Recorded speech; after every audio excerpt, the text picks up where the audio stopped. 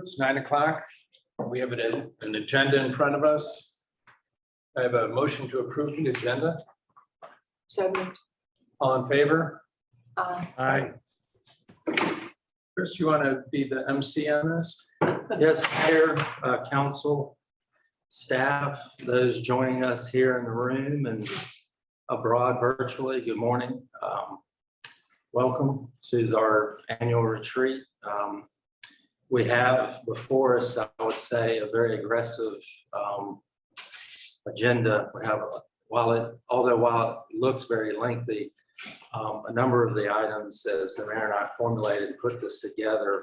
A lot of the items, particularly like in the planning initiatives, are items that we just want to bring up just so that folks know these are things that are either works in progress or things that we're contemplating prioritizing through the upcoming fiscal year.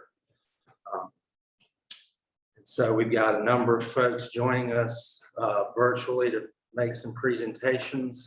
I'd say in general, the retreat is a time, an opportunity for us to get educated on a number of variety of topics that we're working on, particularly for some of our council members that are newer to council.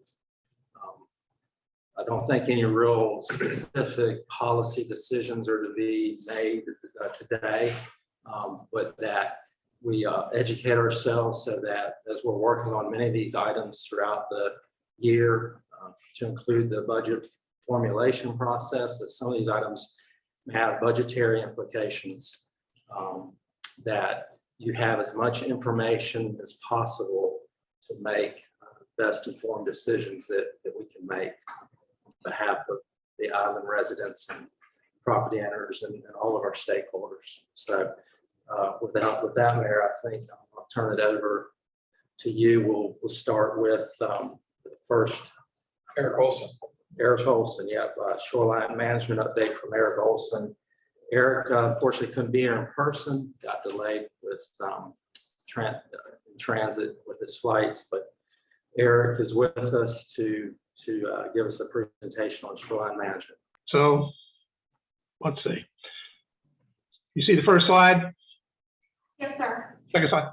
Okay. Yeah, the purpose of this is, normally this is our location slide. The implication here, however, is what I would like to do is to begin to show you the location of the federal navigation project that extends from the ocean all the way up to Wilmington, city of Wilmington. What's represented here is the former channel alignment that existed prior to 2000, and then the new channel alignment, which was associated also with a deepening project and a widening project in or about year 2000. And I'm going to get into the details of that in a second. So the actual beach management activities were really initiated in the 1990s. There were two small scale beach fill projects where sand was placed out of the navigation project on the point and in West Beach. That was done by the federal government. However, you paid for it. It was not, there was no subsidization by the Fed.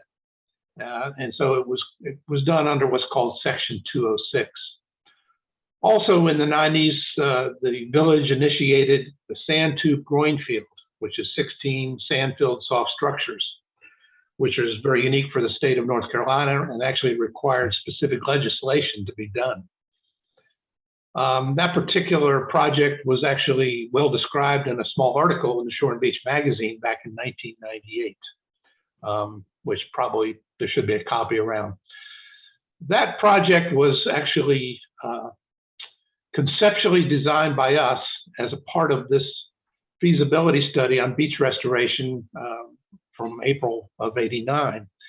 This study was prepared by Dr. Kevin Bodge of our office, and it was the first time that the specifics of erosion and also the specifics of the navigation project had ever been evaluated in the context of damage to Bald Head Island.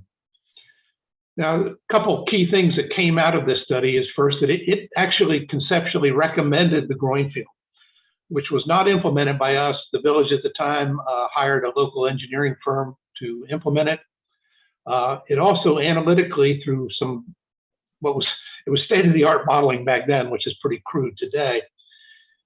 It determined that on South Beach, there's a nodal point, which is interesting because that's the point where the net transport goes in two different directions. So that nodal point is about a third of the way down the beach from the point towards the east. And what it says is that from that point eastward, the net transport during the year is towards Cape Fear. And from that point westward, the net transport is towards the inlet. Now, it doesn't mean that sand doesn't move in both directions during the year, but what it means is that in the net, the sand that is lost divides at that point and goes to the two extreme ends of the island. That was literally unknown, and that was a result of some of the numerical modeling that was done. We also developed a causal link between the Federal Navigation Project and erosion of Baldy Island, which of course had long been alleged by the developer and by the village itself over time, but obviously had been denied by the Wilmington District Corps of Engineers for many, many decades. It also laid out potential cost sharing options and the definition of what beach restoration activities in the future would look like, because none of that existed at that time on the island. The other an important thing that was initiated in about 2000 was a very detailed monitoring program that measures the beach twice a year, both the East Beach, South Beach, and West Beach, with the intent of determining over time the performance of sand that's placed on the island, but also to assist in the development of the long-term causal links between the navigation project and beach erosion on the island. And this is probably the most important thing that the village did, or one of the most important things that the village did back in 2000, because we've relied on the results of this monitoring program for many years in many of the requests that have been made to the federal government. Now, what you need to understand is that when you stabilize a tidal inlet, either with structures, and you don't have to have structures, or you construct a navigation channel and you keep that channel at one location by virtue of dredging it to maintain its authorized navigable depth, you modify the morphology of the inlet's environment, and there's always a price to pay. And it doesn't matter if you're talking about the Cape Fear River, the Savannah River, Jacksonville Harbor, Charleston, the results are always the same. And so this particular slide, which we presented, I think, back in the 90s to the federal government, it looks at the change in the sand sharing system that was here naturally, which is the slide on the left in the 1800s. That's prior to the navigation project. You can compare that to the slide on the right, which just looks at conditions during a massive survey that was done in about 2005, 2006. In the right-hand slide, obviously, you see the navigation channel as it exists today. You can also see remnants of where it was. The arrows you're looking at here are net flow arrows or vectors computed by numerical modeling. But the important thing to realize or to see in the inner comparison is the loss of sand over time, which is reflected by the light yellow and orange colors. And so in the slide on the left, you see what's called a sand sharing system that naturally existed across the island, across the inlet, from Bald Head Island to Oak Island. And you can see on the right that that system not only is bifurcated by the channel, but it's been affected. You can see, you don't have to be a coastal engineer to see, qualitatively see the differences in the amount of sand that's in that system. Now, as coastal engineers, what we can do is we can take historical bathymetric charts and we map difference in them, and we can begin to quantify what these volumes of change are. And simplistically, what you see here is that there's sort of a loser and a winner in the post-navigation project environment. Oak Island gained a lot of sand over time. Bald Head Island lost a lot of sand, particularly within Bald Head Shoal.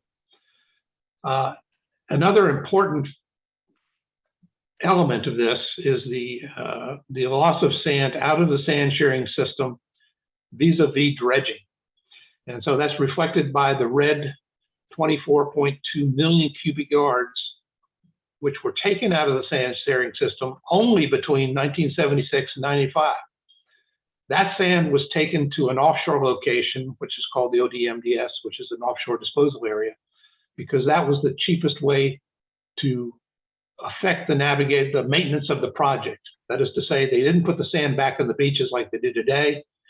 Before 2000, the Corps took all this sand and just dumped it offshore with hopper dredges. And the implication of that is that every year they did that, they would take some volume of sand out of the sand sharing system to the point that the system looked something like this. Another thing that the Corps did back when they were developing the navigation project is that they closed off new inlet. They did that so that all the water that goes up all tidal influence would be through the mouth of the Cape Fear River that existed between Smith Island and Oak Island.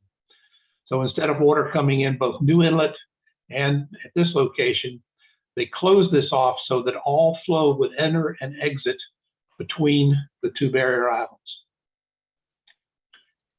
And again, this particular slide again shows you the new channel alignment, shows you the old alignment, and it shows you where the ODMDS is located. It's relatively deep water, 30 to 40 feet, which means that once that sand is placed in that area, it will no longer move under natural forces. So that sand was lost out of the system through the maintenance and operational procedures of the Wilmington District Corps of Engineers up until 2000. Now in 2000, the Corps adopted a new standard. Basically, to some degree, we call it regional sediment management. They were dragged into that on the basis of information that was provided to them through one or more white papers that we developed on behalf of the Village of Bald Head Island, submitted to the federal government, that recognized and codified the long-term impacts of that navigation project, as well as the potential impacts of the harbor and deepening project and the continued removal of sand from the system. So in or about 2000, the Corps of Engineers, vis-a-vis the Wilmington District, developed a new philosophy, which we appreciate. This particular slide sums up part of that. It basically says if you take a cubic yard of littoral system out of a tidal entrance or an inlet, and you take it out of the littoral zone, it's going to cause a cubic yard of erosion somewhere within the system, particularly on in our case, one of the two barrier islands. And again, you didn't have to be a coastal engineer to recognize the physical impact of the new channel alignment, which is under construction here. This is Becky, who was a village manager at the time. Literally, you could hit the dredge probably with a silver dollar if you had a decent arm. But this particular dredge is constructing the new alignment and the new width in 2000 associated with the federally authorized deepening project. Again, part of the information that we shared with the Corps on behalf of the village tried to quantify the physical impacts of the navigation project on the island. And so in this particular case, the federal project is defined, the bottom of the federal project is defined as the area between the two red lines. That's the alignment of the project. And what you see here is shoaling of sand off of the point. Well, the Corps calls this shoaling. We call it the toe of the island. And so you can see that between dredging events, there's always a conflict here, whereby sand comes off of Bald Head Island and fills in the navigation project because that's what nature wants to do. The Corps episodically comes and dredges that material out, historically took it out of the system, but now vis-a-vis the Wilmington Harbor Sand Management Plan, which the village played an intimate role in getting the district to incorporate into their project, that sand now goes back either to Oak Island or it goes back to Bald Head Island. And again, when we talk about the conflict between the two, we're not talking about just the bottom width. We also have the side slopes to account for. So in this particular case, if you look at the side slopes of that navigation project, they physically intercept almost the mean high water line at the point. And again, the Corps is required to come dredge this channel every 2 to 3 years. in order to keep it navigable. And so there is a continuing impact, there's a continuing movement of littoral sand. So over time, the village developed a shore stabilization strategy that's best viewed as a three-legged stool. So in this particular case, as I mentioned, we now, both Oak Island and the village of Bald Head Island, receive sand from the Wilmington Harbor Sand Management Plan. That is to say, the plan that was adopted proposed to put 2/3 of the sand on Bald Head Island and about 1/3 more or less on Oak Island. And the way they did this is that Bald Head would get 2 disposal events to 1 disposal event on Oak Island. And that had ramifications because there would be a period of time when Bald Head Island would not get sand. And because of that, the Bald Head Island was required to develop and to construct their own renourishment projects when sand was going to Oak Island. The third leg of the stool is a function of the structures that are required to improve the performance of sand that is placed on Bald Head Island, and in particular on South Beach episodically. So this is an example of the federal disposal project that was constructed a year ago, literally a year ago. And you can see here that through the cooperation of the district, they now are placing the sand in the guise of pretty much a fill berm that would be akin to performing beach restoration. They do this, again, episodically. The limits of fill are determined by the volume of sand that comes out of the channel at any one point in time. Normally, it's about 1 million cubic yards, about 1 to 1.1 million cubic yards when they dredge. Last year, when they dredged, however, it was almost 1.5 million cubic yards. And the Corps was able to almost reach down to Cape Fear and to the Shoals Club, and I'll get into that in a second. But again, this is what it looks like in the fill process that's ongoing here as you're looking east. This is what it looks like when you're looking west. You can see the discharge coming out of the 30-inch steel pipe. You can see the dredge in the background, dredging the channel back to its original authorized dimensions. Well, as I mentioned, in the off years, in order to not have dramatic setbacks in the configuration of the beach on South Beach and the dunes, the village was required to perform beach restoration funded solely by the village. The first major project that was constructed utilized sand that came out of a borrow site located on the very distal end of Jaybird Shoals. And that area looks something like this. And again, you can see here the old channel alignment, and you can see the new channel alignment. Notice again that this channel alignment, unfortunately, was directed through Bald Head Shoal, and there are implications associated with that. We're currently in the process of trying to develop a second major borrow site located somewhere in this box, actually in closer proximity to the island. And I'll talk about that at the end of my presentation. This is Frying Pan Shoals, which extends, it's a sand formation, which extends offshore some 30 miles. And there are literally several billion cubic yards of sand located in that feature. Now, this particular slide is of keen interest to us, but also should be of keen interest to you, because it represents the amount of sand placed principally on South Beach, and that's really where we'll place our emphasis over time. The regression of that volume of sand over time through natural processes, the reintroduction of that sand either through disposal events, as shown here. Again, this is a disposal event by the Corps, another disposal event. And so you would see incremental increases in the volume of sand.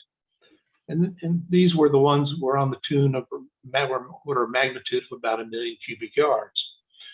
That sand, again, under natural processes and also man-influenced processes having to do with the navigation project, the sand would leave South Beach over time. So in 2009, the Wilmington Harbor Sand Management Plan said, okay, Bald Head Island, you got the first 2 disposals. Now in 2009, the disposal goes to Oak Island. As a result of that, the village constructed a major beach restoration project here at their own expense. And again, you can see as the sand is diminishing volumetrically from South Beach, there's an influx of sand here of about 1.5 million cubic yards. And again, over time, the sand diminishes. At the same time, we also rebuilt the sand tube groin field in an improved version. We moved some of the groins. We used better product than was originally used. And the purpose of that was to reduce the sand losses or to minimize the sand losses over time, particularly in the immediate vicinity of the navigation project, where the inlet impacts are the greatest. So over time, you see this particular curve representing the volume of sand that exists in South Beach, okay, from one end to the other. At this point in time, after the 2021 federal project, we now have 3.4 million cubic yards of sand in the South Beach littoral system that did not exist there at the beginning of our period, which is with the inception of the federal project. So the inclination of this particular graph, as I'll get into in just a second, because it slopes upward, it intimates very, very emphatically the success of your beach restoration project. That is to say that over time, there is 3 million, at least at this point in time, there is 3 million cubic yards of sand in your beach system, your dune system, that did not exist in 2000. So as I intimated, then that trend line is indicative of a successful beach restoration project. In this particular case, your beach restoration project is a function of sand placed by the government and also by you. And again, we can see when we read the data there that structures are required to reduce the sand losses and to maximize the performance over time of this beach fill project. And just as an example to show you the nature of the improvement of the beach and the beach profile, this is a section of the beach out of our monitoring program at one particular station, which we just picked here. So the beach profile in 2000 is represented by the black line. The beach profile in 2018 is represented by the purple line. You can see here that there actually is a dune in 2018 that did not exist in 2000. Dune is what goes up to elevation 16, 17. And you can see that there's a significant difference between these two lines that intimates the height of the sand literally that was placed or was in place in 2018 relative to the profile, to the beach profile in 2000. So if you go to basically, let's say to the intertidal beach between mean high water and mean low water, and you stand there today, in year 2000, there was 14 feet of less sand vertically there than there was in 2018. So what we've done is we've pushed the profile out over time. We've maintained a beach width and a beach berm that didn't exist in 2000. And throughout much of the island today, we have a pretty robust dune system. All of that is a function of that 3 million cubic yards, at least that exists there today. But even over time, it's been an ever increasing volume. So the third leg of the stool is the use of structures to reduce sand losses, particularly when we get in the proximity of the navigation project and the river itself. And as we indicated, over time, we've had a sand tube groin field that's been there since the mid-90s. We've replaced that groin field at least twice because these sand tubes, they basically wear out. So that is to say that the gradual erosion and abrasion of these tubes due to the natural forces of the waves and the sand movement literally wear the fabric out because they are only constructed of fabric. Again, another view looking backwards. But what I can tell you is that if these tubes were not there, this particular shoreline would be back to the road. It would be under these buildings. And we know that because there have been periods of time, particularly before we rebuilt this groin field, when that exactly was the occasion. Matter of fact, we did have storms that impacted the road. course, at this point in time, we now only have a beach that we're maintaining out here, but we have a fairly robust dune system. Now, these particular sand tubes are unique in that the only way that we can construct them is in the dry. And so every time we have rebuilt them, we've rebuilt them concurrent with a beach restoration or a beach disposal project, whereby we could go in, we could excavate the beach, we could take out the old groin, we could put in the new groin, and then we could backfill it. So that is to say that we really couldn't build these groins out into the sea successfully. So we build them in the land, and then we allow the beach to equilibrate or erode around it. Now, even though the sand tubes were successful in protecting those properties, and you can see transparently here, you can see the location of those tubes. There was always a point in time where either the fill placed by the federal government or the fill placed by the village, particularly in areas like this, would last only about 1 to 2 years before the shoreline receded back to the sand tube structures. So what this argued for was the construction of a terminal groin, as indicated here, at the end of the island to better stabilize this particular area and to allow for the implementation of something that would function as a template for the sand that was placed there. And again, would better reduce sand losses to the inlet. So in about, I think it was 2013 or 2014, the state of North Carolina passed a law, modified legislation that said that, okay, there could be a couple terminal groins in the state of North Carolina. The first one built was built by the village of Baldy Island. The second one is under construction today, some 7 or 8 years later. So for a long period of time, this was the only terminal groin that was successfully constructed. Now, terminal groin, again, as I tried to indicate, it's basically a perpendicular structure placed at the end of a littoral system. The end of our littoral system, of course, is the end of our barrier island. In this particular case, that section of the island immediately adjacent to the Cape Fear River and the navigation project. And again, the goal here is to beneficially affect littoral transport. At the same time, of course, we want to reduce the navigation project impacts, which are implied as greater sand losses from the beach that would occur under normal processes. And again, to provide some template for a realignment of the shoreline at that location, so that again, we can reduce the rates of littoral transport. Littoral transport being the amount of sand that's moved on, let's say, annually down the shoreline.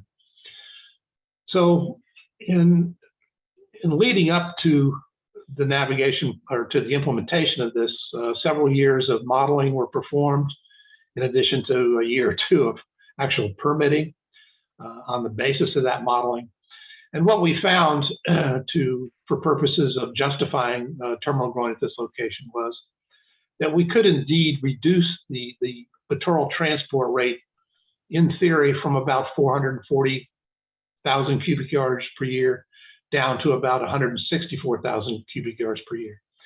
This type of modeling and these results resulted in the lack of opposition by the Audubon Society and other environmental resource agencies who were adamantly against terminal groins at the time. They realized that the condition that the village of the Bald Head Island had was different than other barrier islands, and that we could well substantiate it and had substantiated the impact of the navigation project on Bald Head Island. And we could also prove through numerical modeling that by the construction of a terminal groin, which did not impact anybody, which, however, we had to prove, again, through the use of the numerical model, that particular structure could be endorsed or certainly not opposed by the resource agencies. And so for a long period of time, this was the only terminal groin project that was permitted in the state. So again, to better envision the benefits proposed here and actually realized, this is the shoreline alignment here that would occur after sand placement. And it didn't matter how much sand we placed out into seaward of the point or on South Beach. either ourselves or the Corps of Engineers, the shoreline would always recede back to the sand tube growing field, which is under this red line. So this was the chronic erosion problem we were trying to address. But through the introduction of the terminal groin, as shown in this particular case, we now have a template for beach fill placed here, which allows for a very large fillet of sand, which is on the order of magnitude of about 250,000 cubic yards. And we have now pushed the shoreline away from this chronic area of erosion, and we're keeping the shoreline out in this location. Now, I will tell you that the modeling here and the original permits for the project looked at the permitting of a terminal groin, which was 1,900 feet long. We did not, however, construct a 1,900-foot long structure. We constructed a terminal groin to a terminal length of 1,300 feet. We have the ability through the permit to extend that if we need to in the future. But even though the modeling showed that there'd be significant benefit to South Beach through a 1,900-foot long groin, we felt that there would be adverse impacts to West Beach. That is to say that the terminal groin at 1,900 feet would be too successful. It would actually reduce the amount of sand that gets to West Beach. And by doing so, we would create we would solve one erosion problem at the sake of another. So we'd shoot ourselves in the foot. So what was constructed originally was a 1,300-foot long structure, which is what you see located here. And again, in November of last year, this is the condition after the last federal beach fill project. And again, the terminal groin is highly successful. And as you see here, sand does go across this groin by design. It goes around it and it goes across it. And just again, for your own edification, the way that we built this structure again is we built it in the dry, predominantly anyhow. The end of the structure was here. We were able to build probably about 1,100 feet of this structure, literally in the beach disposal project that had been constructed months before we initiated this contract. This allowed for a very cost-effective terminal groin construction. Matter of fact, it was on the order of magnitude of 4.5 million cubic yards. If we had elected to do this in the wet, when the island had eroded back to the terminal groin field, it would have been a multiple of that. And I'm not sure that even it would have been as feasible to construct it as it was in the dry. And again, this shows you again that we built it, we then backfilled it to the point that it's transparent, except at the distal end out here where it's exposed by storm waves every once in a while. And again, this is what we call a permeable groin, in that it is designed to allow sand to go over it during storm events and through it, right, in order to not starve the downdrift shoreline. And just another view, last month of the end of the groin. And again, you can see that there's a substantial spit here, which continues to feed sand to West Beach. Well, I'm going to leave South Beach for a few minutes and talk about another important sand manipulation process or program that was been implemented over time by the village. And it has to do with sand bypassing at the entrance to the marina channel. And it's pretty obvious that this is a necessary program because we have sand that moves down West Beach naturally. The net transport of sand on West Beach is from south to north. So sand does enter into the navigation project, and it has since the implementation of the marina, at its earliest implementation. And up until a few years ago, before the village took over responsibility for the entrance channel, the developer literally kept a small dredge in the marina. That small dredge would go out every month and dredge the entrance to the channel. Now in 2015, it was decided that the village should take over the maintenance, and several things happened at that time. One, we extended the original structures that had been constructed by the developer early in the 70s or 80s. We extended those structures out, we hooked them, we added rock so that it would be better we would have less shoaling basically of the channel itself over time. But we kept the basic program, and the basic program was that a dredge would be brought in episodically, not on a monthly basis, but perhaps once or twice a year, depending on need. The channel would be dredged out, and the dredge at that time would also dig a small crater on the updrift side or the downdrift side of the marina channel in order for sand that was transported up West Beach to infill that crater before it went into the navigation project. Now, all of the sand that is taken out of here has been moved to the other side or to the north side of the entrance as a bypass program in order to feed the beach that existed up here seaward of Rowboat Row. Now, we did find over time that even with the extension of the jetties that you see here, we still had exacerbated sand losses in this vicinity. Part of that was natural through waves that would affect this area from the southeast. The other part was man-induced, and that was basically the ferry system. As you ride the ferry in each day, or particularly coming in, you'll notice that the ferry has to come in at a pretty high rate of speed. And the reason is that there's cross currents out here. So in order to maintain stability and the direction of the ferry, he's got to come in at a high rate of speed. And then he immediately, as soon as he gets within the confines of the entrance to the marina channel, he slows down.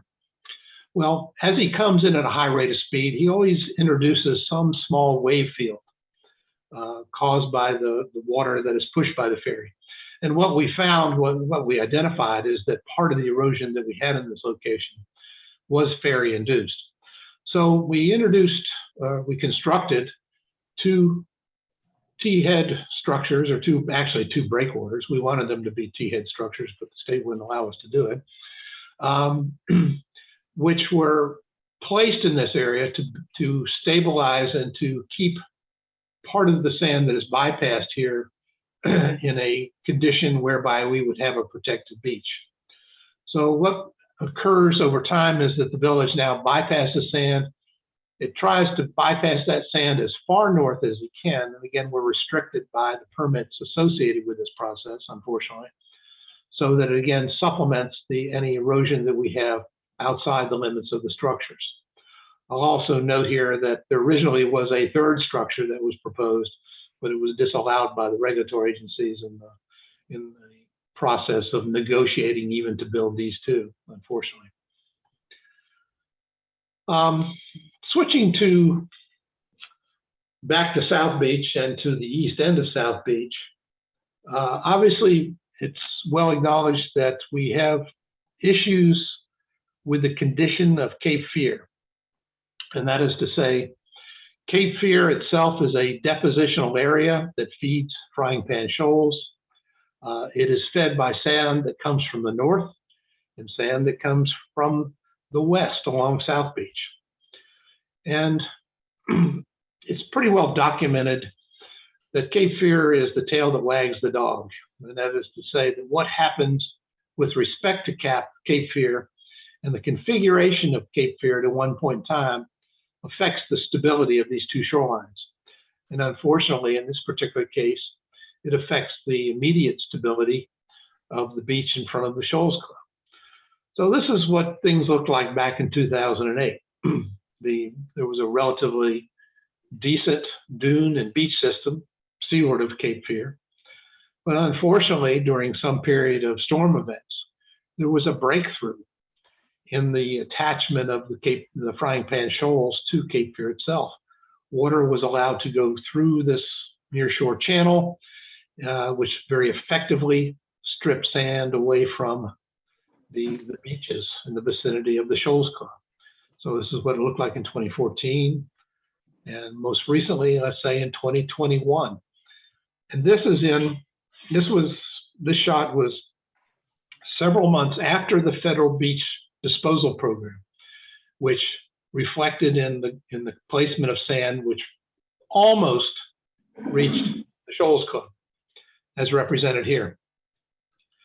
Unfortunately, the amount of sand that the Corps had to dispose of, which was about a 1.5 million cubic yards, ended up right here. Didn't reach the Shoals Club. You can see here, however, the contractor's equipment is attempting to push some sand up seaward of the Shoals Club in the form of a little bit of a berm and a little bit of a dune, pretty much to no avail. Unfortunately, we had reflected to the Corps that they needed to modify the width of their project sometime back, about a third of the project back, in order to reach the Shoals Club. They did not abide by any recommendations we made to them. And unfortunately, this is literally where the sand ran out.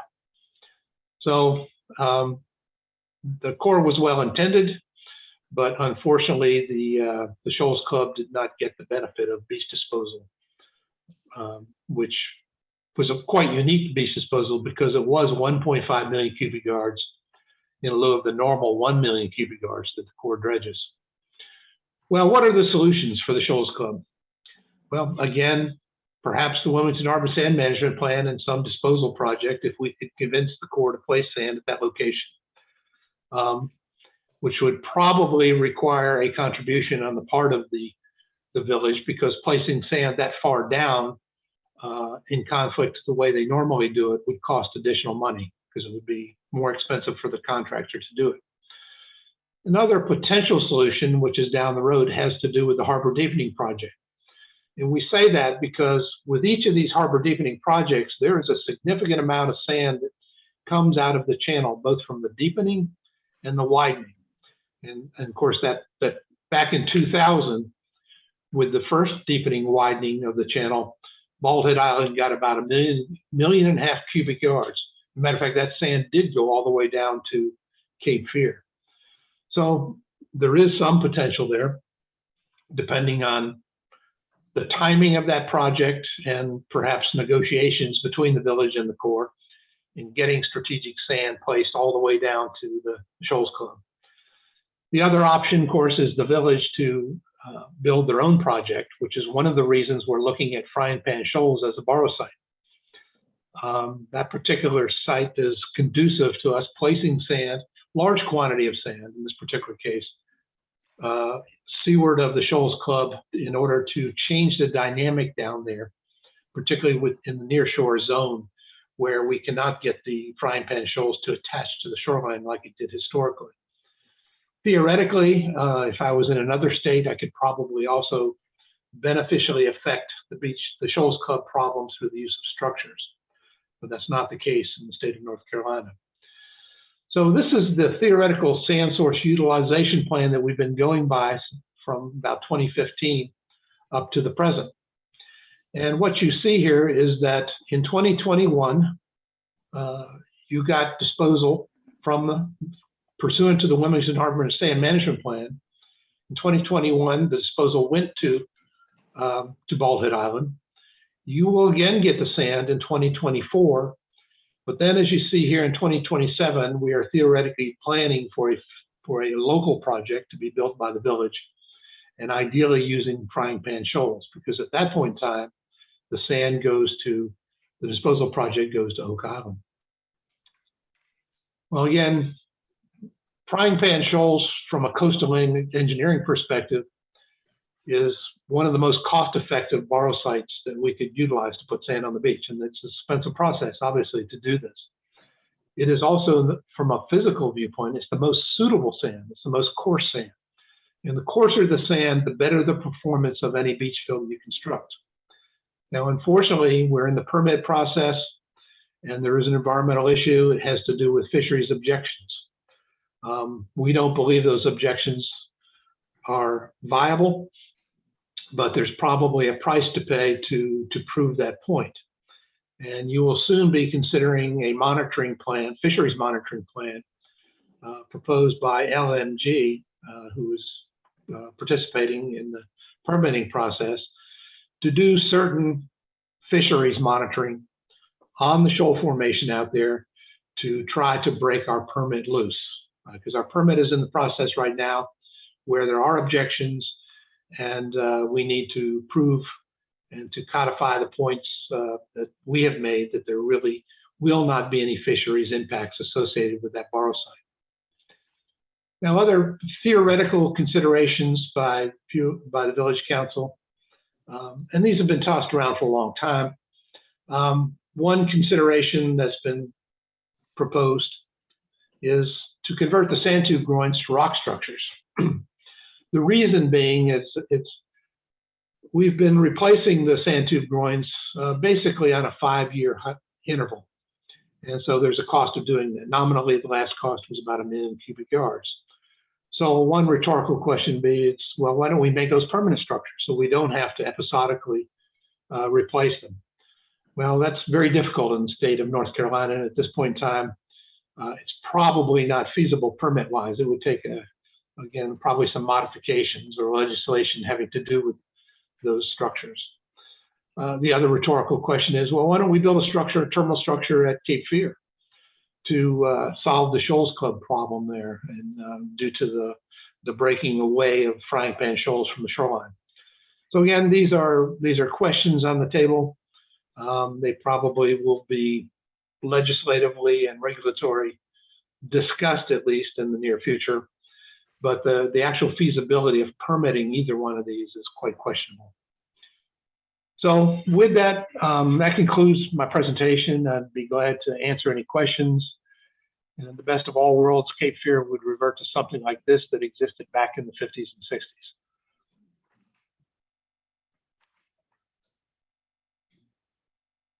Questions? Eric, thanks so much. That was very informative. I appreciate it. Thank you, Eric. Go ahead. Next, we've got on the agenda an update from Greenburg Traurig. We've got Steve Behringer, who's joining us this morning to offer updates on the efforts at the federal level. Steve, if you'd like to, you can come to the table there, or whatever you feel comfortable with, stand at the podium. Aaron will pull up your presentation. But Steve's been instrumental in working on behalf of the village at the federal level from Washington, D.C. on lobbying efforts on behalf of the core district for dollars to do the channel maintenance dredging to put the sand on the beach, or more recently, we know the Ports Authority plans to deepen the channel that obviously would have some effect on Bald Head. And then the recent issues around the push for alternative renewable energies, i.e. wind energy, and working with BOEM to make sure our interests are protected. Primarily, we've been priority focused on viewshed and land-based infrastructure. So a little intro to that, and that I'll turn it over to Steve. Good morning. I met some of you last night. It's nice to be here. I'm going to tell you a little bit about what we've done for the village and kind of what we have on tap now. Karen, next slide. There we go. So this representation started in 2011 on a pro bono basis with our group, which used to be another law firm, helping out with the sand management issues, a lot of which you heard about from Eric just now. We've been kind of officially lobbying and doing government relations advice for you since 2012. And we've worked on a number of projects and continue to do that. And I'll detail those. Next slide. So originally, the representation started with Tim Hutchison, who some of you might know. Tim was in our firm and is a former senator from Arkansas and also a property owner on Bald Head. That's Tim to the second from the left. And his wife, Randy, was also very involved. This is from a party that we went to last Thursday, and it just so happens that all the people who have or will work for Baldy are in that picture. That's totally a coincidence, but so that's Tim and Randy. Next to Tim is Monica Schultheis. Monica is should be here today, but she has walking pneumonia, so she's not here, and we're just grateful that it's not COVID.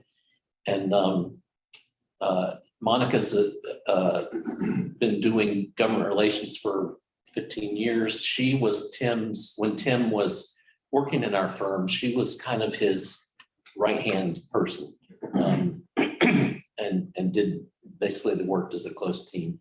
That's Lori, who has worked with you since 2012. Lori is leaving Greenburg this week and going to the Kennedy Center as their lobbyist. And then that's me. So Monica is especially going to help with earmarks, which is something that Congress has just started up again after a 10-year hiatus. It's a controversial subject, and we still don't totally understand how they're going to do it, what the rules are going to be. They're going to be somewhat different than it used to be when earmarks happened, 10 years ago. But Monica's our specialist about that. You see my little bio there. I'm from North Carolina. I grew up in Kannapolis, North Carolina, went to school in Chapel Hill. And I'm an environmental lawyer by training, and also a lobbyist. I've been lobbying the federal government since the 90s. And so I kind of straddle those two specialties. And when we need other people, and we often do, we just have some people there to point out to you. These are the first three are former members of Congress.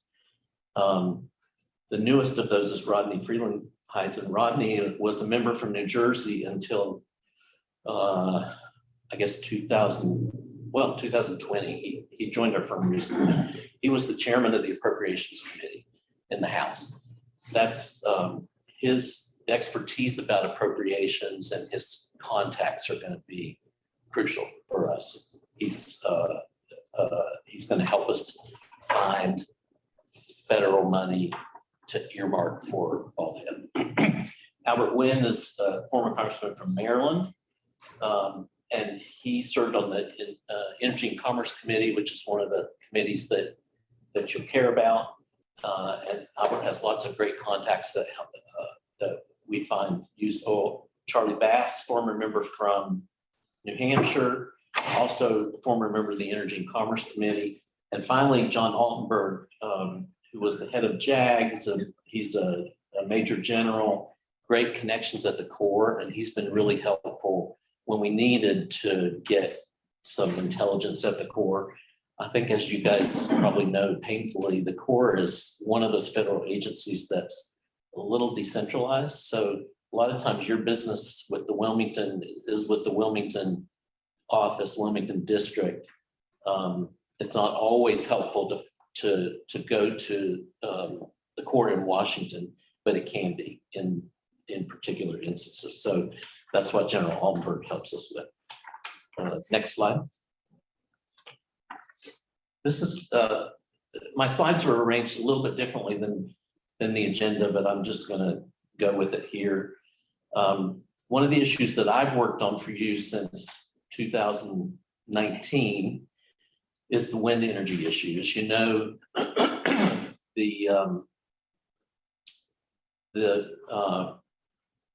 the Department of Interior, the Bureau of Ocean Energy Management, has been identifying potential areas for offshore wind.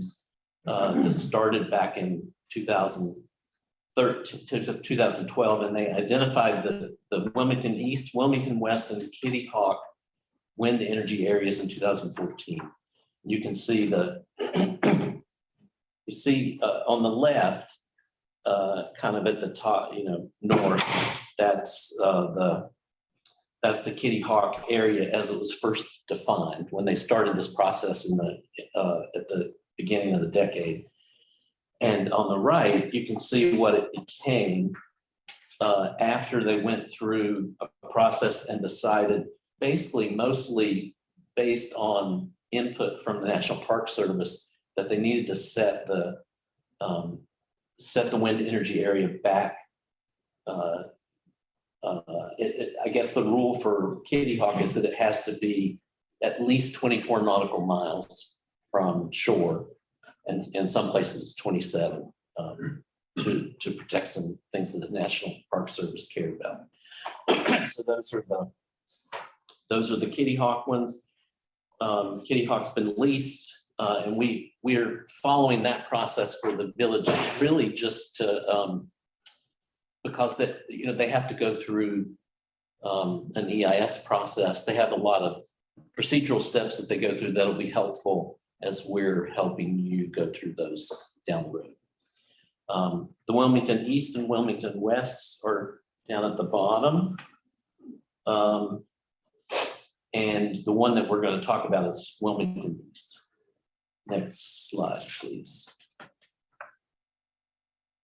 So the village has been engaging pretty actively with I'm going to use the acronym BOEM since 2015.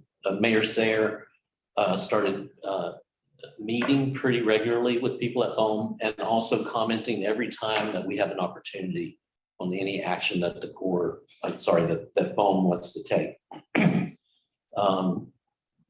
So after some significant efforts by Baldhead back in 2015, BOEM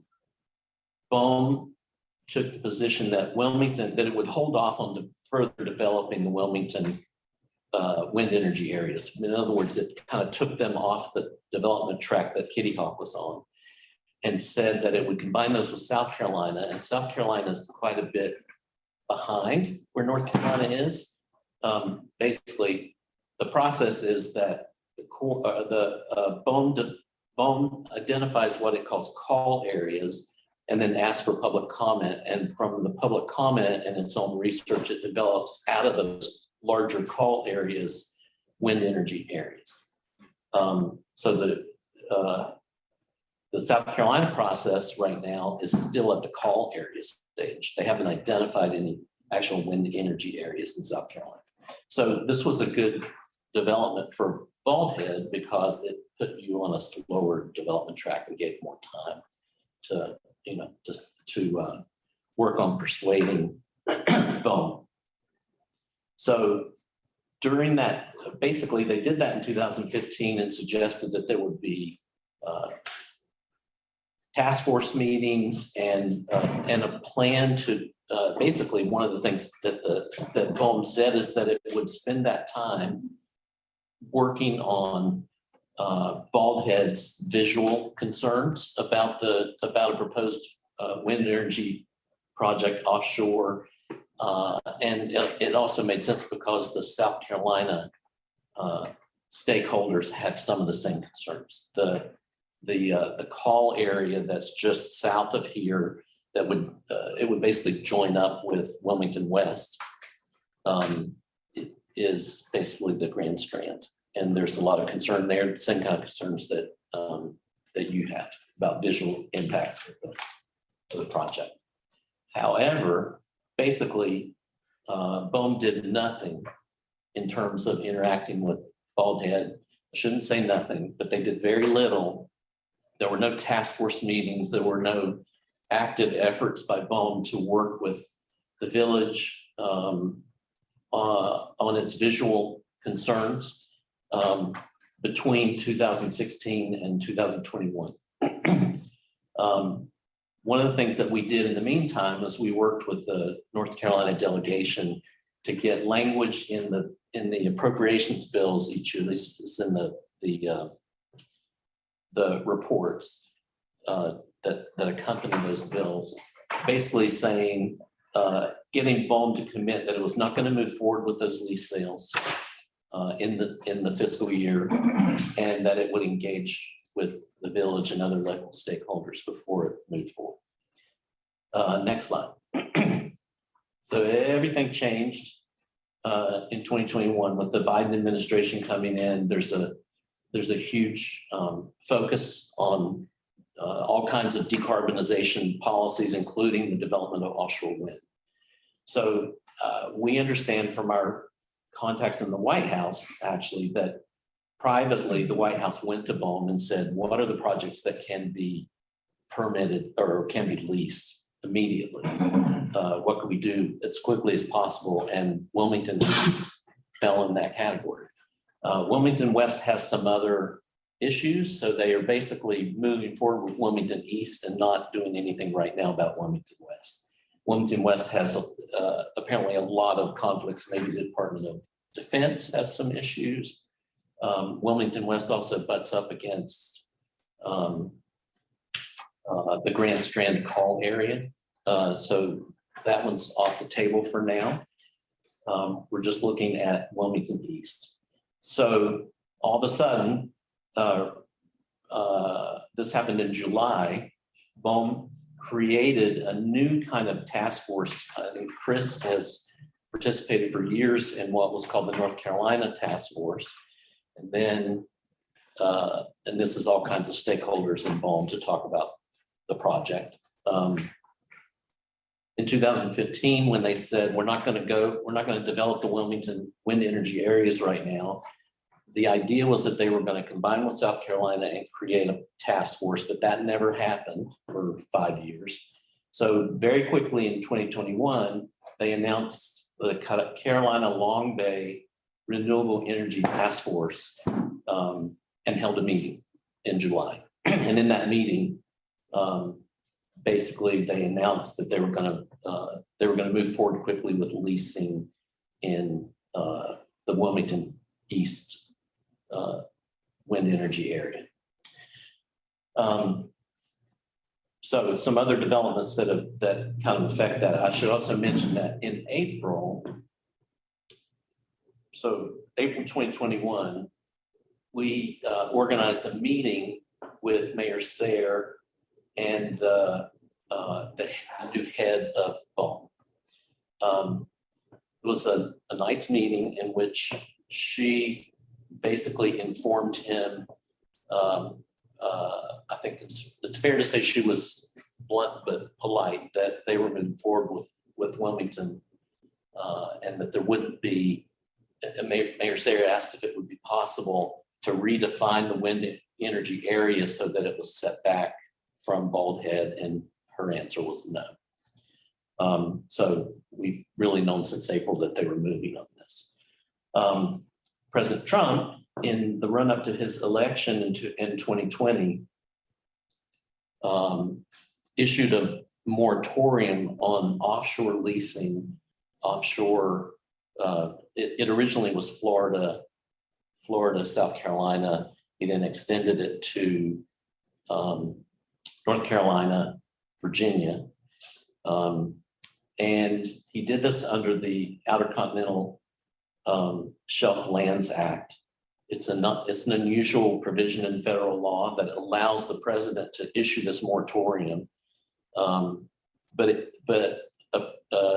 that same president or a succeeding president, in this case, President Biden, cannot undo it administratively. It has to be undone by Congress. So President Trump put this moratorium in place in September 2020.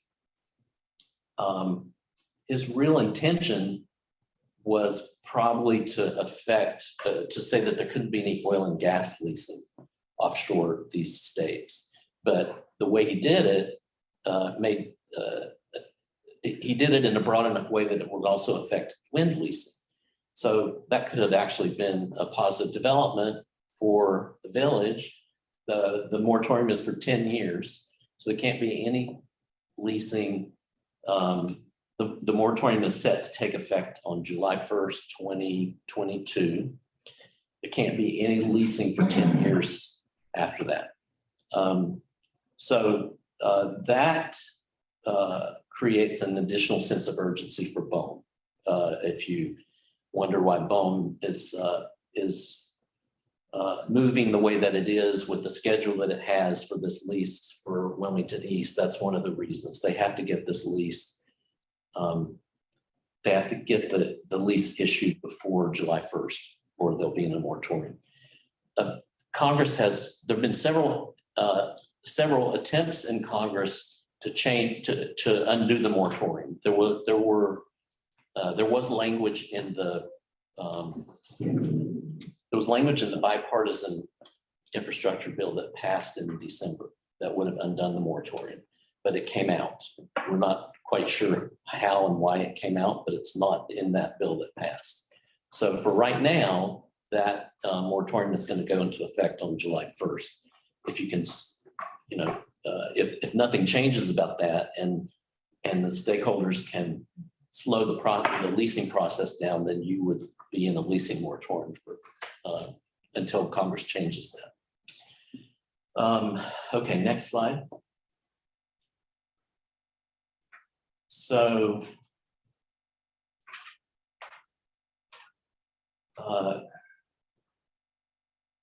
the Wilmington East wind energy area was proposed in the Federal Register for lease on November 1st. You see Wilmington West and Wilmington East on the left, and on the right is Wilmington East. This is the proposal. So you see that there are those red shaded areas that are not being offered for lease. In the case of the one that's at the bottom, that's a Department of Defense concern that got raised with BOEM. And the one at the top, that's the overlap with North Atlantic right whale critical habitat. You can see the habitat defined, kind of the crosshatches. It's actually that one right Yeah, that's right. That's right. So, so it won't, what they're proposing for lease will be a little bit back from the 15 nautical miles that we have been kind of working with as the edge of the wind energy area, but it's not going to be far back. The proposal is to issue up to 3 leases, and the commenting period on that has closed, and so now this was a proposed lease plan. Now we're going to see a final lease plan probably any day now, with BOEM's intention to issue the lease by June. That's the track that they're on because they want to avoid the moratorium. Okay, next slide.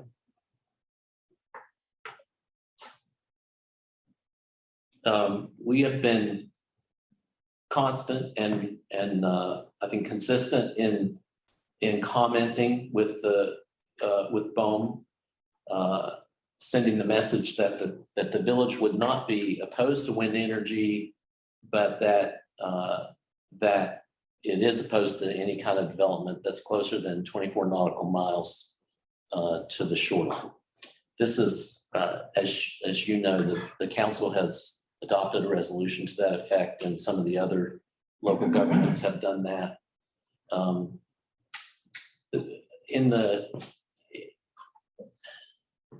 Thinking about how to kind of characterize that third bullet.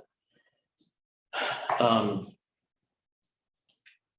the administration's perspective, the politics are not in our favor in terms of the speed of this process and the determination to issue leases. We've benefited for years from working with the delegation and getting that appropriations language in the appropriations bill, saying that BOEM was not going to move forward and that it would work with the village. With the current Congress, we're not going to get that kind of language. We might be able to have an impact going forward. This is predicting what might happen with the midterms, but if what happens with the midterm elections is what prognosticators are saying, there's going to at least be a Republican-controlled House where Congressman Rouser can have more impact. and possibly a Republican-controlled Senate, in which case the North Carolina senators could also be more helpful politically.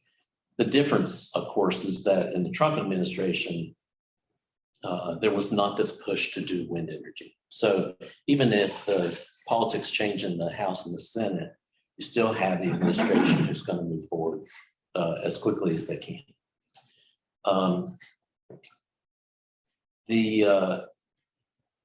As we've talked about often with the mayor and with Chris and Jay, we think that the best thing that the village can do, obviously, is to continue its attempts to engage with BOEM, but also, to the extent you can, look for opportunities to coalesce with people, with other local governments. I kind of think that this is a particular issue for Bald Head. I know some of the other local governments have done resolutions. Not clear to me how strong they are in opposition, but we do think that going forward, it would be a good idea to try to develop allies and a coalition of people who are similarly situated, who feel the way that that Bald Head does. Next slide. Stephen? Yeah. This is Scott Gardner, Councilor Gardner. A quick question while we're still on the wind energy. Up on slide 4, back to slide 4. Yeah. In the right-hand picture, it gives the outline of Wilmington East as originally designed in a black line. And then the blue is what is currently proposed by BOEM, right? Yes. So all those areas on the south side of that original area are were eliminated. Is there, you talked a few slides ago about the Department of Defense issue on the west side of it and the right whale issue on the north side. Why did all those areas on the south side of this, why were they eliminated? Do we know? It's a good question, Scott. My memory about that is that they were, there were some Defense Department and also navigation issues about those. Shipping lane. Yeah. Shipping lanes. But I'll go back and look at the rulemaking and make sure. I think I see what you're suggesting, which would be, if there weren't any kind of insuperable hurdles, why couldn't they move it back within that area that they originally defined? That's my question. Yeah, it's a good one. So, Steve, I have a question too about that. So the National Park Service, what was their involvement with the Kitty Hawk? Was it they were, the lighthouse? it was the Baldy Island Lighthouse. That was what they were particularly concerned about. Okay. And that's basically they wanted 27 nautical miles from Baldy Island.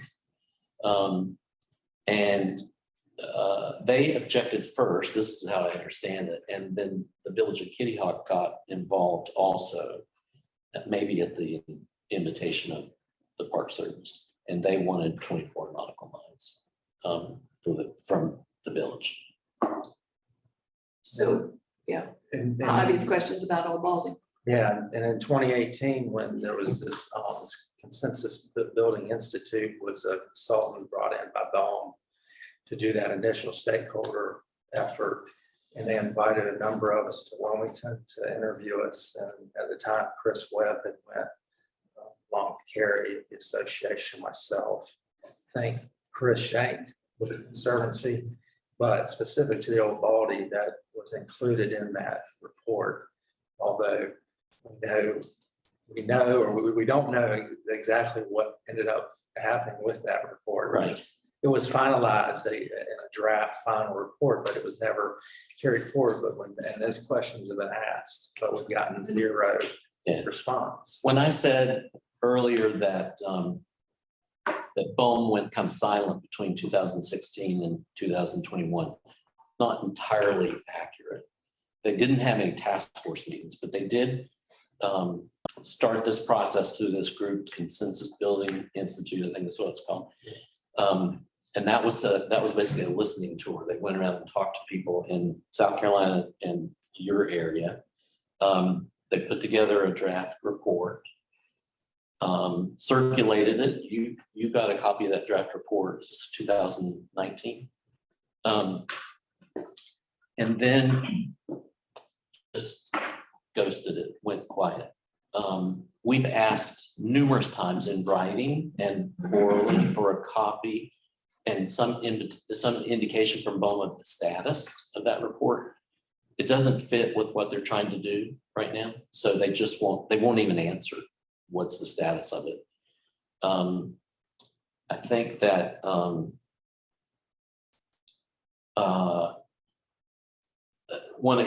basically the report, the draft final that we have has recommendations to address your visual concerns, basically. A lot of the report is focused on that and on concerns that Baldy Island raised, some from the Grand Strand too. If I hadn't already shared that with you, I'll send it to y'all so you can see it. How much of an impact that hiatus, I think, had a lot to do with the Trump administration just not having any focus on it. Just for context, to the extent that they never put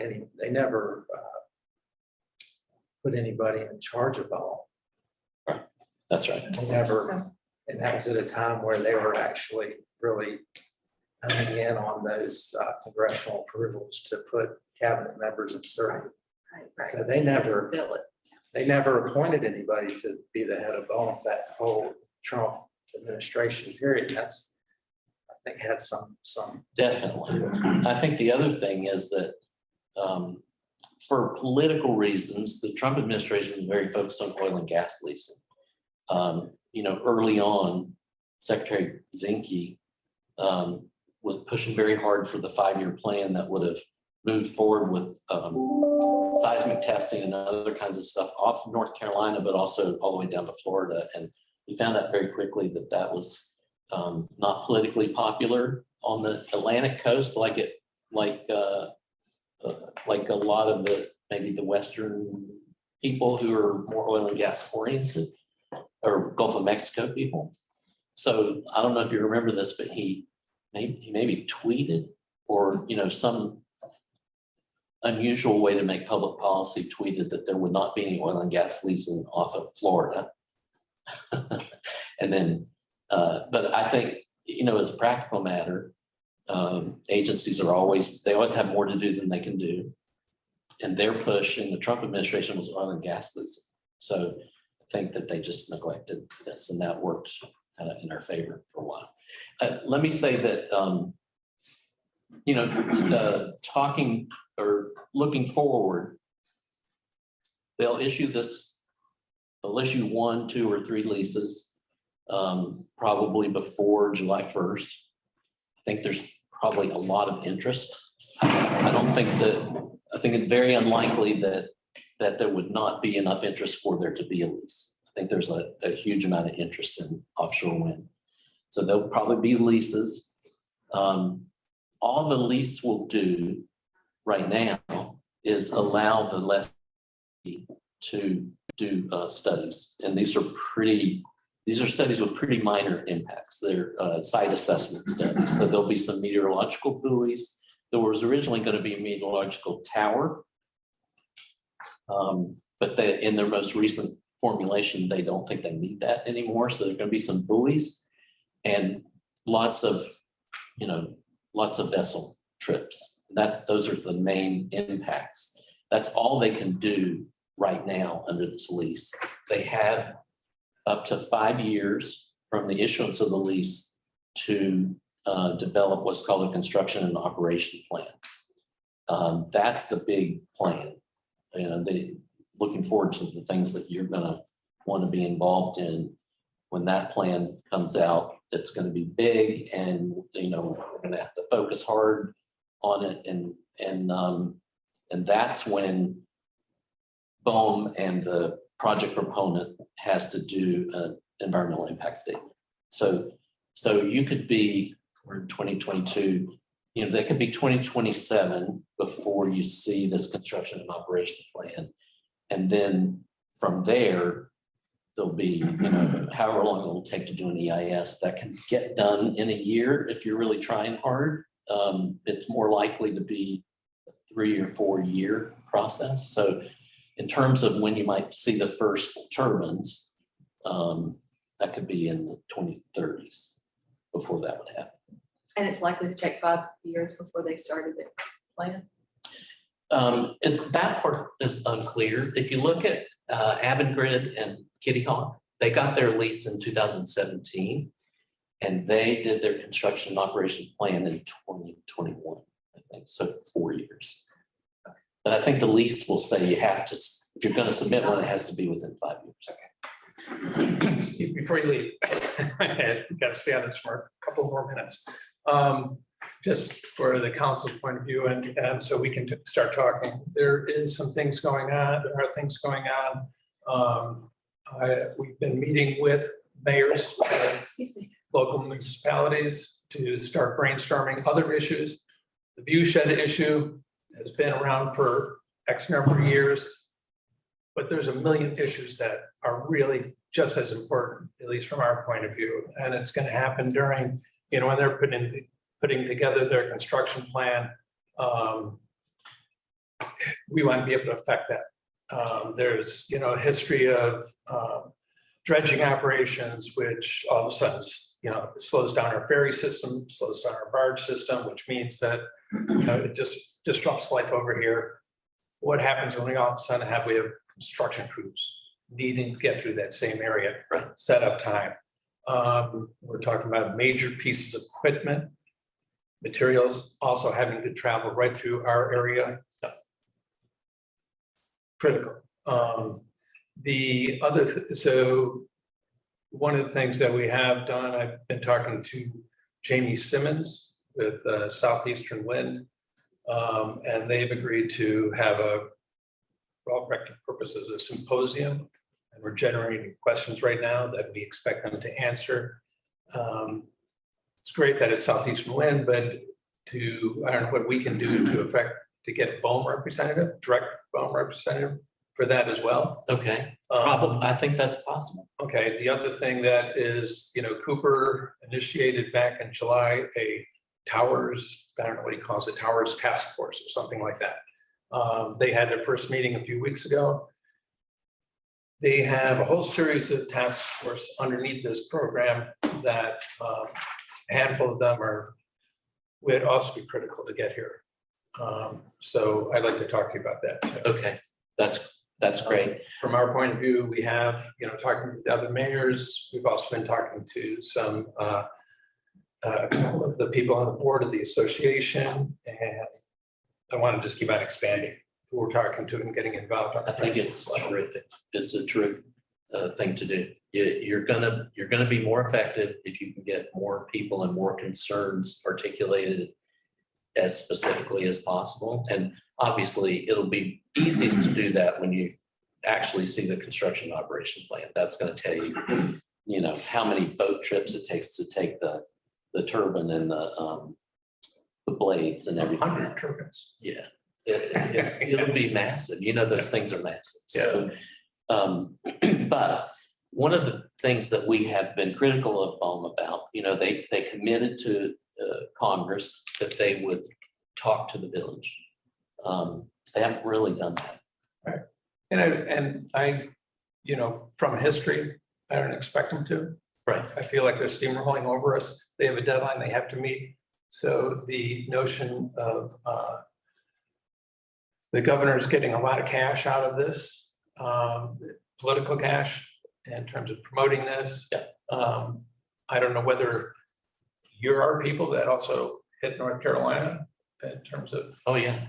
So I think that might be a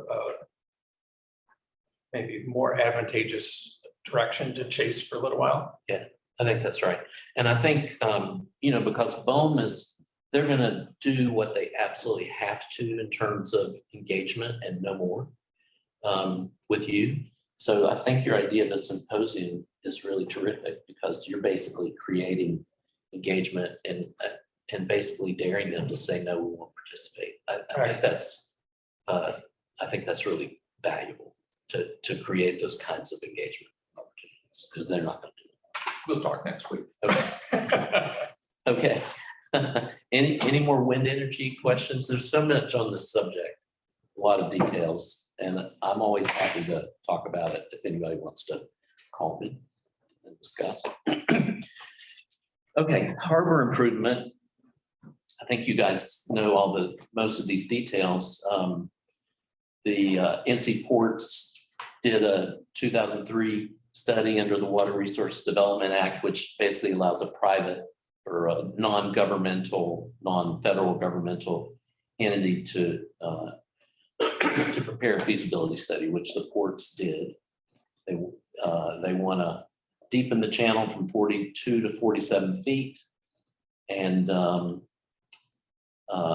project costs $830 million. They submitted their 203 report.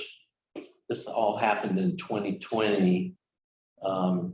And basically, without boring you with too much of the details, the original reaction of the Corps and of the Assistant Secretary of the Army that's in charge of this was very negative.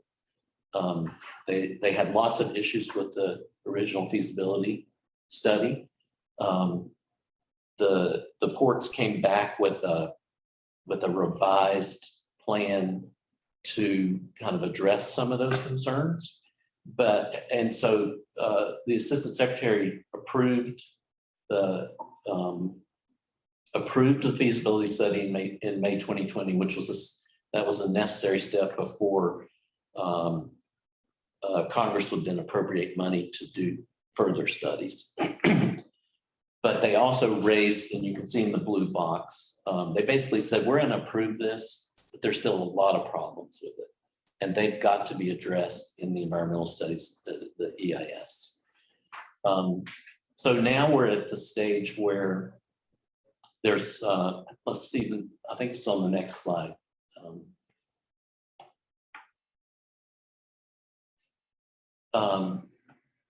And that's the second bullet.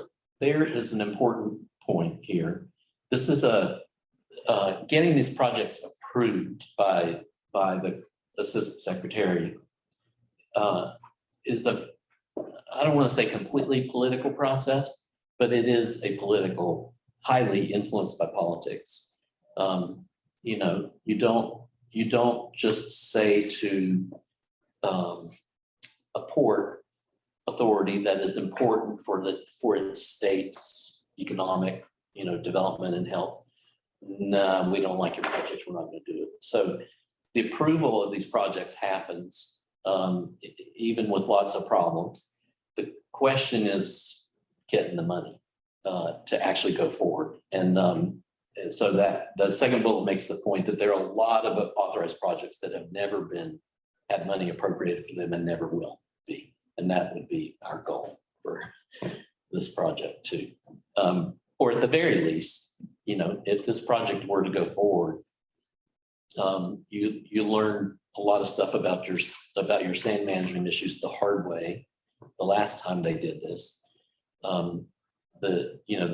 if it were to go forward, then you've got to get some kind of enforceable agreement with the parties that they will hold you harmless, that they will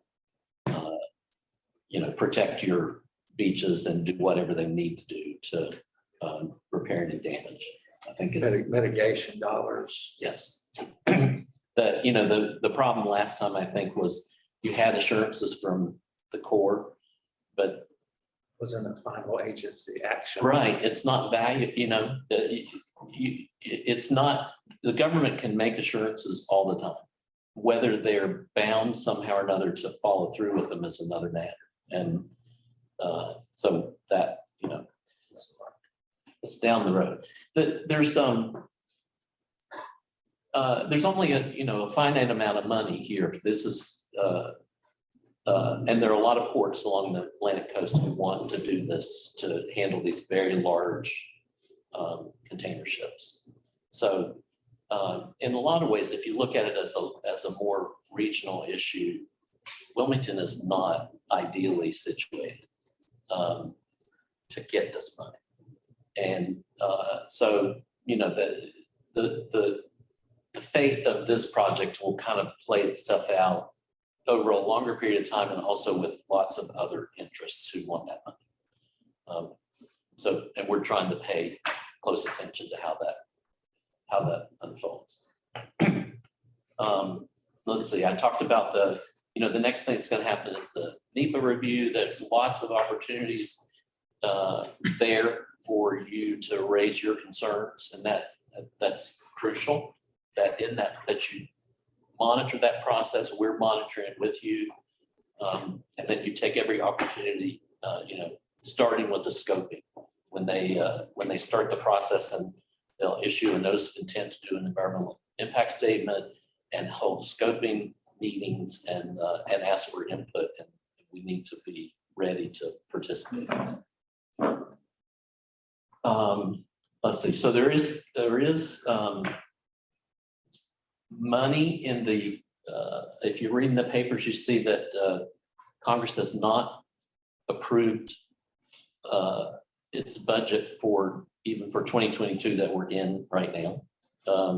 We're operating on continuing resolutions in the federal government, but it looks like everything's falling into place, and that there will be appropriations bills that get passed for 2022 in March, unless there's some big hiccup that people don't foresee right now. And in those bills is going to be money for the Corps to work with the ports to start this EIS process. They can't start it until that money gets appropriated. So that's what's holding it up right now. So this year is going to be important. When that money gets appropriated, then we're going to start getting real involved in the commenting and the engagement with the Corps. What we can determine, and Chris, you and Jay might have more, might have had more recent interactions with the Wilmington office than the Corps, but from what we can determine, the Wilmington office is not particularly thrilled about this project. It is not high on their list of priorities. If that's the case, that's helpful to us. I mean, they'll do an EIS because they're getting money to do it, but so. We have, not myself or Jay directly, but I think Charles and his office have had some discussions with the district to that point. Is that fair to say, Charles? Absolutely. Yes. Okay. Let's see. The bullet that says takes 4 to 6 years to do an EIS, it really depends on, we talked about this in the wind energy area. The BOEM will move as fast as they possibly can. In that case, it won't take 4 years to do that EIS when that comes around. This one might take longer. And time is, we want it to take as long as possible. I think at that point, there's a lot of other entities up the river that when they deepened it in 2000, it wasn't on their radar like it is today. When you think of things like sea level rise and negative impacts up the river channel, as far up as into Wilmington, beyond the port, that have been a part of stakeholder meetings with the 203 process. So. Right. Okay. Next slide. Okay. So, but I'm going to move to a different subject. Anybody got any questions about the port project? Always happy to answer questions and talk about it. So we always look for grant opportunities for the village. And we talked about this some at our dinner last night. And whenever we see some opportunity for funding, we forward it to you and are always happy to help as much as we can in terms of figuring out if you're qualified for a grant and helping you submit a proposal to get a grant. I think there is a lot of money right now from the federal government, from the American Rescue Plan, that's probably sitting in the state because the money's been allocated to the state. There are some issues about whether that money has a lot of strings tied to it, I guess is the way to put it. A lot of it is supposed to go directly to COVID relief, to addressing the COVID emergency. And some of the other provisions are for infrastructure, water and broadband infrastructure is one of the categories that money's for. And then government services, but you have to do some qualifying. And I think we talked that the village is not qualified because you basically you have to have a budget shortfall to qualify for that money, and you don't. So there might be some opportunities with that money, but and one of the problems I think state governments are having, we're seeing this with the state of New Jersey that we work with too. There's just unbelievable amounts of money, and they're having a little bit of a hard time figuring out how to spend it. So if that persists, right now they have to spend it in compliance with the rules that were put out by the Treasury Department. If it persists, then I don't think Congress will claw back that money. It's possible that there'll be legislation that will expand the opportunities to use it, and we'll keep an eye on that. That's American Rescue Plan money. The infrastructure bill that just passed in December, there's $1.1 trillion of money. And there are going to be some projects in there that might work for the village. And we're pouring through right now a White House report that got put out last week, 2 weeks ago now, that basically has a page on every grant opportunity, cooperative agreement, and other federal funding opportunity that's identified in the bipartisan infrastructure bill. And we'll be in touch about ones that we think might be possible for the village. And Steve, there's a question. So you'll forward those to Chris, right? Yeah.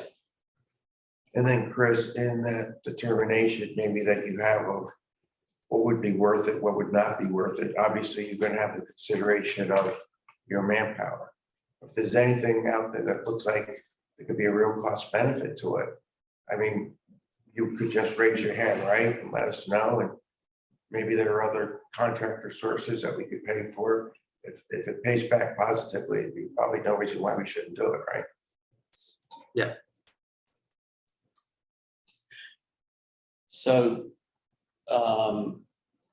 as I think probably everybody knows, there has been for the last about 10 years a moratorium on what is referred to as earmarking in Congress. That's members securing money for specific projects in their districts or states. They started on a limited basis this year, doing what they call congressionally, they don't want to call them earmarks, they call them congressionally directed funding now. And so we're just about to start with FY 2023 with that process. And that's where I've done some appropriations work, but Monica is the appropriations expert. And she and Congressman Frelinghuysen are going to work together, and we're going to work with the North Carolina delegation and see if we can work with you to get some congressionally directed funding. We need to talk about, I think one of the things we've talked about is a vessel that, like an emergency vessel that you could use so you don't have to rely on the ferry. But we should probably talk about, I don't know, 2, 3, 4 ones that we can come up with.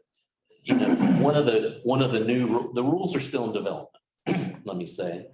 But one of the things that the appropriators have put into place, and this will get more developed, is that each member can only submit a certain number of requests every year, and they have to be transparent. In other words, and this is especially in the Senate so far, the House is a little bit different, but in the Senate, it has to be, the proposals have to be listed on a publicly available database. So you can go on the internet and see them, and they have to be there for at least 48 hours before the committee talks about them and votes on them. So there are these processes to kind of, you know, the idea is to, it's like a shame-based program, I guess is the way to put it. You know, you're not gonna sign up for the bridge to nowhere. You're not gonna propose that if it has to be made public before everybody votes on it. The idea was that those things got slipped in at the very last minute. Nobody saw them until the bill was passed. So, this process is still developing, but we are on top of it, and we're going to talk about what your priorities will be in the village, and let's see if we can get you some money that way. And those things will be brought up at future council meetings as we start talking. That's my presentation. Happy to answer any questions. We love working with the village. My friend Lori, who's some of you know very well, is taking this new job at the Kennedy Center, and it's always great to take a new job. If you know her, Chris, she's designed for that job. She's gonna love it. And if you like going to the Kennedy Center and you're in Washington, call us, because she'll have lots of tickets. But And does she know you're saying that? Road trip. she's been saying it to a lot of people. Oh, okay. And I've said to her before, you don't really know. She said, my job is all those, 535 members of Congress that they want to go see something at the Kennedy Center. I get them tickets. So there will be tickets, can't promise every time. I'm an opera fan. I'm the only one I know. And my wife hates it. Everybody I know hates it, but I love it. So nobody likes the opera. So I have all the opera tickets I want. But Lori loves Baldhead. She loves Chris. She loved Mayor Sayre. She would have loved you if she'd gotten to know you very well. And so it's kind of killing her that she can't do both things. So we are very fond of this village, and we like working with you. So look forward to continue to doing it. Thank you, Steve. Yep. All right, so I think looking at the agenda, I see that our friends, as Mayor, you'd asked about having Duke Energy come in this morning and provide us an update. I think just an overview, high level, update on the big project that's been going on. And if you'd like to come up, Pam, and have a seat, yeah. And Scott Jennings is with Pam this morning. If I can just preface, say that Pam came in to take and to fill the shoes of John Elliott, who was our government relations. And I thought, I've worked with John for many years, and knew those were going to be big shoes to fill. And within a matter of weeks working with Pam, I can see that she's already filling them. And perfect example is the working with the Lighthouse Landing folks and that junction box that's right smack dab in the middle of that cul-de-sac. Just as of yesterday, working with Pam and figuring out a way to get that relocated as part of rebuilding that whole area from bringing it back from the fire incident. So I want to thank you, Pam, already from a community relations standpoint, and continuing to run with that where John left. Great job, so thank you. Well, you are most welcome, and thank you for that introduction. But I have to, this is my sidekick. We are like married together from a work perspective. Scott Jennings, who's the customer delivery area director. So we work together, and actually Scott and his team actually worked with us to make that happen. So I'll have to give those accolades to Scott. So I appreciate your support. Thank you, Scott. Happy to help out. Absolutely. So I was asked to come and give a big picture overview of the work on Bald Island. And we're going to kind of go back and forth because this work really falls under Scott's purview. So I'll share some information on the slides, and I'll ask Scott to, if he'd like to kind of give additional color on the perspective, or if I've left something out, please share. Next slide, please. So what I'll cover briefly today is the Duke Energy progresses upgrades to the energy infrastructure on Bald Island, the key tenets or benefits for customers here on Bald Island, the key pieces of work completed already, as well as the primary work remaining to this project, and really the last but most important, thank you for your patience as we perform this work on the island to improve service. Next slide. So really, why are we doing this work? Why is it required? And really, Duke Energy is working hard to make sure that the energy infrastructure serving the Bald Head Island community is reliable for our customers now and in the future. Improvements will help harden our system to storms and allow for isolation of outages and remote automatic repairs. So I think that really sums up and gives a good idea of the overview. Really, the key tenets of the work that's being performed, it's four focus area. We really want to improve the reliability of the services here on the island. We want to strengthen the grid as well. But we also want to expand for solar and renewable opportunities as they develop and come down the pipeline. And it also gives our customers more options and control from a repairs perspective, but also more ability to control their energy usage. These grid improvement initiatives are focused again on our customers. They're data-driven to help manage costs, and I'll ask you to speak to that a little bit. And most important, they're strategic and targeted to make sure that we maximize the value in the work that we're doing. So I'll circle back and let Scott talk a little bit about how we're making decisions on the work that we're doing here on the island. Yeah, so our focus has been, we want to try to kind of get the most bang for the buck as we make decisions about where we are making these grid investments. And one of the key things we look at is our reliability measures for our customers. How long does it take to restore power to a given location? How frequently do they have outages? And that really led us to say, we need to make a significant investment on Bald Head. And so that's really kind of the genesis of why we have been over here working on this project now for going on, I guess, about 3 years. And it's really just, looking at the entire Duke Energy system, recognizing this is an area where we have an opportunity to really make a significant improvement in the level of service that our customers experience from us. So definitely a lot of, I think, to Pam's point, kind of data behind where we're making those investment decisions. And obviously, we'll probably talk a little bit more about it. But when you look at the scope of work we're performing on the island, we're obviously not able to replace every single span of cable and replace every single piece of equipment on the island, but looking at kind of the key backbone infrastructure to make sure that, again, when we're doing work, spending money, we're going to get as much possible benefit for our customers as we can. So I'll pause there. Any questions so far? Next slide, please. So the key pieces of work that we've already completed today, we've replaced and extended the main underground power lines on the island. We've upgraded switchgear. We've added some new switching equipment that can automatically reroute power. We've installed new smart meters as well. Enhanced approximately 50 overhead power poles.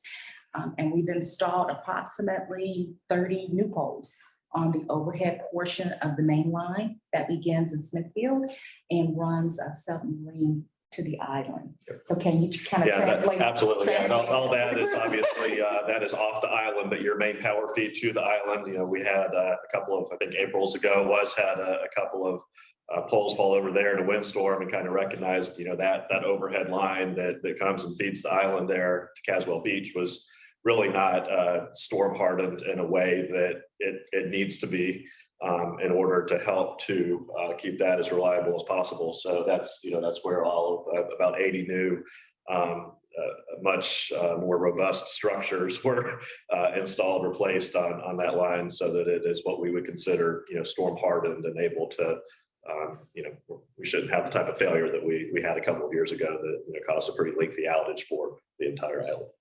One other item I'll highlight here is, smart meters. We performed that work. I feel like it was probably about a year ago.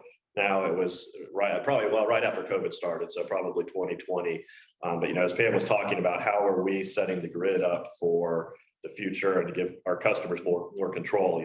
That smart meters are foundational to that as we start looking at how customers having home, solar, battery storage, all of that kind of thing that's coming out that helps to control, helps us, have control around those devices, manage customers' rates, start to give customers time of use rates in the futures that will help to incorporate all of that distributed generation, into our distribution system. So all of this is just it's all a big picture to really prepare the grid for where we're going to be 5-10 years from now with some of those technologies.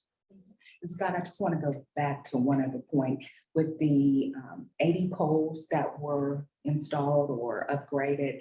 Are those wooden poles or are those metal poles? They are still wooden poles, Okay. but they're what we call a much higher class of poles. So they're much bigger, thicker, stronger, buried deeper.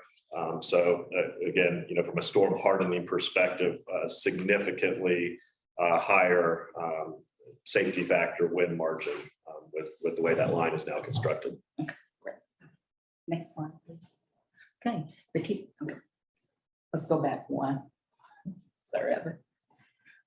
Okay, I'm ready. Go forward. Primary work remaining. While a lot of the visible work on the island is concluding in the next year, there are important updates to our operating system taking place. For instance, adding 3 automatic switches that are being custom manufactured for the island. This isolation is the first of its kind in Duke Energy Carolinas, and they'll be delivered to the island. Is that correct? Talk a little bit about what that means. Yeah. So, one of the key opportunities that we've had in the past with the island is, really anytime you kind of think we met with a few of you guys back in the fall and kind of described it like you've got an interstate highway, that brings power to the island. And then once it's here, all branches out, little secondary roads to all the different neighborhoods on the island. And we put a lot of focus on kind of rebuilding that main loop interstate highway, if you will, of the electric grid around the island. And in the past, if we had a cable failure, somebody dug into something, a piece of equipment failed, we would have to get people on our boat, come over here, it was a multiple hour process to get people here, figure out where the trouble was, isolate it and get that back on. Now with these pieces of equipment, they'll be able to identify where did that cable failure occur, where did somebody dig into it, what happened, and isolate that section and restore power. In most cases, probably to the entire island, where before it would have been all or half of the island out, for a multiple hour time period.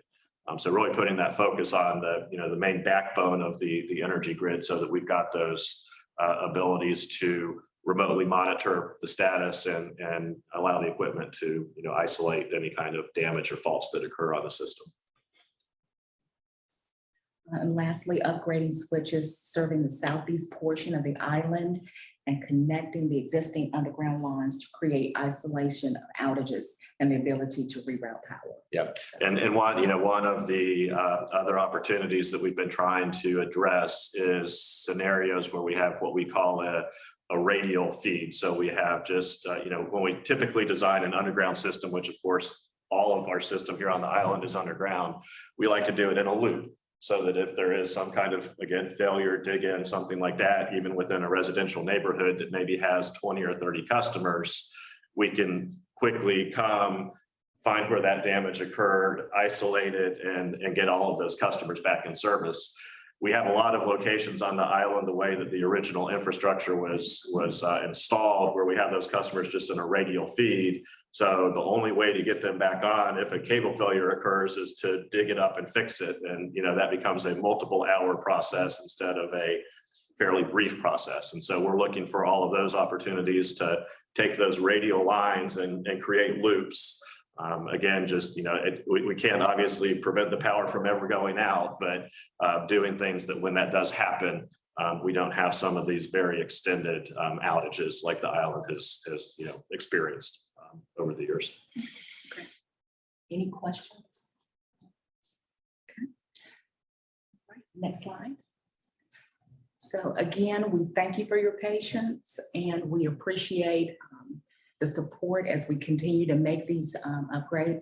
So I threw in this interesting picture because I thought it was very fascinating. So I said, Scott, I want you to kind of dig into this and explain why this is such a great tool that the crews are using on the island so that the digging will not be so intrusive as they're making these repairs. Yeah, so this is and I'm sure most of you have seen these out and about all over the island, what we call a directional boring rig. And, we have two options when we install new conduits and new cables. It's either backhoe digging up an open trench, which is obviously very obtrusive for, very damaging to the environment, with an area like the island, or directional boring, which is, a pretty unique piece of equipment that, tunnels through the ground from point to point. So you just have to dig holes every few hundred feet and allows us to, really try to minimize the damage to the island environment. So it is a slow process. Again, as we've seen, we've been over here working now for about 3 years. It takes a long time, but it allows us to achieve the result that you're looking for. And, as Pam alluded to, we're looking to try to have all of our work wrapped up by the end of this year. But what you will see more of, the majority of this kind of work is completed. So what we're going to be doing this year is what I would consider is more kind of the technical types of work. We'll have crews that are over here terminating cables, switching cables around. There's not going to be a lot more of the digging, excavating type of work. So you'll see a lot of people over here working, but it absolutely should be less intrusive to traffic flow and other things than what we have been doing up until this point. And again, like we really appreciate the collaboration, Chris and his team and all the residents on the island to help us be successful with these upgrades. So that concludes the presentation, and I'll open up for any questions that you all may have. I want to thank you for coming. You guys are just here. Is it October? Sometime in the fall. Yeah. And, it's, I don't know how much your story was heard back in October, and that's why I really wanted you here. I wanted you here today, just so it's recorded, because, we see the trucks every day, all day, and people need to know what's going on. And the thing that gets lost, sometimes you see what, Mastic? Is that the Mastic? Yes. Mastic. And we see their trucks, we don't see Duke on the side of the truck. And so it's important for people to make that jump and understand, the level of investment that you've been making. That's great. Excited about it. Yep, absolutely. Yep. Mr. Mayor, Scott, like to make a quick comment. As a former and now retired Duke Energy employee, I want to commend you, Pam and Scott, for all the effort you and your team have been doing on the island. It's a lot of work, and it's a lot of difficult work, and it takes a lot of time. I mean, when Progress Energy first installed, or CPL, I guess, way back, the infrastructure on island, there was hardly anything anywhere. So it was easy to lay underground cabling back then, but as developed as the island has gotten, with all the other utilities that are now underground, it becomes a lot more complex and a lot more difficult to bury these cables. And in this case, as Scott mentioned, directionally bore these runs. So hats off to you, and appreciate all you're doing. Thank you for the opportunity to allow us to come and give the update and share this story. We appreciate you. Yeah, We'll it's, see you in 2 months. That video. We won't see you at all, because we'll be all done. That's right. that's the hope. But just a reminder that Danielle Peoples, the Duke Energy Public Information Officer, does send routine updates to Karen that we include in our Village Voice update. So we share those and try to keep folks abreast of the ongoings of this project. So thank you. And I will leave several of my business cards in case someone needs to reach me. I'm sure I'm available.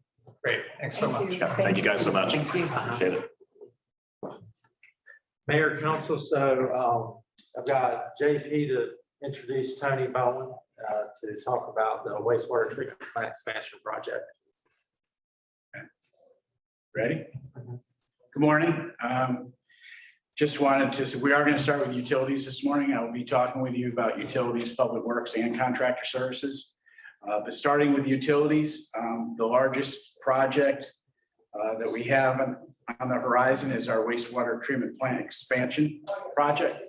And with that, I want to introduce Tony Bowen with McKim & Creed, and he'll give you an introduction and an update on that project. There we go. So glad to take any questions along the way or at the end, whatever makes sense. Certainly just stop me. Okay. So a couple of topics to talk about today. Sir, we're currently in a preliminary design status. Our current contract is just preliminary design. So I want to talk a little bit about that, a little bit about the Clean Water SRF funding application that we submitted in the fall of last year.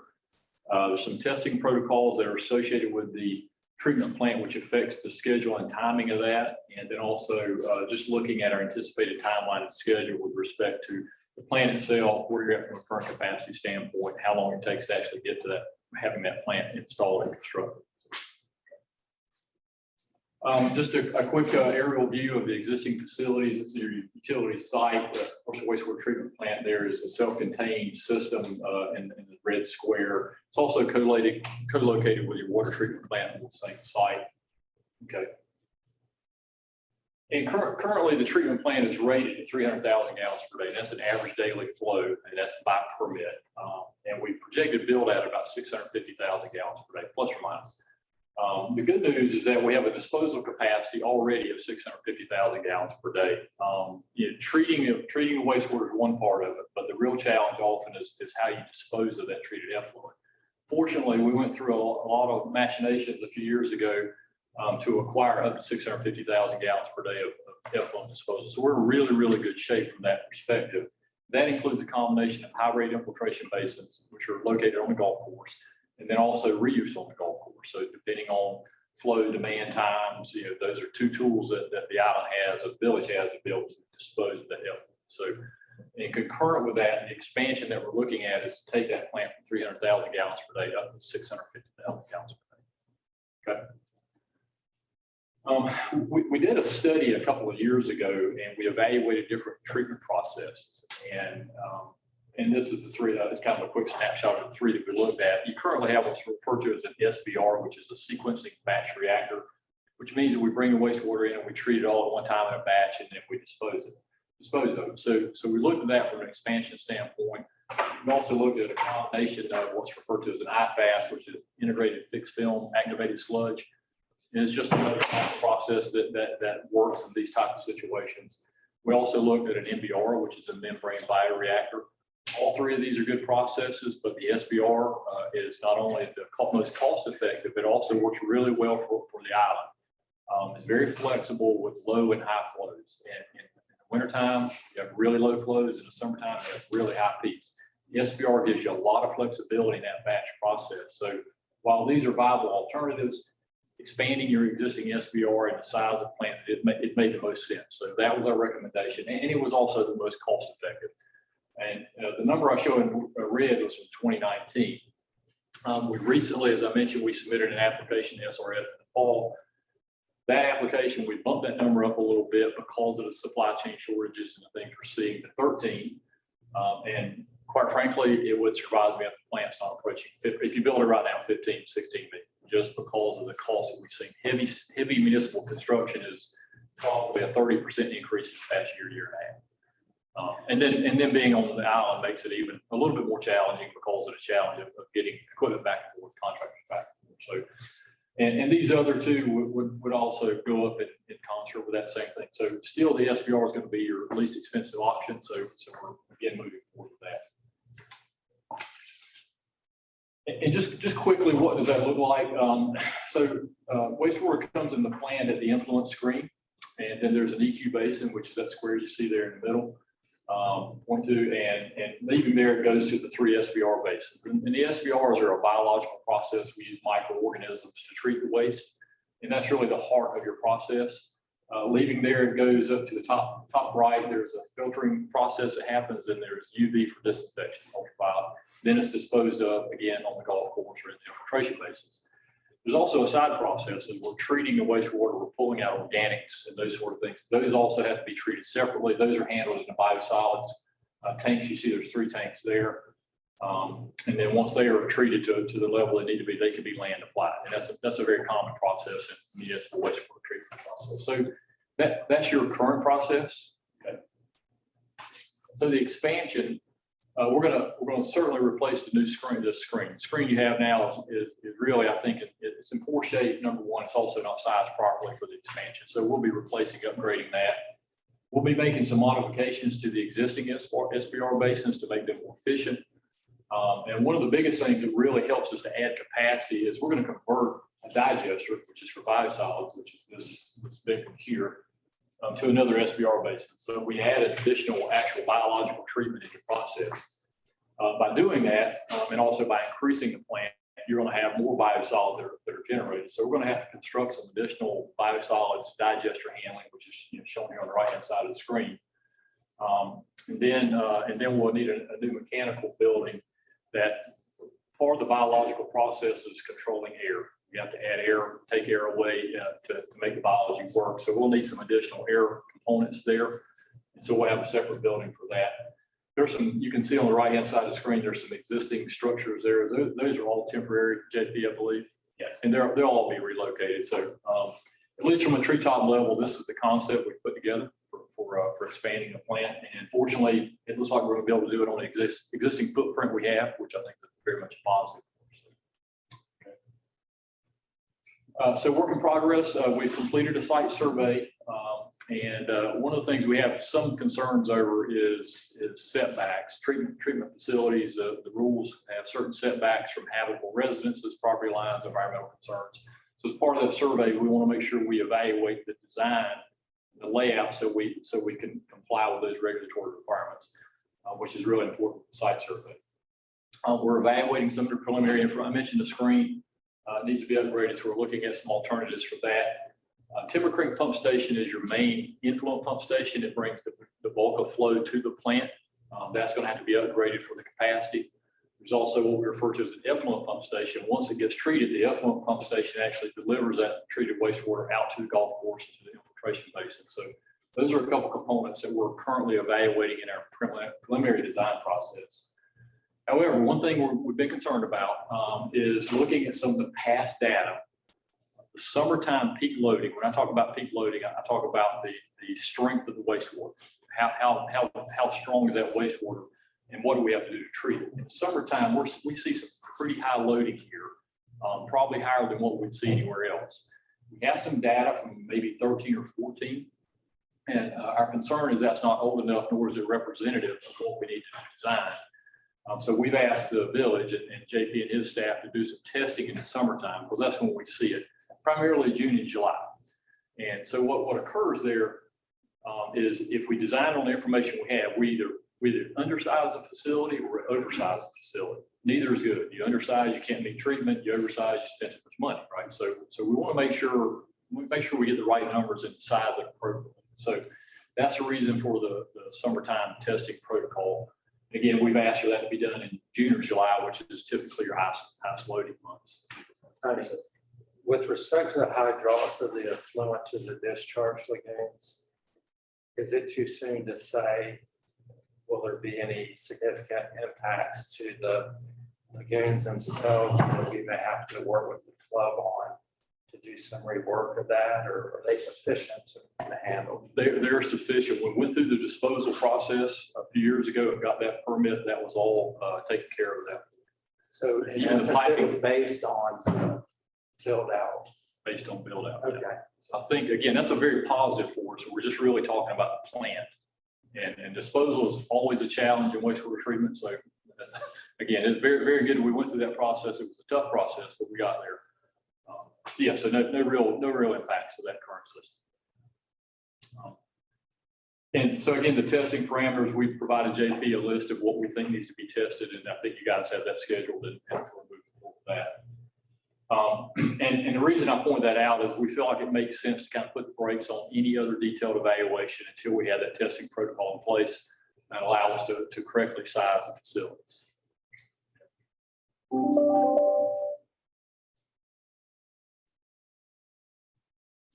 So what does that do for us for timeline? And I think we talked about this a couple of years ago. I made a similar presentation. The state of North Carolina has two triggers for when you need to upgrade a treatment plant. It's called the 80-90 rule. Basically, at 80% of your capacity, you have to be in planning. You have to have an engineering report or maybe moving forward with design. It's sort of a checkbox for the state to say, okay, we know you're thinking about it. You're not going to get caught shorthanded, not have enough capacity. Second rule is a 90% trigger. That is when your plant hits 90%, you have to be in construction. You have to have a signed construction contract, or else the state will issue a moratorium. No building permits or no additional sewer extensions.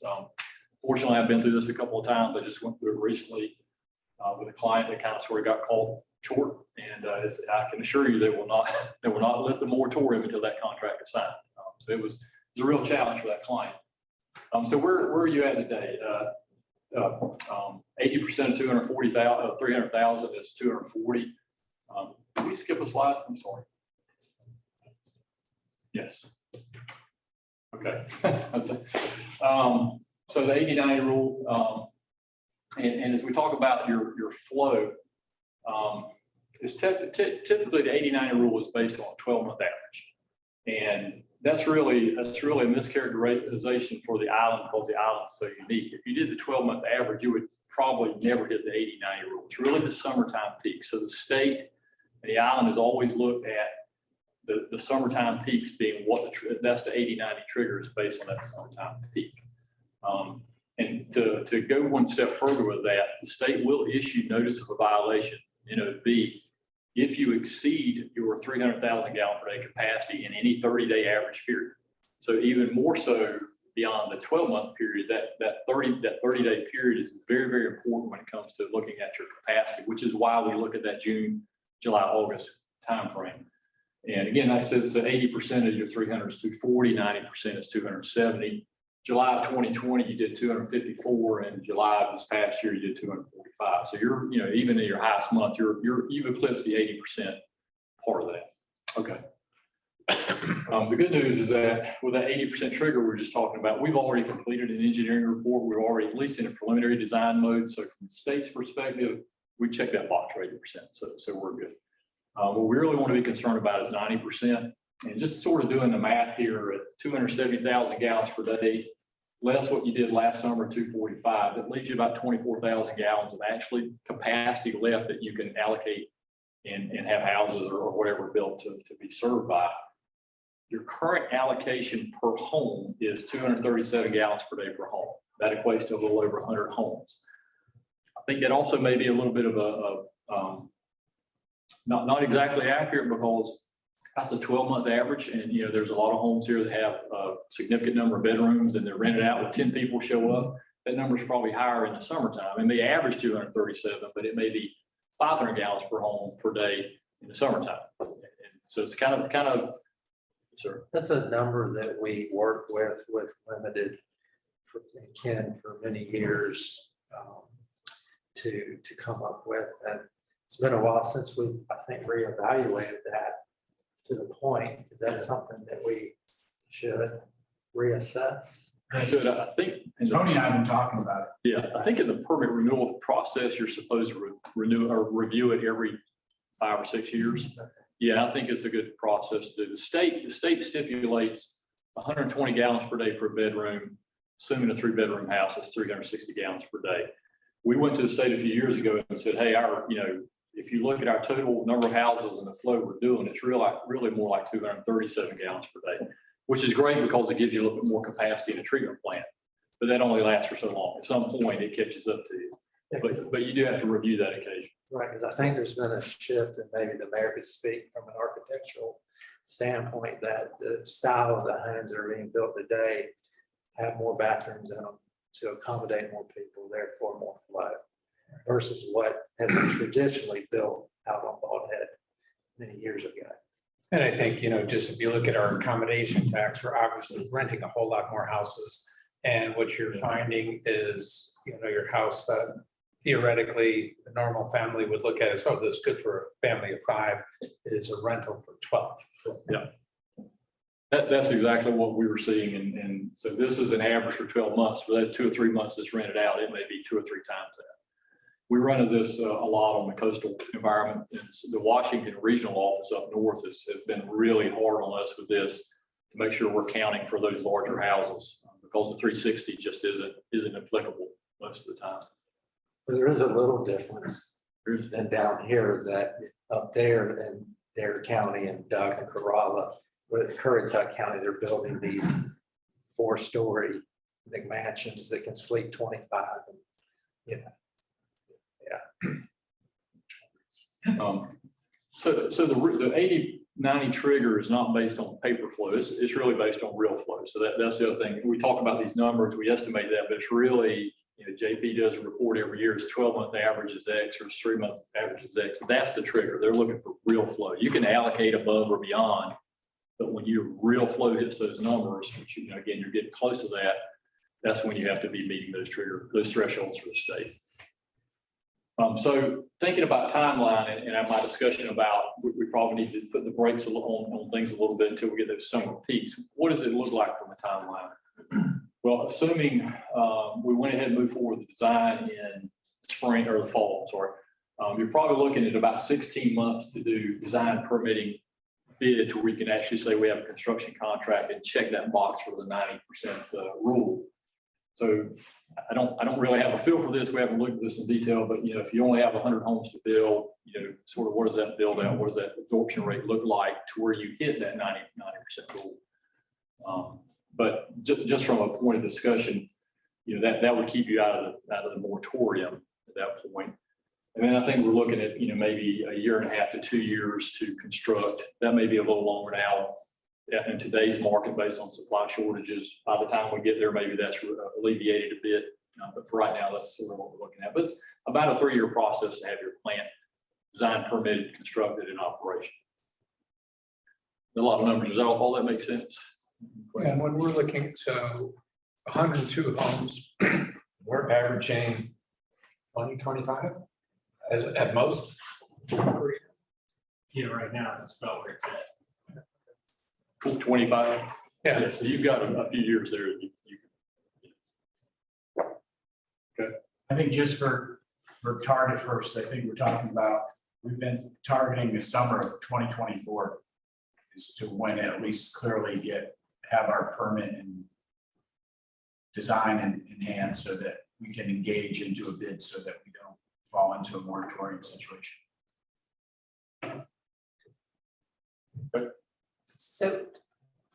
So we start the process 2024. We started the process actually Well, yeah. 6 or 8 months ago. Exactly. But we're talking about getting Yeah.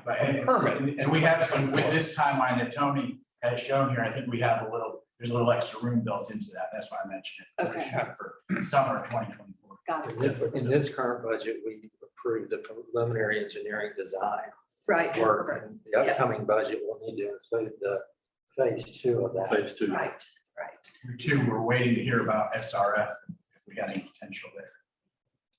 So we have to roll money from the budget into next year, unless I misunderstood you. You're redoing some capacities this summer, or you did last summer. took for the peak capacities. No, we're good on, we're good on You're those. done. Okay, so the design isn't gonna get rolled into next year. We're just, we triggered the 80 and we're approaching the 90 trigger. So we're just making sure that we make that timing work so that there's no moratorium. And I always point this out to other clients that are sort of the situation is that you can get the design and permit, and if you're not ready, you can hold off from spending the money on the construction. Because that's where the big dollars are at, but you're at least at a point that if it becomes an issue, you can bid really fast. Again, stay away from that 90% rule. And we're shovel ready. Shovel ready, absolutely. That's another issue. Term you hear often when we talk about grants.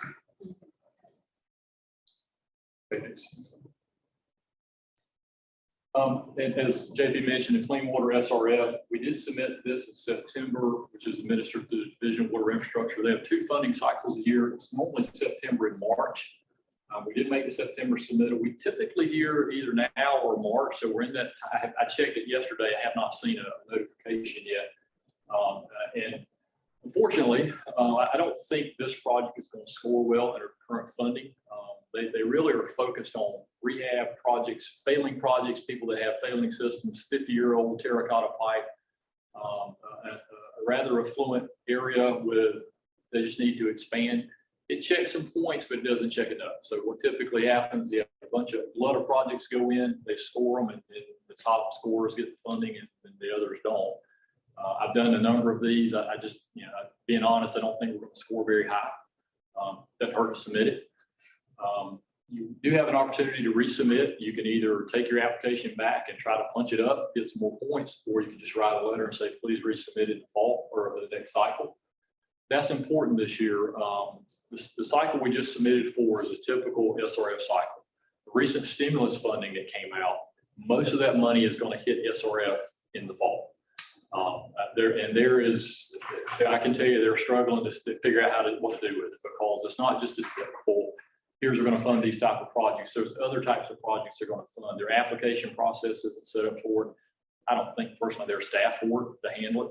This reminds me of the AURA funding we got back in 2009, which was a real challenge for the state and for most consultants trying to get through it. But hopefully they're a little bit better prepared this time.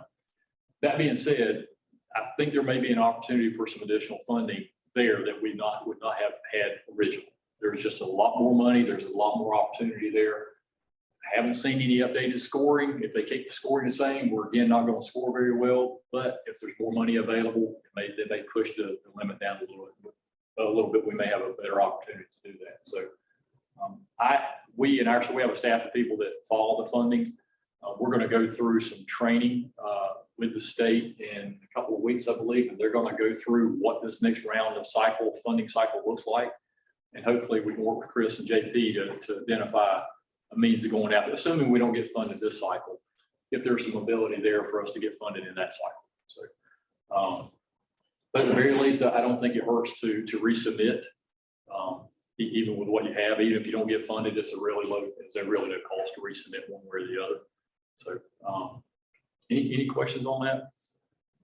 Not a question, but just a comment, I guess, to Jerry's point about the cost benefit associated with the grant and how we try to tie in what Tony's doing relative to what Steve can try to accomplish at the federal level, and how we kind of bring them together to be successful in getting these funds. And when you talk about SRF, it's either you can have a 0 interest loan, you can have grant funds or a 0 interest or a low interest. Correct. Or some combination thereof. Right.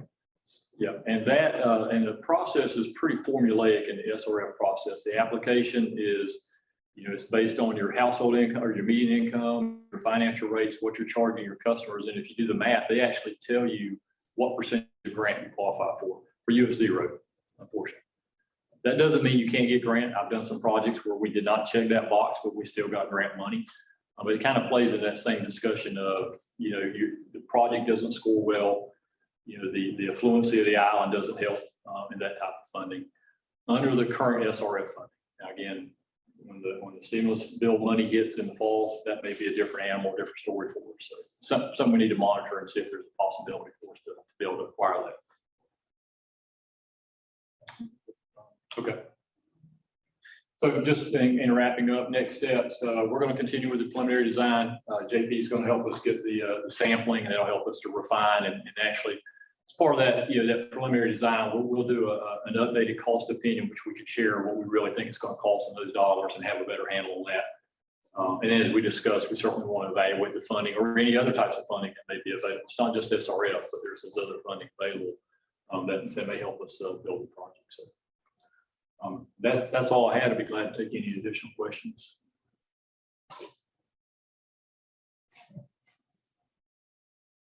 Tony, thanks so much. Thank you. Thank you, Tony.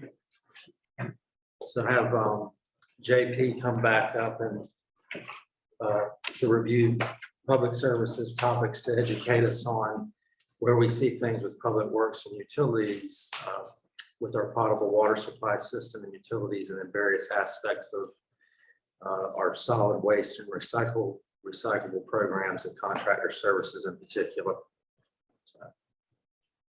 Thank you. I'm going to stay with utilities for a minute to finish through utilities, and then I'll refer to the org chart I have up here. The next project that we have going on this spring is the lift station maintenance project. We're about 6 to 8 weeks out on that. The contractor's been here. The contracts are signed. He's been here. He's taken his measurements, confirmed his equipment that's been ordered. The longest layout that we have right now is receiving the operational or the stainless steel panels to put all the operating electronics in. So we're hoping to get started here at the beginning of April. Once he's here and gets started, I don't think it'll take very long, month, a little outside a month, and we'll have those 3 lift stations upgraded. As far as the metering and the water meter project that we had scheduled for this year, which was changing out the water meter ERTs. The ERTs are the electronic antenna, if you will, that are on the meters that send the signal. We're looking at upgrading those this year. We'll have been upgrading them over the years, but we have a push this year of a number of them. And the reason for that is this AMI, this advanced metering infrastructure, something we want to expand on in 2 phases. Replacing ERTs, and then once all the ERTs are replaced, then putting a central antenna on the new cell tower and being able to collect that information through a central collection system or monitor desktop computer, so we can have real-time readings of our metering. We've had a lot of inquiries about that from residents, about, especially if they're not here, what's happening, if they get some more data information about, when their leak started, or even if they have a leak, it'll pop up on the screen. A red dot will pop up and say, so we'll send the guys out and check it. So we'll have a lot more control and metering of the system. So, next 12 to 16 months, probably before we get entirely there. But that's what our plan is. And again, in 2 phases this year, this fiscal year, next fiscal year. You're right, and we will work on that as part of the budget process to bring that forth with some numbers. And the other point I want to make is, so Michelle Kesmodel, our administrative assistant at the front desk, which happens to be right outside my office. And I can tell you, there's so many phone calls she makes, both proactively and reactively, to property owners that are not here and do not realize that they've got a toilet flowing or some other issue with their water system. And having one of those conversations, the time they take, the level of explanation and the follow-up, a lot of times with JP, because that's, the response that Michelle provides, there's times where, no, that can't be possible. It just can't be possible. Not to mention we have, and because of that, it's something that we have in place in our ordinance where you get a one-time reduction. Right. A lot of towns, utility companies, they don't do that. You owe them. They might work some sort of a payment schedule, but you're going to pay the full amount regardless. So that's something that we do that is a cost on occasion. So JP, yeah, so I think your statement answered my question. So individual residents can be monitoring their meter remotely is what will come I don't know out. if we're gonna go that far, but right now we'll be able to see it. We'll be able to see if there's a problem. So internally within utilities, we'll be able to react. Are we gonna open that pathway up to the public? That's another discussion we need to have with our IT director and a number of other people before we decide if we're gonna do that or not. Okay, I think the level of safety will be there once we have access to real time. If they want to read out or print out, we can give them that. I think it's just another discussion probably for another day. and then given you have that capability, will we be putting together a protocol for, oh, this is happening, I'm gonna go shut off the water at this location, and then move on? Yes. Okay. Just enhancing what we have in place, the SOPs we have in place now. Right, okay, And then this is all going to be paid for out of the enterprise fund. This is not looking at any debt coming at it or anything else. This is just something that will work into our regular budget year. good. Two other items, water collection distribution related. We are looking at zoning the island so that when we do have a problem, there's an area of impact that we can zone it. Right now, I'm looking at maybe 7 different zones on the island, so that when we have an issue, we don't have to shut the water off on the whole island anymore. Now, how long will it take us to get there? It's going to take a while. It's going to be going back and looking at all the valves we do have, making sure they're working, and then going back and see where we'll have to install new valves to be able to do that. But that's something that's on our radar. I just wanted you to know that we're looking at it. We've started preliminary work on that on paper, and I will start working that into my budget presentation this year. We have, in the instance where we've had an issue with the water line, like at Middle Island, where we went ahead and put one in. So, Yes, we've actually started. Once we start, then we put the valves in, then we'll look where we want to run parallel lines to, where we want to run home runs for water so that we could bypass certain areas if we need to. So, and again, we'll do that on an annual basis going forward, and do that out of the enterprise fund, and looking at doing that as part of working into regular maintenance.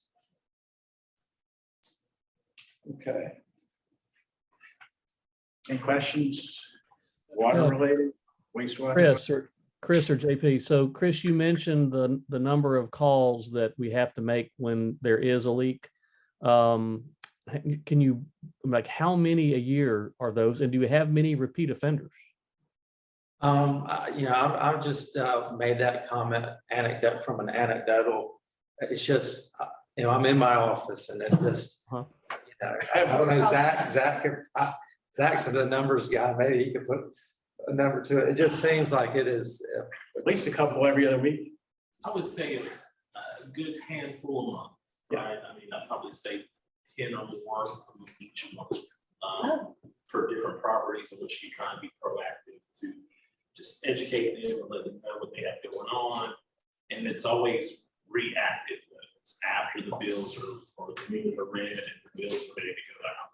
So this AMI technology will just give us that option of being proactive to begin with and helping to alleviate some of those unaccounted for water charges, right? JP? Yeah, oh yeah.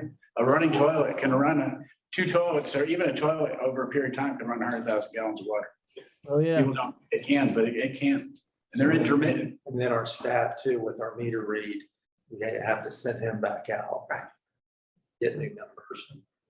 So just some thoughts, and I will admit, this is from personal experience, who had a water issue recently. There's a product called Flow by Moan that you can, that a resident can install on their water system, and it detects usage above norm, and it signals the customer or the owner through an app, and then they can be aware of that. So I'm just thinking, this is into the future, but just begin thinking about, if we can help residents who are not there a lot and who have had this issue more than once and have lost a bunch of water that right now the village is eating, that maybe we need to change that policy. That might influence some behavior too. There may be some things we need to be thinking about to help mitigate and make this situation a little better. I just throw that out there, just JP, just to think about for the time being. Yeah. Something on the private side is always another addition to back up, have some redundancy to what we have. So we can talk about that going forward. Scott, could you do that again? Flow by. Flow by Moen, M-O-E-N, the plumbing. Oh, yeah. Yep. Yeah, from a policy standpoint, I just brainstorming, but you could attach that to the once a year deal that if you have something like the flow by mowing and you still have a leak that you didn't catch for whatever reason, you can take advantage of that refund. If you don't have anything on your end that you can Pay it all. then you pay all. Yeah, exactly. The residents. Yeah. You can also do something like that going forward, not retro as part of the new zoning requirements or permit requirements. Put on new houses going forward, since we're only 2/3 built out on the island, put those flow meters in. Have to check with Stephen as far as you got minimum building code and what he can. Yeah, there's only two areas the state will allow a municipality to go above code, and that's flood and fire. Like your flood damage prevention ordinance and things like our monitored smoke detectors, and fire sprinkler systems, things like that. That's the only two areas the state currently allows a municipality to go above code. Okay. There are, put out there are some municipalities that have, those app type software programs available to customers directly. So once those AMI, the infrastructure is installed, they can get those apps and then they can read it themselves. We just have to do some more research on it before we get to that level. There is some work to do on the IT side to keep it separate because we are protected infrastructure too. So we have to be careful. Yep. Okay. All right. Look at the screen just very quickly. I'd like not to lose an opportunity to present, what our team out there looks like. Just to know, I have a couple positions in red here. I've been talking with Chris and Jay, and we've had a few thoughts on different things. So I do have something you'll probably see more of this spring. The proposed project manager position, see up top, and then a proposed senior facilities maintenance technician under Mike Harris under facilities, parks and grounds. Just a little bit of a project manager position. I think there's savings and gains to be made for doing more planning. And right now, if I had some help, somebody that was probably maybe 50% utilities or 75% utilities, 25% public works, we could realize some savings. There are some state mandates that are unfunded that we need to give some attention to. Cross connections, the largest of them. And then also there's areas on the public works side that we could do some additional planning and maybe cut some costs in certain areas in that. I think that position could help with that. As far as the proposed position for senior facilities maintenance, being more proactive on the facilities that we own, more preventative maintenance schedules on the facilities we own, and planning in that respect too, I think would in the long run could save money. So I just wanted to bring that to your attention during the workshop. So there's I see a couple of vacant places. Right. We have one in yellow. It's a vacant maintenance tech position under facilities and grounds, and that I'm not asking for it this time. I just wanted to put there's a placeholder. If we do build more facilities going forward, I just want to keep that in there as a reminder that if we want to expand that preventive maintenance in-house schedule on facilities, we probably need to look at that. And the same thing under the wastewater plant operations? Oh, we have two vacant positions that have been approved that haven't been filled. Okay. We filled two. I was going to give that in my report at the end of the day today. We did fill a maintenance technician position, Jason Jacobs, over on the extreme left-hand side. And then also Bill Warren. He's going to be our solid waste recycling lot attendant. They have both been hired in the last 2 weeks, and they're being orientated now and trained. We have two vacant positions, the mechanic position, and also the water plant ORC training. Those two positions we haven't been able to fill yet. I do have some potential candidates for, well, not officially, but we are talking to a couple of people about the mechanic position right now. So hopefully that'll pan out. And then I am still working with outside groups to try to locate somebody to fill that ORC position with. But like I've said to you in the past, average age of an ORC in North Carolina is like 59 years old. There aren't a lot of them out there. I think that we're going to have to work on growing our own. And that's what I'm looking at right now. It's just taking a little longer than we would have liked. So that's what we're working on there. JP, on the signage equipment and program for replacing signage, where does that fit into the overall scheme and how much are we toying with replacing or replacing as they get stolen or broken? Or Yes, we plan on almost an immediate repair, being able to generate the sign the same day, same week, and go ahead and put it up. So we don't have to wait for ordering one and one be delivered. That will be it will fall either to one of the two shops, either facilities and grounds or streets and solid waste. I think it's going to be split between the two. It will be housed in the Public Works building. We have a site for it already. We do have a delivery date on the CNC machine. It's been delayed, but we have a delivery date of March 17th, St. Patrick's Day. So hopefully that'll be lucky. So we are Thanks for St. Patrick's Day. Because you were expecting this in December or January, right? supposed to spend by the end of January. That's what I thought, yeah. So, but we are working on that. Any other questions on the organization? Next slide, please.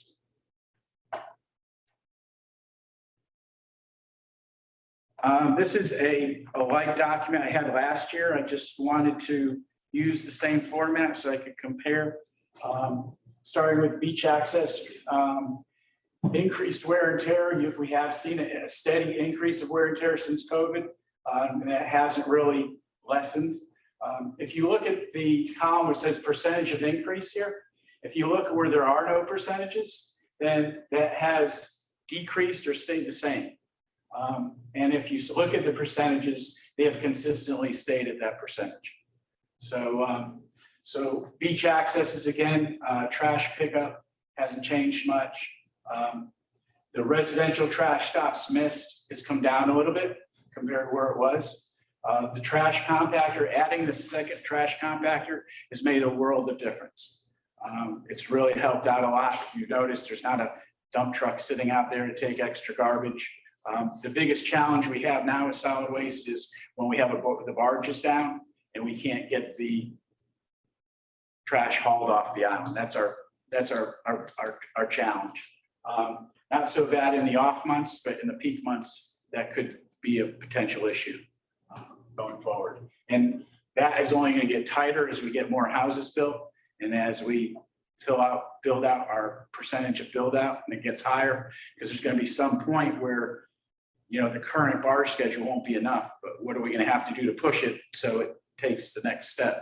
That's going to be something I would like to have as an ongoing discussion versus tripping over it at some point. So maybe we can, I'd like to introduce that at this point. Recycling, commingle, we constantly have challenges with that. We're looking at maybe a different approach, maybe building some steps with a walkway, and with open top containers so people can actually go up, dump their recycling in, and then discard their plastic bag. Right now, the way it is, there's a couple different ones. One container has a lower window, one container has a higher window, but no matter, it's hard to get those bags in there and empty them the way you should. So it's not considered contaminated commingle. So we are working with GFL. We hope to bring some changes to you before too long about that to help with the recycling. Cardboard has increased. It's you know, with everything that's being mailed, you can only imagine. Metals has come down a little bit. Tires have stayed about the same. Electronics has come way down. Maybe because the types of televisions we have now, or maybe that for a while we were getting a lot of the old style televisions, they've seemed to disappear. So we haven't had a lot of on the electronics. That's why you don't see a percentage there. Chemicals and paint have pretty much stayed the same. We think that in our education that we put out there and ask people to take things on and off as they come on, I think that's helped a little bit, especially with the donations. I think it has helped.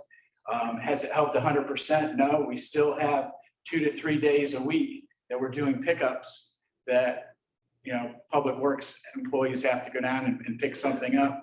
We are trying to move out of that. We've made steps last year with the association of them advertising movers, actually. We took our listing off there and some things like that. The price had gone up from 50 to 100. So there's some things that help to control that a little bit more, but we still need to be more creative going forward. We see a lot of the C&D. There is still a lot of commercial C&D going in the compactors, and we're trying to get better at that. We think having the lot attendant will help with that. So I'll be updating you on that in the future. Damaged fixtures, you can see we had 18 last year. We had 60 sign replacements this year. Big difference. What contributes to that? Can't really say. It's been COVID for the last 2 years, basically, but we've lost a lot more signs this year. So we hope to repair that once we get the CNC router back. And then our increased duties for helping with other departments, we went from 1170 to about 479. So that came down considerably. Any questions? Next slide, please. Again, this is just some same information that Tony had, so I won't go through this. It's the 80-90 rule. Next slide, please. This is a little bit different. It gives you some numbers. As of January 2022, we had 1,252 billed sewer customers, 141 REUs. We had 19 on-site systems with maintenance and 17 without. We removed 5 this past year. If we can keep that same number going for the next few years, we could reach that number like is in the ordinance of 2027. We need to have all those phased out.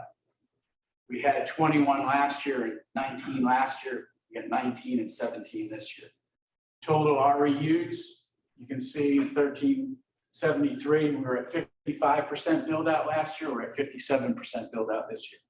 JP, can I just make a comment on the on-site septic systems and the ordinance to 2027 that I've talked with JP about sort of proactively getting ahead of that so that when we get to 2027, we don't have in excess of 30 some systems to bring online.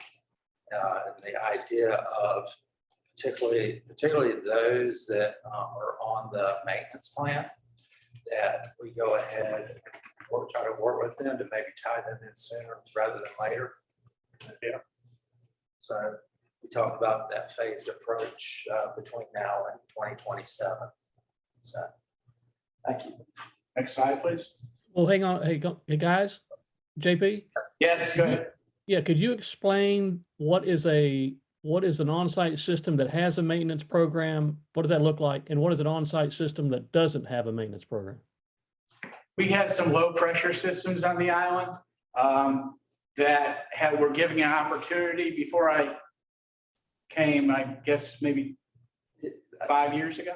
So I'll speak to it, Scott. So when we extended the sewer line out to Middle Island and we put that ordinance in place to give those folks who had recently invested in their own on-site septic tank systems, we gave them a 20-year period, and we put in place a maintenance program whereby they paid a fee to where the village utilities would maintain their system if it malfunctioned.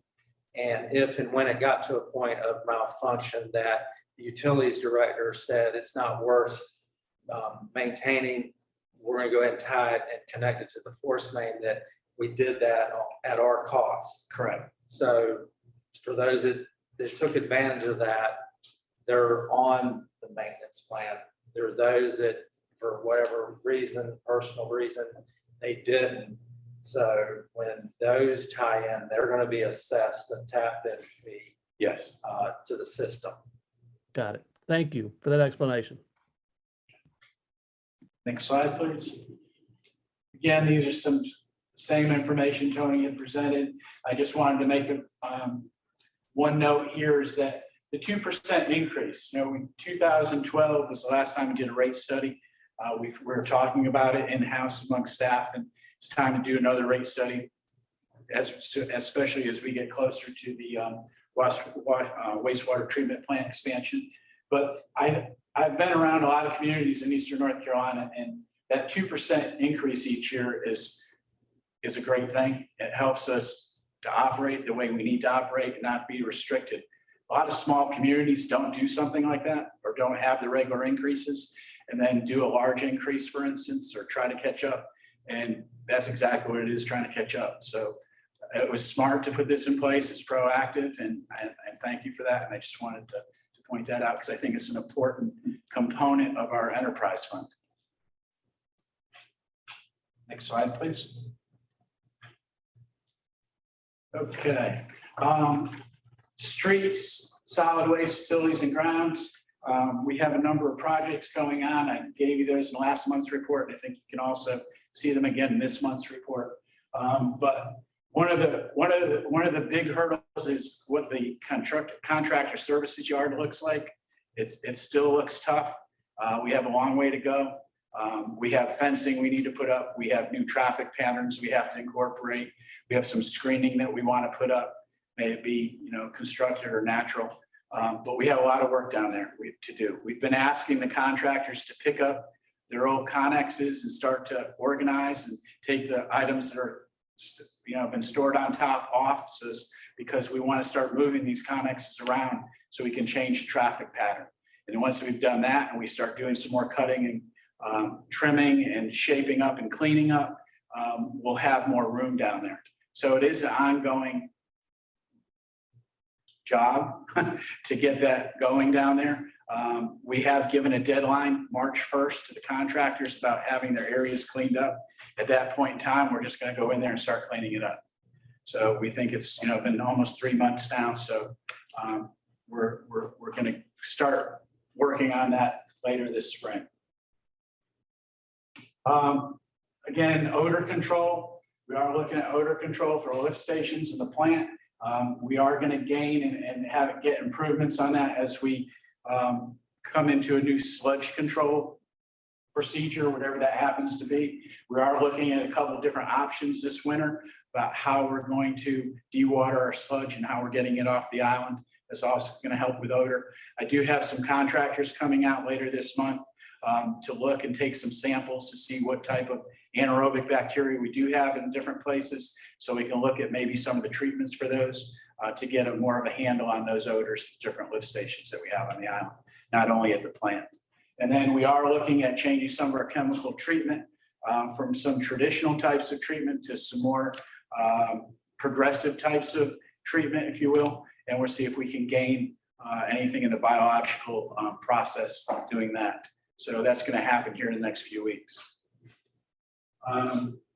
Wastewater collection lift station, repair, maintenance, we've talked about that. The only other thing I'd like to say is right now we're set up as a 3-year plan. We'll continue to work with that, but I might be coming back to you. For this year, cost-wise, we did 3 lift stations instead of 5. The 3-year plan looks at doing 5 a year. So we might have to, we might have to revisit that depending on what happens with the cost on those. You've heard about the wastewater treatment plant expansion. We've talked about the meter upgrades and central monitoring. Water plant expansion, again, is something that can be done in the footprint that we currently have. We can use even the RO racks we have just by increasing the number of vessels that we have in them. We've also already this year have gone back and improved our pre-treatment filtration. That's in the process of being installed, and that's going to help long-term too. But again, I think that our water plant expansion for the near future is something that we can work out of the enterprise fund and make sure as we grow that we're increasing the number of vessels or what we need. Also, that will be reflected in probably adding wells and then adding the percentage of use with our interconnect with the county. So it would be a combination of different things to get our capacities up. If you just for clarity, it's not a physical expansion. No. It's Operational physical increase in our water production. Yes. things with the RO system to improve efficiency. We have X amount of vessels right now that can produce X amount of water per day. So we would increase the number of those vessels to increase our production rates. We would also need, right now, we don't need to, but if future, we could expand in our well field that we have. We have approved one more well site right now, but we have a well field that we can go back and request other approvals for additional wells. And then as I'm talking to Brunswick County, I've talked to them about as we grow, we'll keep our percentage of water the same, which will be an increase because our total production will be going up. So our percentage amount will be going up, but not as our percentage hopefully bought water. Motor fleet, I just wanted to mention, I think I did in our last month's report, is that once we have the mechanics position filled and Mike Harris is able to move up to that superintendent position, you'll see us being more proactive on preventative maintenance and maintenance on the buildings we do own. A quick motor fleet. Our vehicles right now, Yes, how many of them are electric? Or we have about 70 altogether. I'd have to get the breakdown. I'd have to look it up, but I mean, a good number of them are. okay. Because I think we should just be always evaluating that. How That's a lease purchase option too. Zach, do you have an idea? All of the golf carts are, but as far as like electric motor vehicles. No, we don't have any at this point. Administration's all electric golf cart, public works and But utility. we're considered services vehicle. Safety are all gas powered. So For our purposes here, I am going to refer to carts as part of our motor fleet. I know it's motor fleet, Right. but because the mechanic position does service a number of those. The ones that come off lease that we purchase, that we own, and then we have ones that are leased, we send those back to get maintenance that are on lease. And then the ones we own, we take care of, and the mechanical ICE vehicles we have, we take care of. We are working on those too. We have a regular spread list on Excel now that gives, all the equipment, what it's, depreciation, when it should be depreciated out. So we're getting better at that, and we'll have a more complete list going forward as Mike is able to transition from the mechanic position to the superintendent position. Because that'll also be in his area. And that's all I have. Do you have any questions? Thanks, JP. Thank you. at this point on the agenda, we have Beth Darrow with the Conservancy to give us an update on the annual environmental services contracts that we have between the village and the Conservancy. Beth?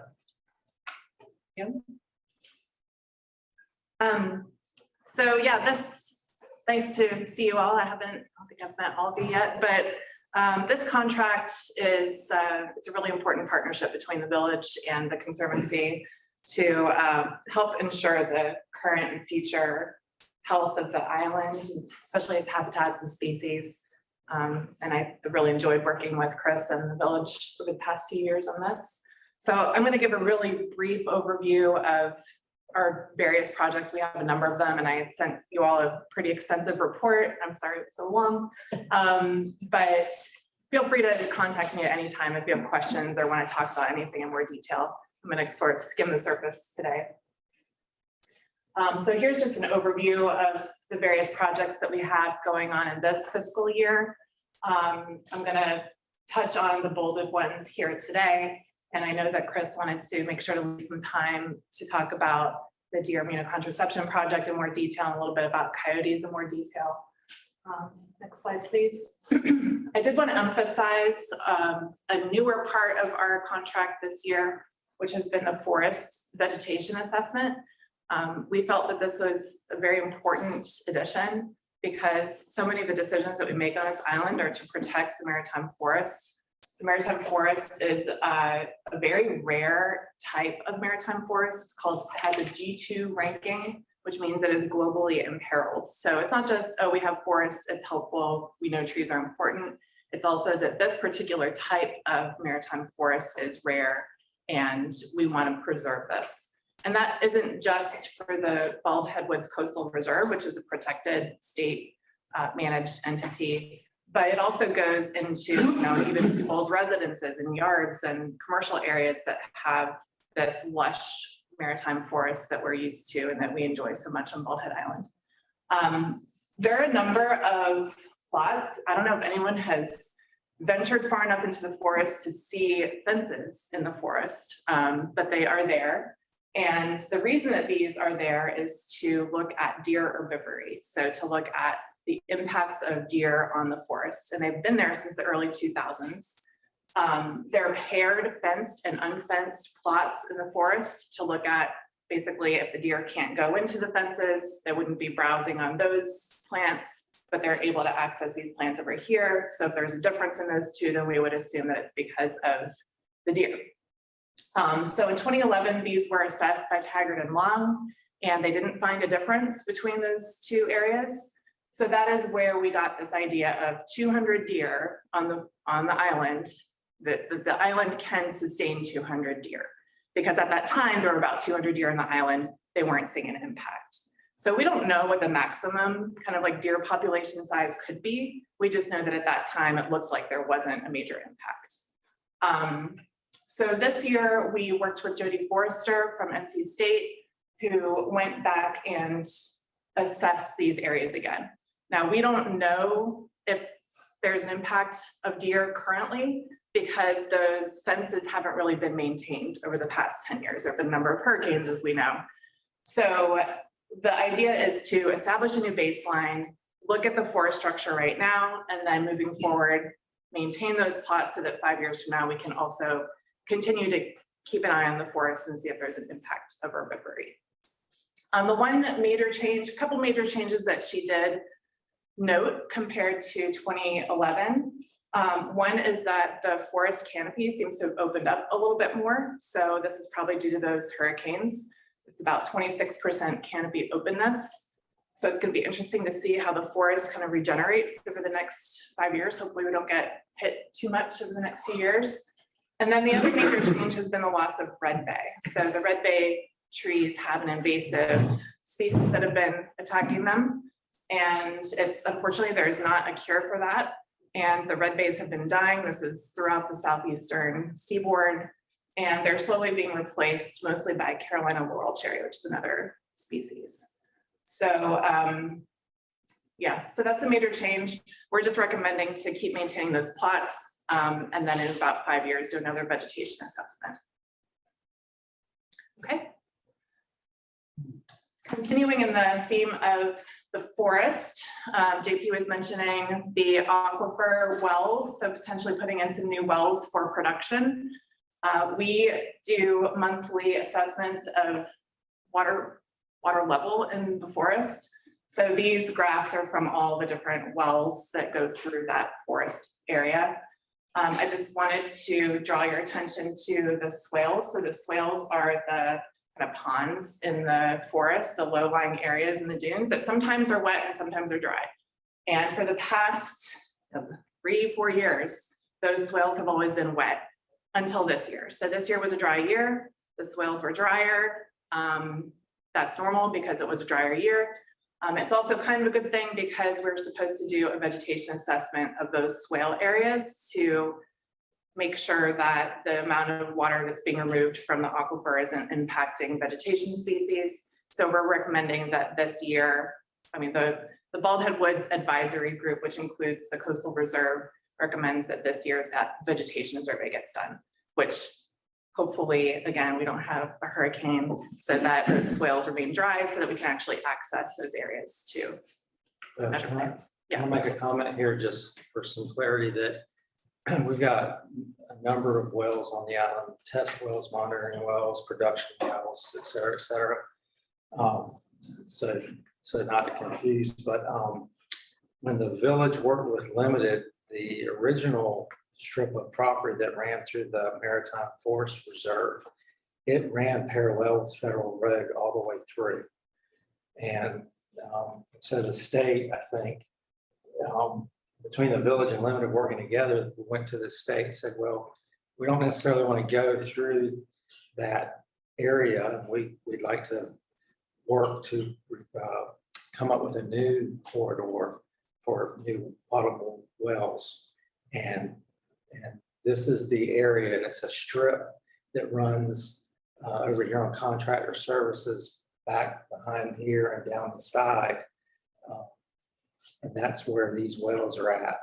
This is where, and as part of that process, the state wanted us to do this monitoring to make sure that we are not having a negative impact on the flora and fauna within this well-filled corridor. And you'll see that in the budget when we put that together. We have monitoring out of the utilities fund because it's dealing with water for drinking. And then out of the general fund, we budget to fund the Conservancy's part and our consultant, Jim Cornett with Applied Resource Management. So, thank you. Thanks. Okay, next page, please. All right, so we'll take a minute to talk about deer. So one of our largest projects has been whitetail deer management. This has a few different interconnected components. One part of it I call the deer management project, which is mostly assessing the population size. So we have two different types of surveys that we do. We have a summer spotlight survey and we have a fall camera survey that we do. And those get at slightly different information about the deer herd. But basically those lead into our population size number, which then gives us additional information. Things like, whether we expect to see maybe stresses on the habitats on Baldy Island. That 200 number is kind of a target that we're looking at. And then also that is used to inform the immunocontraception program. So in the past, if you look back in the early 2000s, here's the population size. And this year we're at 140 deer. But back in the early 2000s, we were over 300 deer. And then there are these sudden drops. So those are because the village at that time was conducting culls to manage the deer population. And then the deer population would spring back again after a cull because the remaining deer are still reproductive. They're pretty prolific.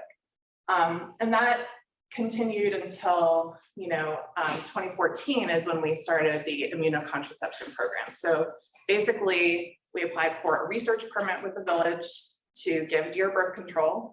And this is not going to be a successful technique in every place, but because we have an island where our deer population is fairly contained, we see the same deer from year to year, and we can give them a booster shot and we can track them and we can know whether they're pregnant or not.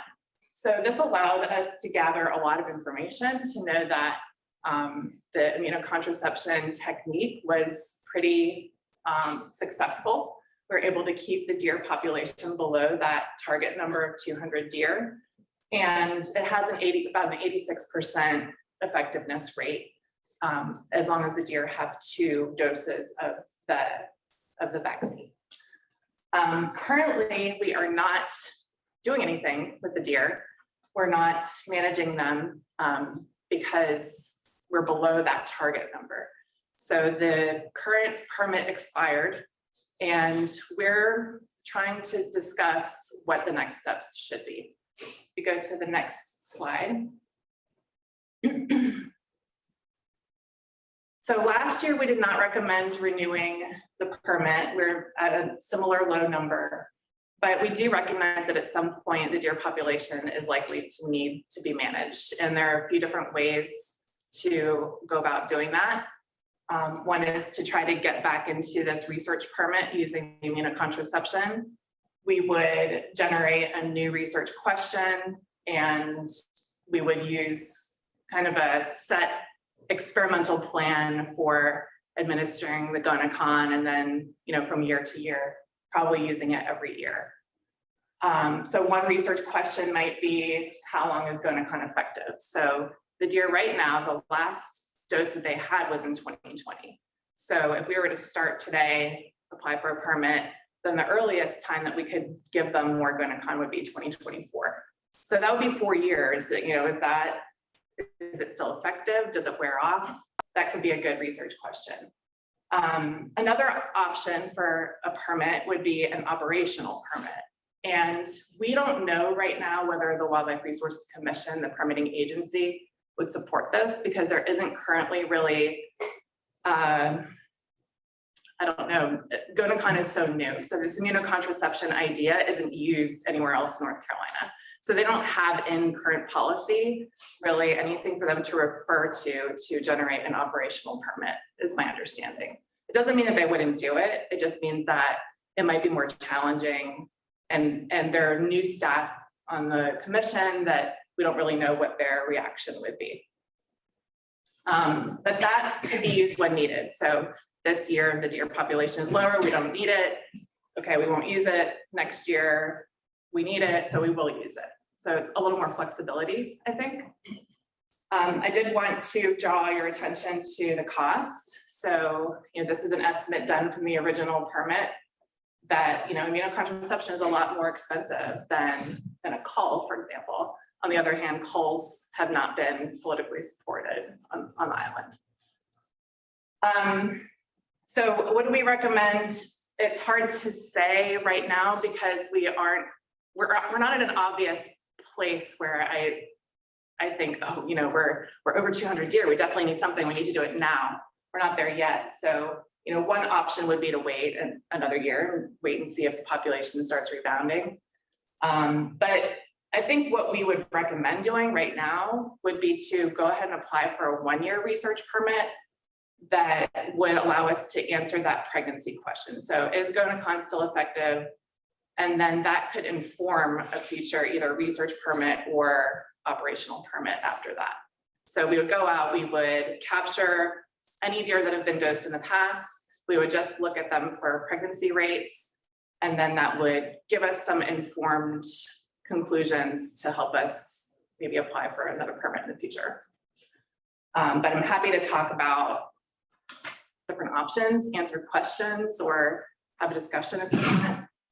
Yeah, and then culls is always an option as well. I don't know, it depends on the feeling on that island. But right now we don't have a very high deer population. We think that coyotes are helping, keep the population on the lower side. Our fawn population has been on the lower side. But at some point, probably the coyotes won't be able to keep up with those fawns. So, something will be needed at some point, in my opinion. I don't know. The village's decision, whose decision is that to do the contraception versus the cull? It's the villages because we essentially fund it. So the question has been historically, should we cull or should we do the immunocontraception project, right, or a combination of both? And it's been the mentality of past councils doing a combination of both. So we've been funding the immunocontraception program and we've been able to manage the level of the herd to the extent that we haven't had to do a cull.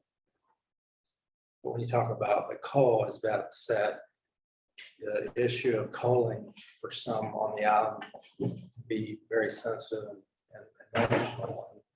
It's spurred meetings of, some of you recall, standing room only meetings, bench hall meetings that I think put up some pressure to some degree on council probably to invest in the immunocontraception program. Maybe it's a silly question, but maybe, standing room only could be those that interested, the ones who show up. I remember 2005, 2008, getting a survey at home asking, what do I prefer? So for people who just have to check a box and not come to a room, to a meeting, do you remember what the answer was on that? Got a big file with a lot of papers in it, and could probably go back and what the results of the survey were, but I want to say that the results were in favor of cull. That's what I meant by people who show up versus not mistaking that for speaking for the island. Question about lag time. So if you're applying for the research, actually having that come in, did you say it would take as much as 2 years? So Money to- actually, Karen, can we go back to, I'll show sort of the cycle of how this is, I didn't go through this, but basically the information that we collect in summer and fall is informing the next year's decision to do something or not, but it's also related to the budgetary process. So like if you were to decide right now that you wanted to fund, say, if we want to start immunocontraception as soon as possible, we wouldn't be able to, there's a permit that we have to apply for, and it's like applying, for a research grant or something, where I doubt, I mean, I could be wrong, but I doubt that that would be ready to go by the following spring. I think that it would probably take, and then, so the permit's then approved, and then you all decide to allocate the budget in the following year's budget to then go through with the immuno for that next spring. So that's where like the 2-year process comes in. So in the future, if we're having a discussion about the immuno program, it would be great to have the data that, yes, this is working and this is how long it lasts for, because then we could actually be targeting, so this is probably an allotment that if we want to chase that path, we got to plan for it every 4 years, 6 years, X. So that type of research actually makes a lot of sense to me, to be going after it right away. Is it to you or is that just me? No, I would agree, and that's the reason that we fund the annual deer population surveys. Right. Is to maintain that data set that we can then go to have the discussions with WRC to get what it is, what do we need to do to get the permit. As Beth said, there's been change in the WRC and the commission and at the staff level, that folks that aren't there today that were there when we worked with them 4, 5, 6 years ago to get that initial pilot project permit for 5 years. And then we added an additional year extension. And so, and we had a call with them 3 weeks or so ago, and we sort of talked about all of this and trying to figure out what is the process. Is that? Yeah, because my understanding in the past was that operational permit was off the table, that if we wanted to do this, it would need to be a research permit because there was no policy mechanism for an operational permit. But this most recent conversation made it seem like it might be an option, but they didn't really know how the new commission what they would think about it. So I think they're basically saying you kind of have to try to know. And they didn't give us a strong feeling like, yeah, you better go for it right now. You need to strongly control those deer, or everyone seems a little bit in a unsure place right now. So my thought with all this is that we just proceed in trying to get the permit, whether it's the research or the operational, so that we have it in hand. As far as the budget, I mean, you guys could approve a budget with funds in it in next year's budget if the permit came in, we needed to implement it, but it's doubtful it will based on the surveys and projections, but. Yeah, I'm not sure we would need it next year, but maybe the year after. Yeah, but we go ahead and work to obtain the permit, which, and I think I talked with you, Mayor, about as far as a policy decision of council, is that something you all, is immunocontraception still something you think is viable for the village to do? Or do you feel, well, we just call if the number starts to get a little above and not do immunocontraception? But that's not a decision for now. You're saying that's a decision for a year from now or 2 years from now. Right. Yeah. Yeah, but I'm still admit $2,000 doesn't look like much money. Are we talking about $200,000? That's all I'm wondering. Yeah, I mean, Right, it's 2,000 times however many deer. Yeah. I mean, it would end up being, what was it, Chris? Say 75,000 to say in-house 15,000. Right. On any Right. given. Right. This is one of these things, so that, you know, I try, in my head, I'm comparing it to Eric. You know, so we have such a robust monitoring of our beaches so that we know exactly, yeah, we can project out way in advance. And the idea that we have this issue, it'd be great to have ongoing data. And so, Yeah, I just say that, you know, we didn't have pregnancy data until a few years ago. And that's one thing that we changed about it was like this, you know, we're gonna do it and see what happens with the deer number. Well, that's not a direct way of knowing whether it works, right? So that's why we started getting blood samples, do direct determinations of pregnancy rates on single dose and double dose. And then that was way more valuable than just knowing how many deer were out there, right? There's a lot of factors in terms of deer. So once we started doing that, but the one piece we don't have, as Beth mentioned, is how long does it last? Right. And that is an unknown, you know. Again, it's not our decision whether y'all want to do it or not, but I do want to make sure that it's based on as much information as we can provide. And I think it would be useful for you. So I think what I'm hearing is an agreement that we proceed with WRC to obtain a permit, whether it's a research or operational, in advance of the potential to do something the year after next. Yeah, I would agree with that. I think that's what I'm hearing too, Chris. I question, however, whether the WRC is going to give us the operating permit, given the numbers are pretty stable right now, but doesn't hurt to ask. With the research permit, you would have a chance at, right?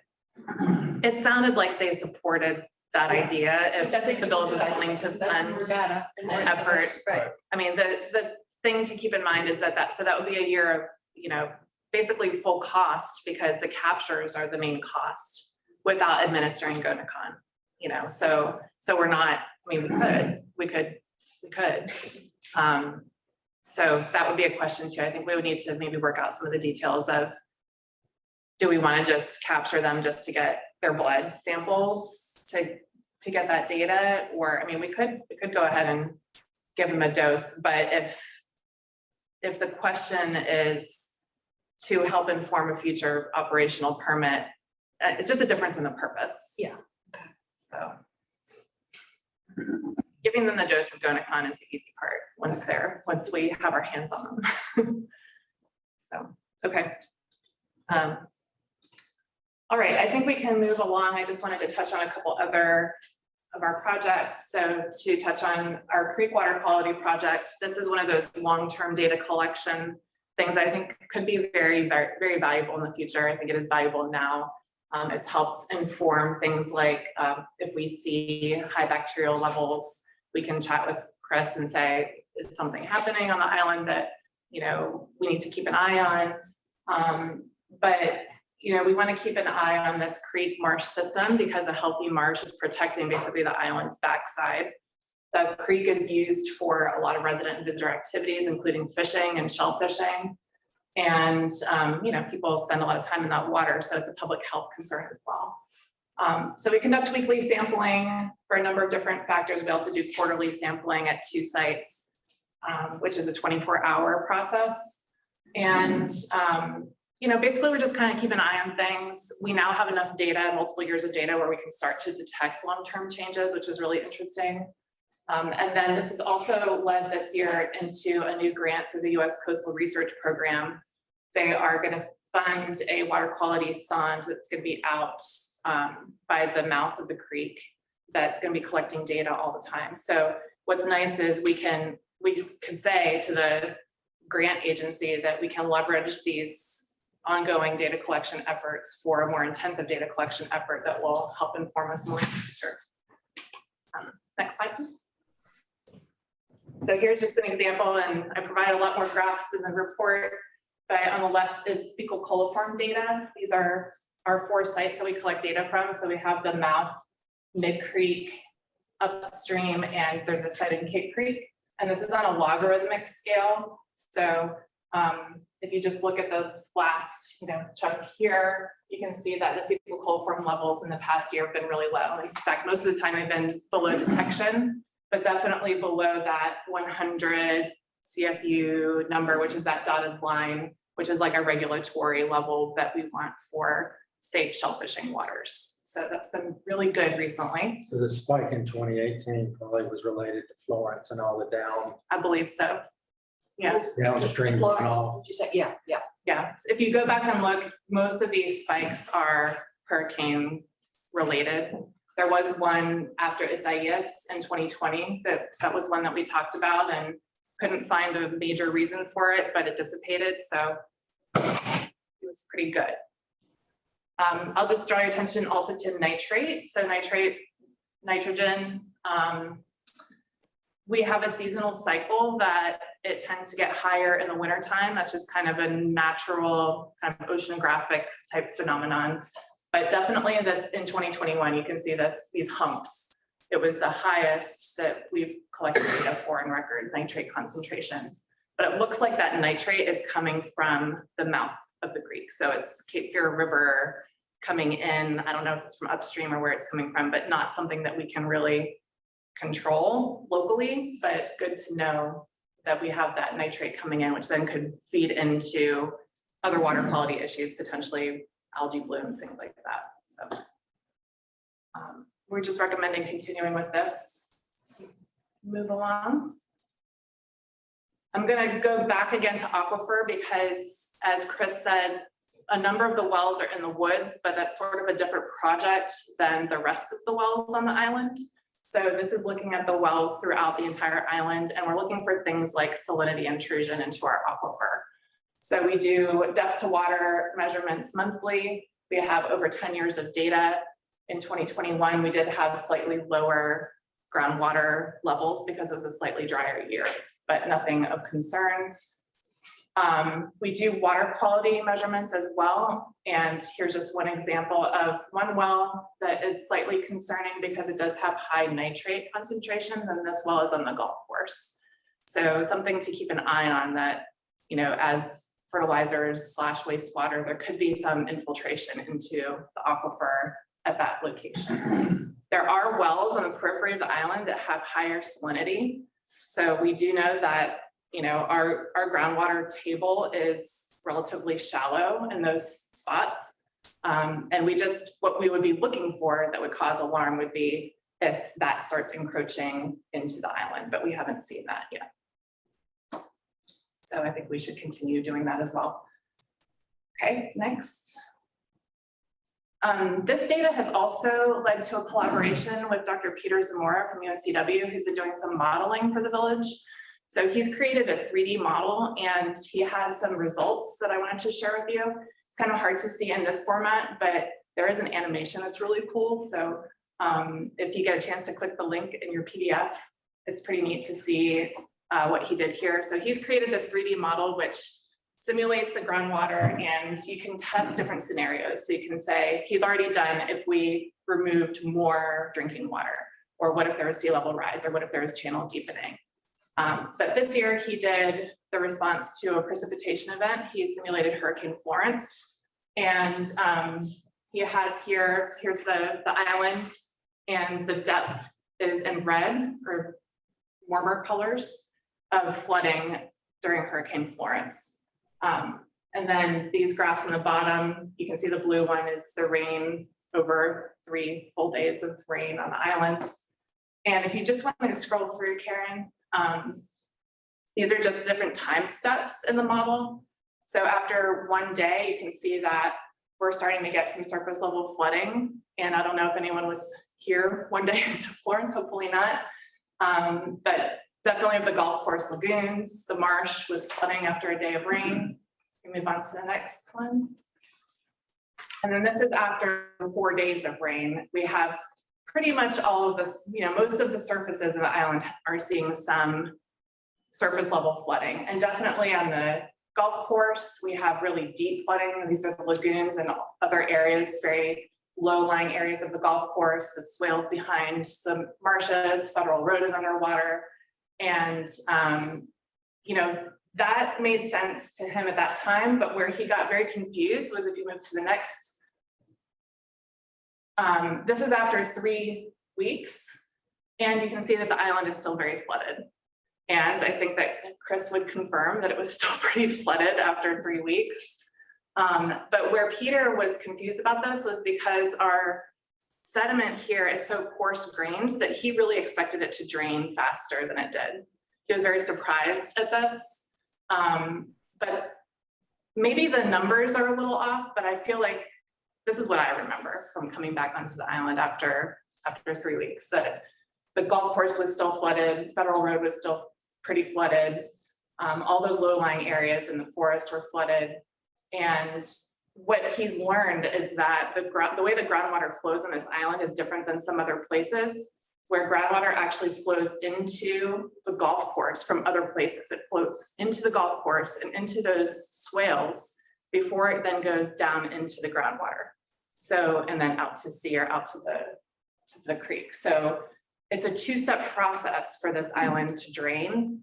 And that is what causes it to take longer than some other places. Yeah, I mean, that's why we do the flood pumping with the emergency outfalls, is to pump all that water off out in the river and the ocean until that surface water gets back within the banks of the lagoon system. So, but 3 weeks is a little bit long. I mean, from the time we got on the island and started pumping, we made a really good dent in it within the first 7 days. I'd say by 14 days, that there was probably still some of that in the low areas of the forest and some isolated spots, but yeah, I think by 28 I don't think days. this includes what you guys did. I think this is just the natural scenario. yeah, This is not with the active. Gotcha, okay. right, So this is Well, that simulation, make- that right. This is a simulation. That makes more sense. But, you know, but that's an important observation that, you know, then you can use to calibrate, kind of tweak and say like, okay, so, you know, anyway, so I guess what Peter is saying is that this could be used, you know, if we needed to tweak a little bit and say, hey, how high did the water get on hole X or whatever, then that could be used for future scenario testing. So something like, how big of a storm do you need to flood Federal Road? Or, you know, how long would it be expected to take for that flooding to go down after a storm of this many inches? So I think it's a pretty cool tool. We're not proposing to add, I mean, he's put a lot of work already into this structure. I think there are a few things that we could do to help ask some of those questions if there are things that y'all think are relevant, but we're not proposing to add anything new to next year's contract. I don't know if it's relevant and worth spending money on, but if we were doing it ourselves, you have pumping stations in place. So you'd want to build those into the model so you would see these projections based on reality, what would happen based on what we have in place. Right. I'm not saying we would do that, but Right. that would. That, yeah, that would be easy to give Peter that data, and you sent me an email on that and to incorporate that. Yeah.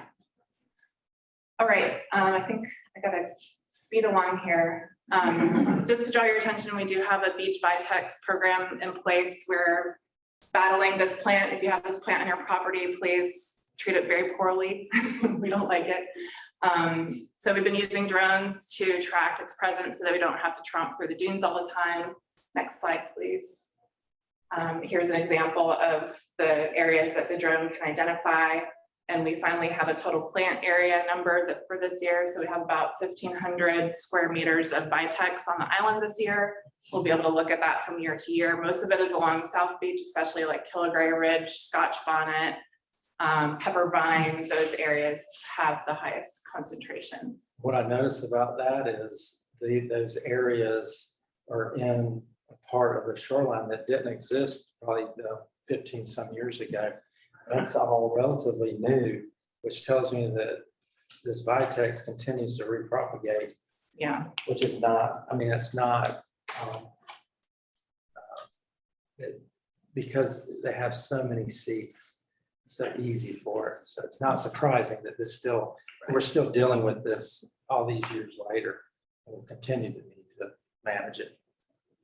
right. So we did do an experiment this year, and we're almost done with it because I was concerned about that too. Why is it regenerating? Is our herbicide even effective? Are there different herbicide methods we can use or different times of year that we could apply the herbicide? And so far we're seeing that herbicide is effective. You can see this is like the percent control of the plants, the hack and the remove methods are two different herbicide applications. Plants are still gone. We're going to keep looking back at those specific plants from year after year to see, but I just think that they require a constant vigilance almost. And we did have a couple years there with Hurricane Florence and then I guess Dorian, where our window to treat was cut short. So we weren't able to get to every plant on the island those 2 years, but we have the past 2020 and 2021. So, but I am confident now that our herbicide is working. We're out there working, and I can say that it is effective, which is a nice feeling.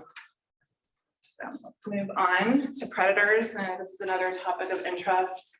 So we do a few different predator surveys. We do an alligator survey every summer. So if you have property on the golf course, please don't yell at us when we're out there at night, or you can yell at us, but don't shoot us or anything. So we do spotlight surveys. We count alligators of all different sizes. This guy was at the villas, so but minding his own business, he's fine. This year we are collaborating with Dr. Scott Belcher from NC State to apply satellite tags to some of the larger gators. We're going to wait till they all wake up in the spring, and we'll be able to know where they go, what their presence is, what their home ranges are like. These are a lot of the questions that the public have about, you know, I feel like they're increasing. Why am I seeing them everywhere? But I think we can also then inform the village public safety about where to keep an eye out for these gators. This is not going to be publicly available information. It's just, you know, for us to have an idea of where they go and what they're doing. Next slide, please. But to answer that question about, I feel like the numbers of alligators are increasing through time. That's not the case, at least not for the larger alligators. We did see more small 0 to 3 foot alligators last year. There was one lagoon that had a ton of babies, but the large guys, 11-foot plus guys, we're really only seeing like maybe 1 or 2 a night. So we don't have any evidence that we're getting a lot more large gators through time. Okay, next slide, please. Okay, and then to focus on coyotes. So we have just really been formally surveying coyotes for the past 4 years or so. We look for coyotes during our deer spotlight surveys. We collect that data too. So it's always a known route, known number of nights, standardized from year to year. You can see that our sightings per night have increased through time. And in 2021 is the first time that we've had a significant, I can say that there's a significant increase in sightings compared to 2018. This was a real concern in 2019 because coyotes were getting into sea turtle nests and consuming those little baby hatchlings and eggs.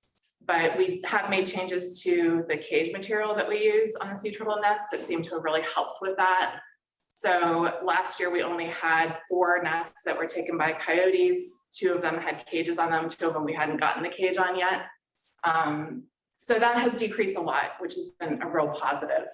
But we still don't know how many coyotes are on the island. We don't know their home range, their habits, how related they are to each other, where they come from, where they go, which are a lot of the questions that we get at the Conservancy from the concerned public. So we are proposing a SCAT study. We have a potential collaborator from NC State and the Museum of Natural Sciences who has a lot of experience with this kind of work, where we can collect the SCAT that I'm sure you've seen everywhere. It's really easy to find, and then do a molecular genetics study to look at the number of individuals on the island. If you go to the next slide, please. The nice thing about this is that it's not invasive. We don't have to capture coyotes to get information on them. They freely donate the samples. So we would do transects for about 2 weeks, and then we would also take some samples from Southport, Fort Fisher, Oak Island that some of our collaborators can grab for us. And then we can send them to Dr. Kierpka, and she would just charge for supplies basically, because she has a number of students and she would use it as part of a course that she's teaching. So our results would be the number of unique individuals, the sex, how related they are to each other, like how many family groups we have, and then also any movement patterns or territories based on where we got the samples from. And this has been shown, this is a map of New York City where they did a similar study and they could track where the coyotes different ranges were based on where they got their samples. So that is a new thing that we're proposing for this year. I think it has a lot of potential to give us interesting information. The Wildlife Resources Commission is also interested in this, and they've said that, you know, preliminary data might then be able to lead into a larger statewide study. So there's potential for it to be kind of seed for a larger project in the future. Any questions about predator stuff?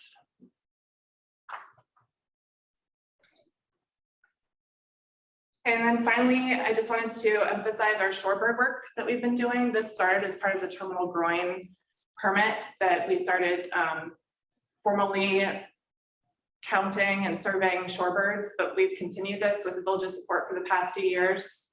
So we set up protection areas of their nesting areas at Access 1 and near the terminal groin is where we've traditionally had nesting shorebirds, including Wilson's plovers and least terns. We used to have really large least tern colonies, but we haven't had any since about, I think 2017. I know I haven't seen them since I've started working here. But we did have a least tern nest this year near the terminal groin, which is pretty exciting. So if you didn't know, these shorebirds lay their eggs directly on the sand. So they're really hard to see. So this is why we put up these postings, because we want to keep people and dogs from accidentally walking through and accidentally stepping on their nests. So this year we did have a successful Wilson's plover nest, which is pretty exciting. They're like little cotton balls on toothpicks. They're very cute. And then we also had red knots foraging this fall near Access 1, and that's a important migratory species of concern, protected species. So we think it's important to continue these symbolic postings and surveys and education. We're an Audubon important bird area, and it brings in a lot of tourists and residents who really enjoy birding. So I think it's worth supporting. Okay, that is pretty much all I have. So basically the projects I think would mostly stay the same. I had a question mark by immunocontraception. We would take the modeling off this year. And I think that it's a nice variety of shorter term and longer term projects that are pretty impactful and give us a lot of good information about the health of the island. So thank you for your support. Any questions?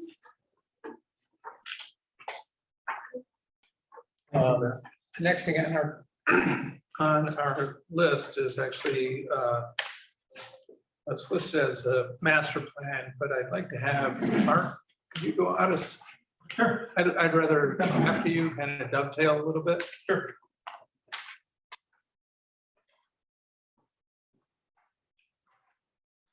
Good afternoon.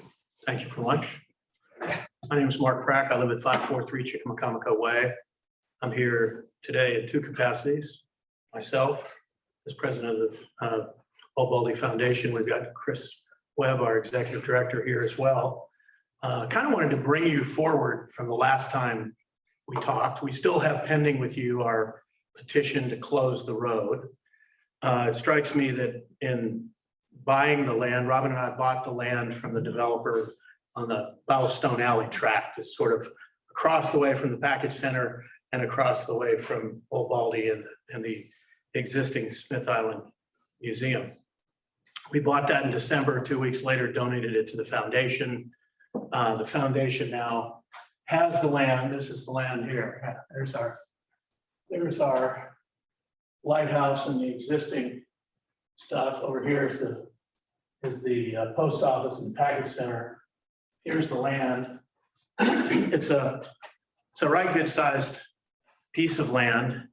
Now that we have it, things that have been done since we talked last at this event.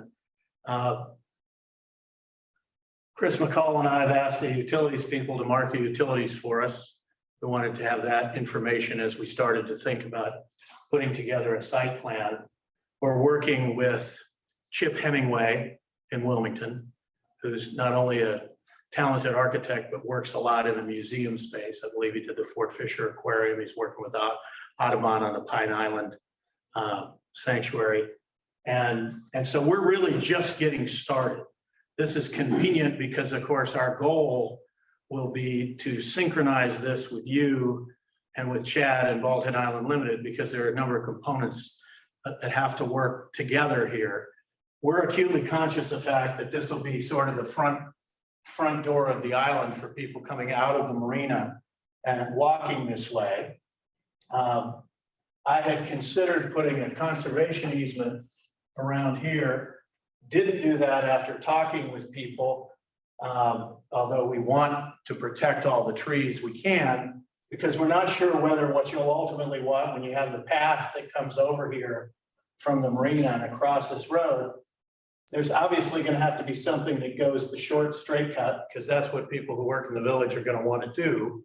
And we're working with our people on that. But it may be that we want to do a sidewalk along here. I don't know. I leave that up to all of you and your good judgment. But the kinds of areas where we're going to have to work together, we'll work with Chad and Limited on the path coming over the marina, from the marina.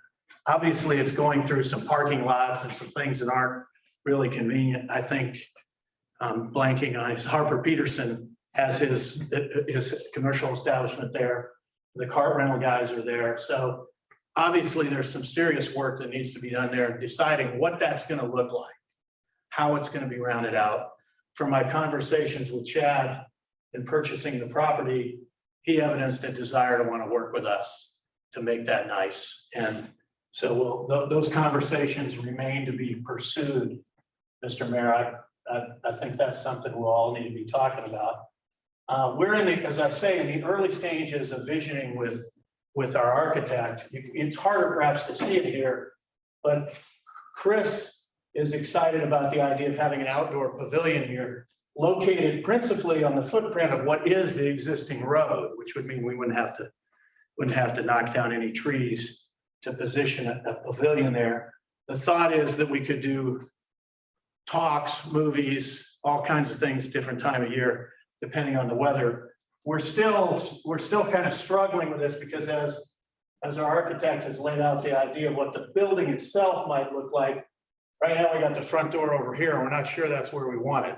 It's kind of an odd situation because you don't know whether you're going to be here, and we're still, frankly, we're still trying to figure all that out.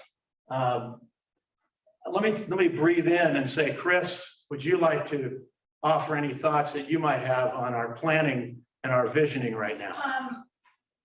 We've completed a tentative spatial program, which gives us our future space requirements. So if we're looking at approximately a 2-story, 4,000 square foot building, which takes us into the future with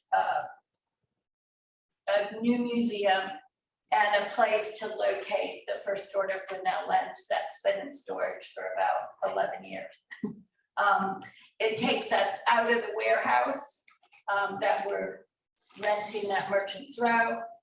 And it puts the Keeper's Cottage back completely into 100% a museum with a library for research on the second floor of the Keeper's Cottage, which right now is the only office space that we have. So we basically have grown so much. Last year was our best year with nearly 29,000 visitors.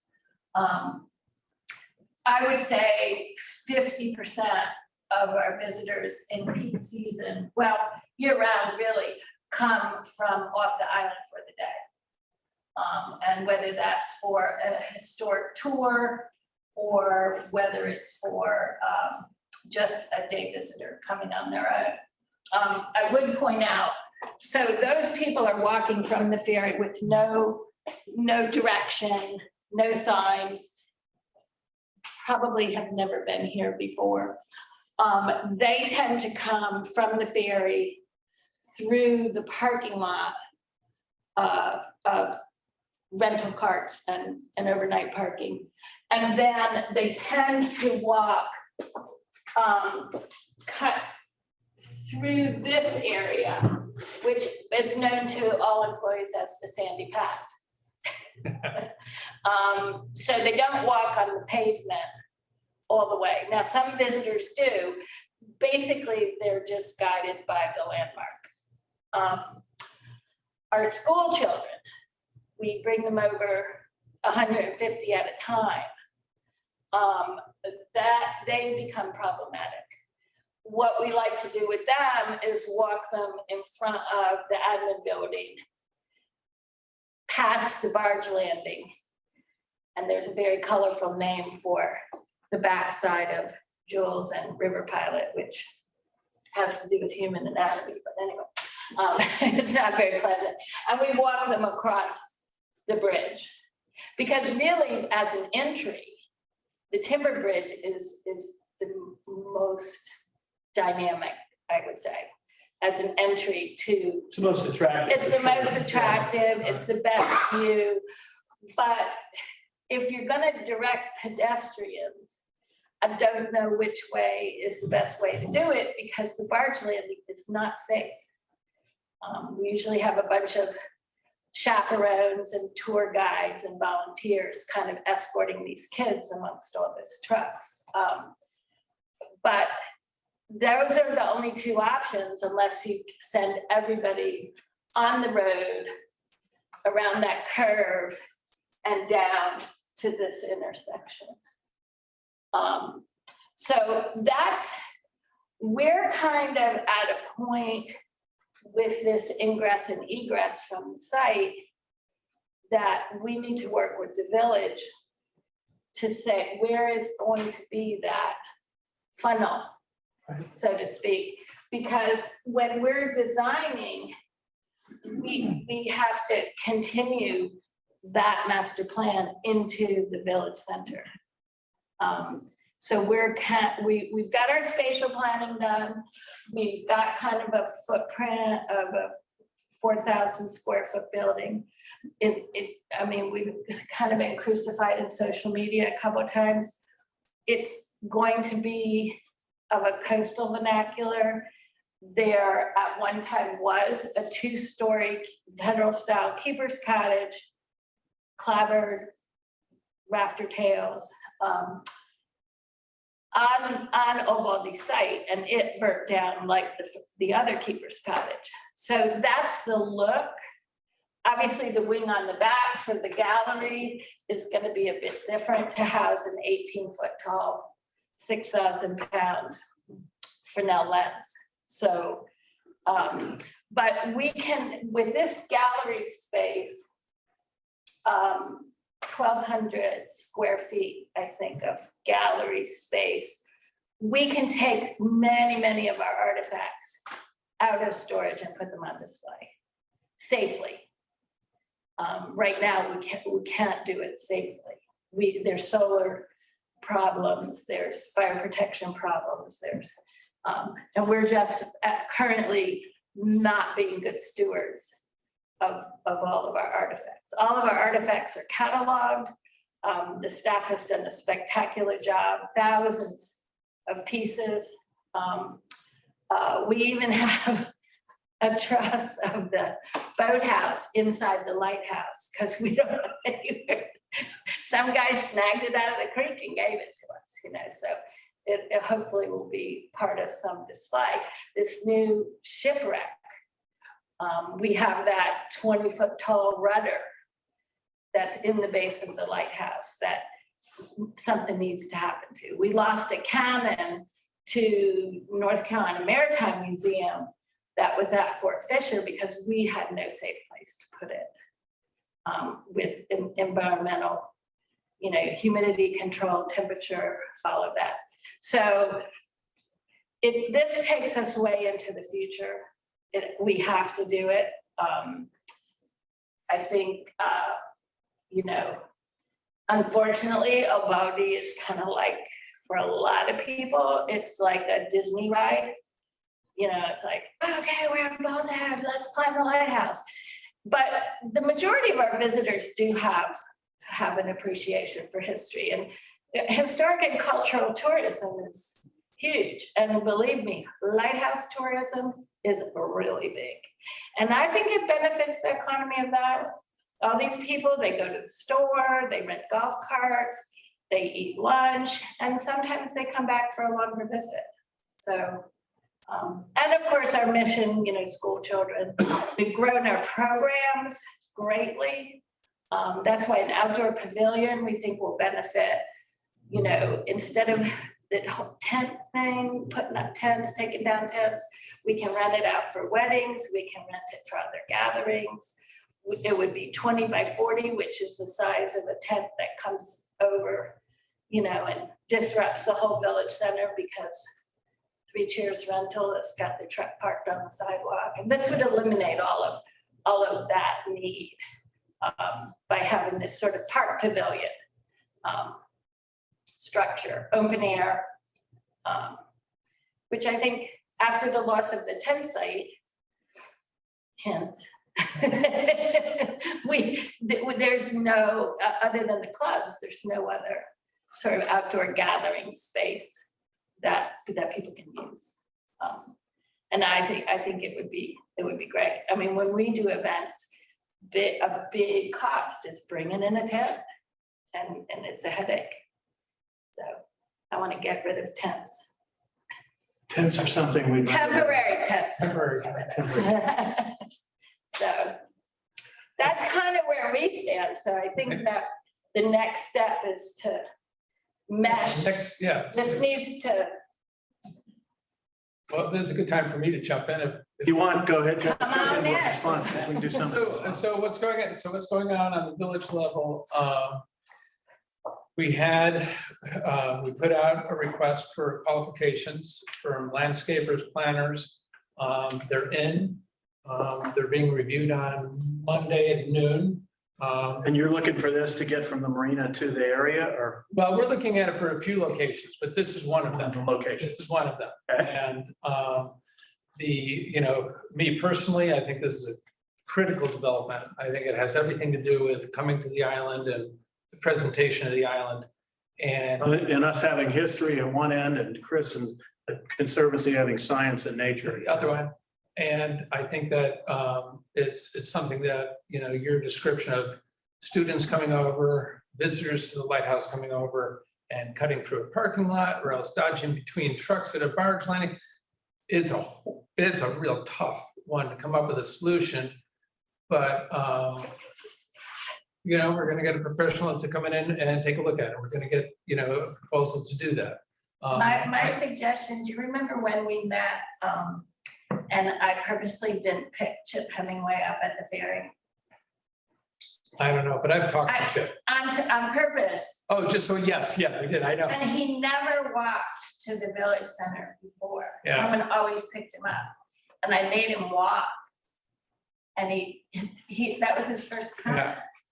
I told Chip. Oh, I didn't know where I was going. And I said, there you go. Yeah, I talked to Chip about your project and needing the master plan to get to it. And I asked him when he was going to be available, and he said, well, I could be there in 20 minutes. And I was like, we're not ready yet. But yeah, but so the enthusiasm, at least me personally, I'm very enthusiastic about this, and I think the village will be too. I haven't spoken to Chad about this specifically, but he has provided me plans of the bridge lots, your walkway, and the locations of the parking and everything. Yeah. So we're starting to gather the base information that we need to go forward. Of course, we're talking about somebody else's property. You know, we are, and here's the only thing I'd say to that is I'm happy to help you and work with Chad on this, because he and I, during the process of our acquiring Ballastone to give to the foundation, you know, we had a pretty good Vulcan mind meld about his willingness to help. Yeah, and I found them, you know, I find Chad easy to work with. He's been really responsive to our meetings, and I meet with him on a regular basis. And so the next step for us in meeting with him, I think it's gonna be, sooner than later. Well, here's a couple other things just to add on to what we were talking about. We have a restroom problem, right? Yeah. So Chris has got our existing restrooms, the privy, right outside the keeper's cottage, that basically do a lot, that and what you all have from the village hall. For now, we're gonna have some, as the plan goes, we're gonna have not only indoor restrooms in the museum building itself, but also some that can be accessed from the exterior, even when we're closed, right? For the use of that, when somebody's using that pavilion, we don't have to open the building. We don't want them to have to come back in the building, but we're gonna have some restrooms there for that. The other thing that I wanted to highlight for you all, since you're in your planning retreat, is while we're still messing around with coming up with a site plan to give to you all and let you work over with us, I would just tell you that. She's gonna switch drives. Okay, that's great. Yeah, if we could switch back to the other one. The parking issue, just to focus on parking for a second, is we're looking here at this piece to be able to let you do some diagonal parking in there. And it may require reworking the nose of this place, which is, I know anytime we cut down a tree, it breaks my heart. There is one tree out there that I bet if we're gonna have fire trucks and other thing, make that swing in a reasonable way, we'll have to consider what we do. Yeah. But at the end of the day, I think we're gonna be able to do this by pushing our building a little further back than we had originally thought. I was thinking we're gonna be out here and up in the road. Now we're looking like we should be back a little bit. So maybe it happens, maybe it doesn't. Just wanted to flag that for you all as you think about what it will look like. So, and also in Chip's review with y'all's parking behind the new village hall, I mean, would any of this area be good for additional? I mean, we're gonna put as much parking as we can. There are some low spots that we have to be careful of. We'll get Bruce Merrick in there, somebody to figure that out, because clearly you don't want to pave a low spot. I think one of the critical things on all of this is, if you're looking at this connection to here, parking, it's not parking only for you, it's anybody. You have to be looking at this whole thing. Globally. The whole yes. village. Absolutely. Whole village center. Absolutely. We have to look at it globally, because we tend to have the parking now along the street, but I think there's maybe 10 spaces is all. So our overflow goes Back there. along the curb. Another thought on parking, just while it's on top of mind here, is the way the curb is set up in front of Old Baldy and along there, it looks to me like if we push the fence back a little bit, you took the sidewalk, you could probably put some diagonal parking in there. That might work. If it were on the same line as what's in front of the chapel, the chapel has that little indented space. If we went to that line without messing with that cedar tree, that's a possibility as well. And as Chris hinted, we're having conversations with the chapel about the land between the oil house and the chapel. Right. I think this is another one of these things where when we're looking at the new village hall, we're looking at your museum, use of the old village hall, and the island's only a little bit more than half built out. The parking strategy has got to be more than, I got a handful here, it's got to be the whole district and looking at. As big a footprint for it as we can give, or at least consistent with the look and feel of our. Need plan for it so that. And the current, in front of the picket fence is the village right away. So, along that sidewalk and the green area that I watered for years, but but we won't mention it. But I turned off the irrigation. I'm gonna get goats. This is all exciting. So I think the takeaway from this is we've invested with Chip to kind of get that spatial planning, get sort of a master plan. I don't know how much further we can move forward without some sort of. I don't think you can. I think Chip needs our intentions so that we start dovetailing with him. We need to But get our landscape figured out. But I also think a formal, and I don't know legally how this is done, but an agreement to close the road. Because without that, Yeah, then. this doesn't work. And that's why Robin and I filed our petition, all. So we can't move forward with you or with Chip and you unless we get that formal commitment. Because we can't have a bifurcated campus with traffic going through. Yeah. It just That wouldn't work. wouldn't work for us. Yeah. Right. And so what else can I tell you? So in order, as we move towards coming to a final site plan and use of the land, closing the road, then of course, we're going to be having a capital campaign. Right. Because where do we fly spec this project is costing us? Well, I mean, y'all know what your village hall came in at. Yeah. I mean, Chip is hoping, 7 to 8 a square foot rather than the crazy 1,000. It's not a complicated building. But it does have, exhibit and display runs you 3 something a square foot. Right. Without the building. Right. Just restoring the lens back to its previous semi-glory, it is another, 200. So on top of just the 800 a square foot. I did this drawing, these red rectangles here, and here are the proposed parking areas. So here, there, and then along the street. Yeah. I think what's critical right now, and we'll work on getting it in place right away, is getting all the different players that need to be talking to each other. And obviously the village needs to, we have to make a commitment or not, so that's critical. Yeah, because if we can't have, I think the meshing together, the master plan is easy. We've got, everybody agrees they want to do this right. I think we've got Chad, we've got Chip working for the village and for us. You've got these RFPs coming in. It's the road that concerns me only because we can't afford to invest more funds into design unless that comes to fruition.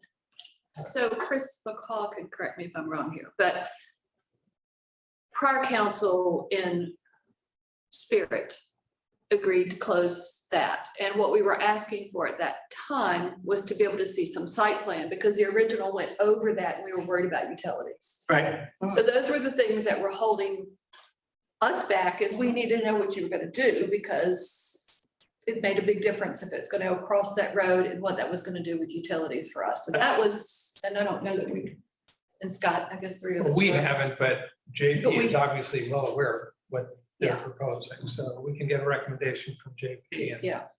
I think, there's some, Should be on the survey. Yeah. we have significant trees too. There's like a 54-inch oak in there. That we have to jockey around. And then we have a big elevation difference from Lighthouse Wine down. Right. 6 feet. at I least, think that's why he Yeah. just did this little. Yeah. So we do have an elevation difference. We can use it to our advantage in some places. But I think, it's gonna be the welcome center, no matter how you look at it. Front porch. And I just as an example, years ago, Donna Ray Mitchell, she always wanted to do this. This was, I don't know how many years ago, and put like a information kiosk and let other organizations come and man it. Right.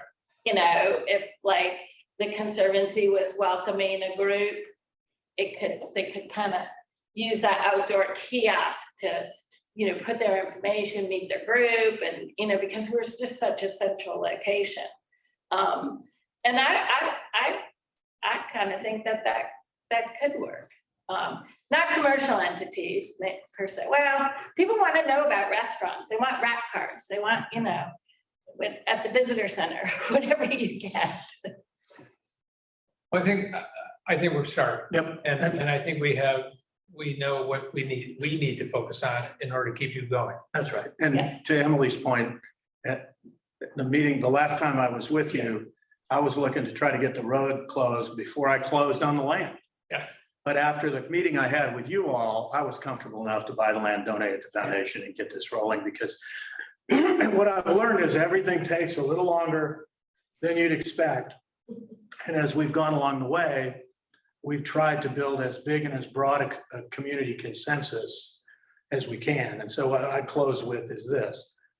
We're working this. We're happy to let you see what we're doing even before we finish and bring it to you. We're not opposed from input from all stakeholders, because at some point I'm going to be coming around to them and saying, hey, how'd you like to donate some money to our building project? And so at the end of the day, we're really trying to come up with something that we think we want the whole community to be proud of. Yep. And that's where I leave. Right. Okay. Any other questions? Questions for anybody? Scott, you got any questions? No, I just want to say thank you both for all you're doing. I think particular the approach you're taking, the amount of input you're welcoming, and I hope you understand that the issues that the village is trying to work our way through, you know, with regard to utilities and long-range planning, and which you both have good ideas about as well. So I think we're all in this together. I'm struggling with what exactly, you know, what exactly do you need? I mean, other than us making a blanket, let's close the road. I'm willing to do that, but I want to put a condition on it just to make sure we see the final site plan before it's done. Exactly. We think that, yeah, absolutely. We would want that. And If you I, want to do something conditional, we can do that. yeah, and I think that the master plan of the harbor area, we have to have that information to be successful with ingress and egress from the site. I mean, goes hand in hand. Yep. I always said landscape architects like college campuses, why do you put the sidewalks in first? Just wait and see where the people walk. And then put it, because you get all these sidewalks on a quad, but then you have all these dirt paths, you know? Yeah. They're finding that at D Point, they're putting in gravel paths because people aren't using the site, you know? Right. So they've created that sandy path. But the other thing too, Peter, that I think we should look at is that kind of boardwalk along that bulkhead wall behind the barge landing. That's meant to keep going. They stopped it, but it was meant to continue, and most of it's already built. Well, when we get to the point where we've figured out how we hire or engage a planner, you know, obviously you're going to be meeting with them because you're one of the big players. So To Scott's point, at some point, and you can work with council on this, we don't mind working with you on this, having a commitment to close the road, subject to the conditions that you sign off on the final site plan. And, you know, it's going to be something, given the complexities of the ingress and egress and how you're going to want to play that may take a little while. Right. But if you want to take that approach, I mean, what Scott was suggesting is fine by me. That's perfectly reasonable. Yeah, I don't think we can be successful with our site plan unless it talks to your site plan. I think the two of them have to go together. Yes. That's good. Yeah, absolutely. Good. I'm going to handle the next one. 9.1, the commercial design guidelines. Those are being edited right this minute. The issue with the design guidelines, there's two issues. One is we're doing them and eventually they have to be done. The other one is how do you enforce them? And right now, the design guidelines would be theoretically enforced by the associations, the Maritime Way Association and the Edward Teach Association, commercial associations. Those are not ready to be stood up yet. We've had conversations with all the people involved, and Chad and I met with, well, all the different commercial establishments to discuss getting their feedback on how to stand them up. And that discussion will keep on going on. But in the meantime, Limited is going to stay in their position of controlling the design guidelines. And when the village gets done editing them, I'll be going back to Chad and saying, hey, look, this is what we want to see enforced, and work with him in generating a partnership between Limited and the village, at least on a temporary basis, until those associations do get stood up. Likewise, the next thing on the list is the landscape design guidelines. Same storyline. The association has a really robust breakdown of what can be planted, what can't be planted, how to do it.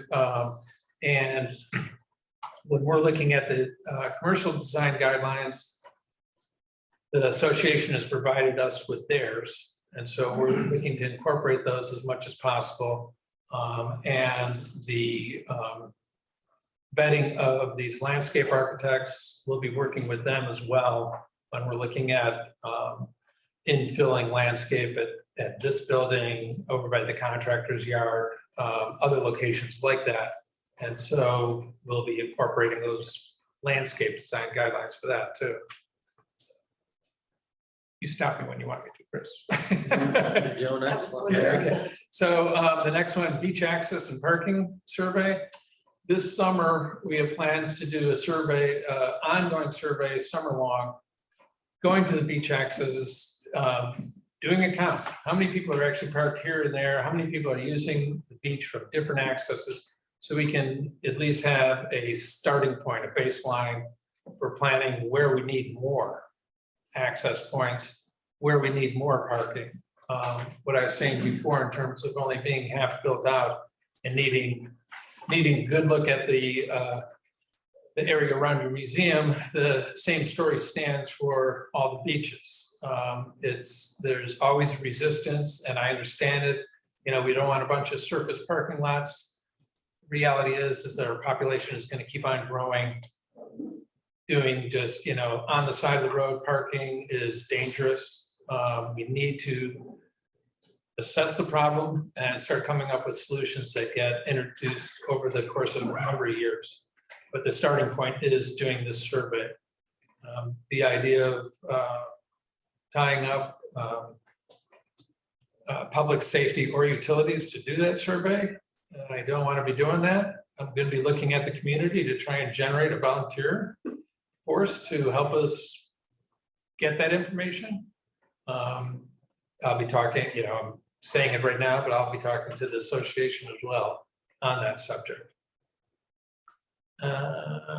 So you should probably have a committee you could do that with.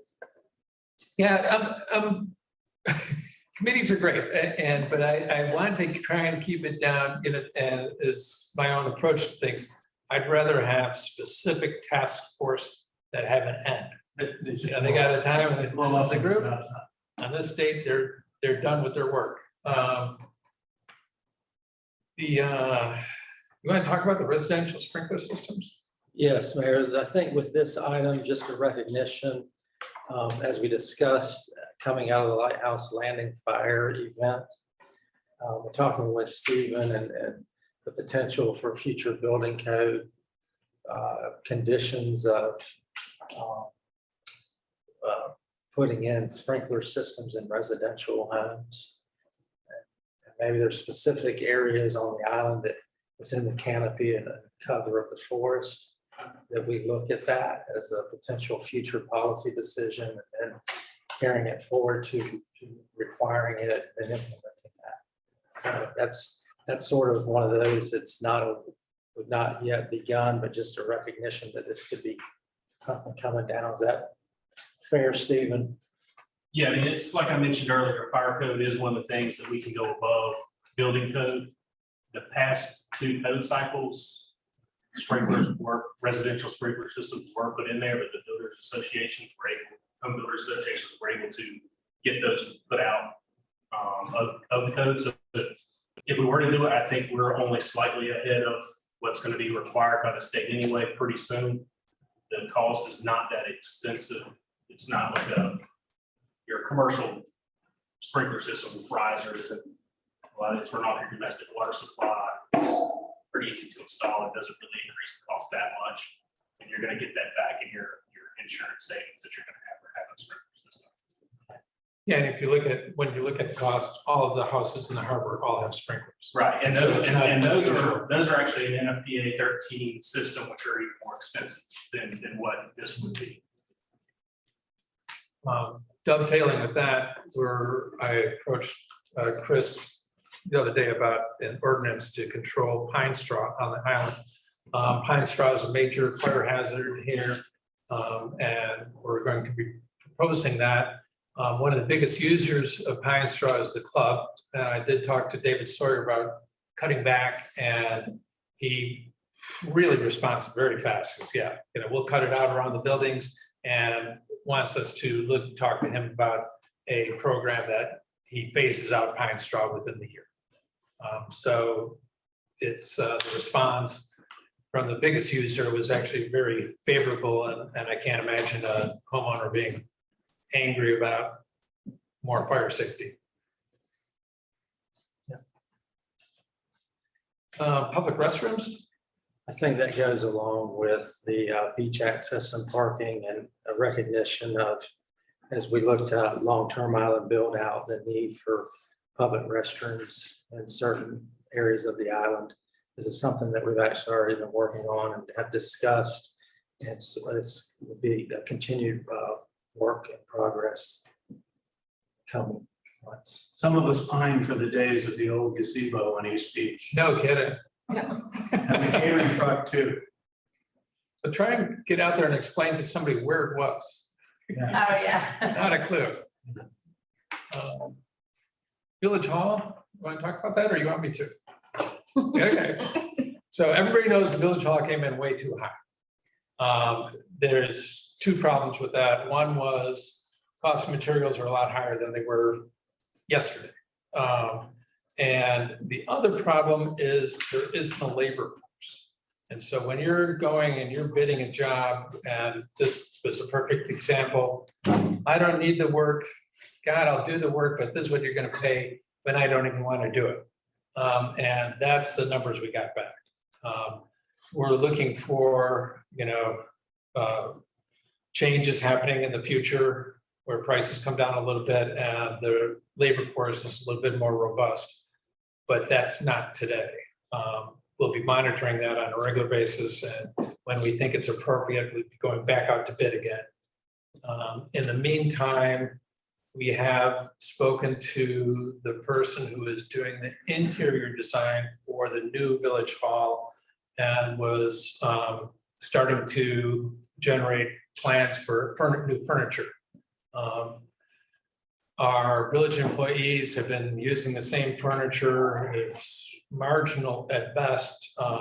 It doesn't look like anything's happened in that building in a long, long time. And mainly it's the age of the materials in there, but also the amount of traffic that it gets. And so we've talked about taking the existing Village Hall. We need to do an update on it and possibly doing some planning inside the existing Village Hall to make it more efficient, and looking at maybe getting new furniture that we'll be able to incorporate into the new Village Hall and start using it early.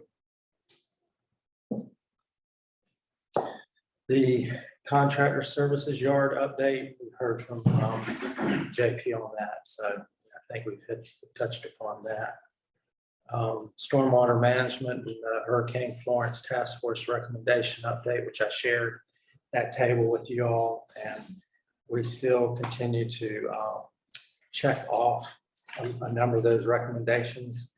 I think for the most part, we're focused now is on the stormwater management, physical construction of improvements, i.e. the bypass lagoon to the creek outfall. So we know that work is pending. And then miscellaneous items. I got one. And so, we've talked about it casually.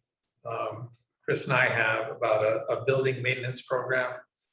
If you look at the condition that the post office got into, and even Village Hall right now, there's a need to have almost a formalized approach to maintaining or making investments into physical plant on this island. And if we're not taking care of them, then we're being silly. So we need to formalize that a little bit. There's a couple of, probably doesn't fit under this category, but miscellaneous items that I want to touch on that aren't in this category, but I don't see them anywhere else. During the election, there was reasonable and actually overdue arguments, conversations about how to get a voice from non-voters. People don't have, but have people that have a vested interest in the island. We've formed a committee right now that they've met a few times, developing a questionnaire to help understand how to make that voice happen. And so it's in its early stages. I talked to the head of the group yesterday, and they anticipate having something to me within a week or so. And you'll be seeing that eventually. I got it. Okay. The floor. All right, well, good afternoon, everyone. So just a brief overview on human resources. As you know, COVID kind of upended our lives and people that are working. So a lot of the focus and what we're going to be doing is what I'm proposing is to help us stay competitive, attracting the high caliber of employee that we need, people who want to, have really good jobs, but also want to serve the public. It's different working in private industry and being a public servant. So there are some differences. Just across the state, the chatter is always can't hire. People are being ghosted. You have people that you want to hire, you make them an offer, and then you don't hear back. Fortunately for us, I think people have to really think about coming over here. So I haven't had ghosting, but I have had, it's kind of been a struggle with JP in some of his positions. So I've been working pretty hard with him. I'm happy we've hired 2 people, but probably the 2 most difficult jobs we have not been able to fill yet. So, but we have filled some really good department heads. So I'm really pleased with that. So anyway, so that is really the focus of my presentation, is really geared to what can we do to attract and retain a workforce. So I am recommending that we do another class and pay study. We like to do it every 5 to 7 years, I think, just because of what has happened in the economy, that I would rather do it on this end now in 5 years. I don't know what the results are going to be of that for the study. Last time we did it, it was about $140,000 to implement it, but we had done, the study hadn't been done since 2007, I believe it was. 10 years we went. So there was a big lag. So there are certain positions that had changed and need to be reclassified. I've been keeping up with a lot of the positions, the new positions, and creating them, running it by Becky. And I have experience, so I pretty much am pretty good with trying to figure out by the qualifications and the level of duty, supervisory experience that they would need, of where they should be classified. So I don't feel like there's going to be too much. It's just how competitive do we want to be to keep and attract people? Because if you look just in general, we are falling behind. You know, I mean, we're not probably the top. I know you gave me the article on Southport, but you can't really compare. We've never been competitive with Southport's always lagged way behind us as far as what they pay. I've talked to Becky Veazey with the MAPS group who they performed the last study for us. I would like to have them do it again. They're associated with the North Carolina League of Municipalities. She's got a lot of, it makes sense to go with someone who's familiar with the village, has interviewed a lot of the people before. I have a very good working relationship with her, so I can communicate really clearly to her what our needs are, what we want, where we're going, moving forward. So the cost of that study would be $13,000, give or take. What new positions we may have that they have to study and what the travel piece is, I don't know. So can I ask a question? So that also includes a benefit analysis, not just the salary analysis? Yeah, they do a benefits analysis. And I also look, so the North Carolina League of Municipalities we're members of through our risk management and through our workman's comp. So every year I participate also in the salary survey and the benefits survey, and I get that data back. And I also evaluate it myself and look at it every year.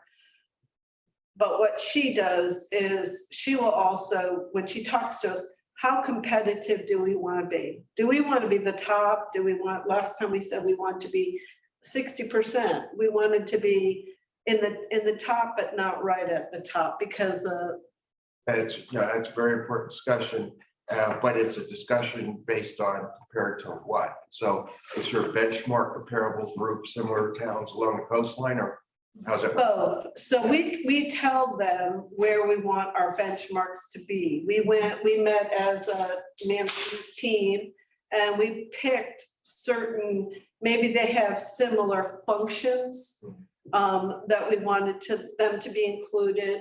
Of course, locality, certain positions, certain positions like with that JP has to work with, some of those people, they're not going to travel.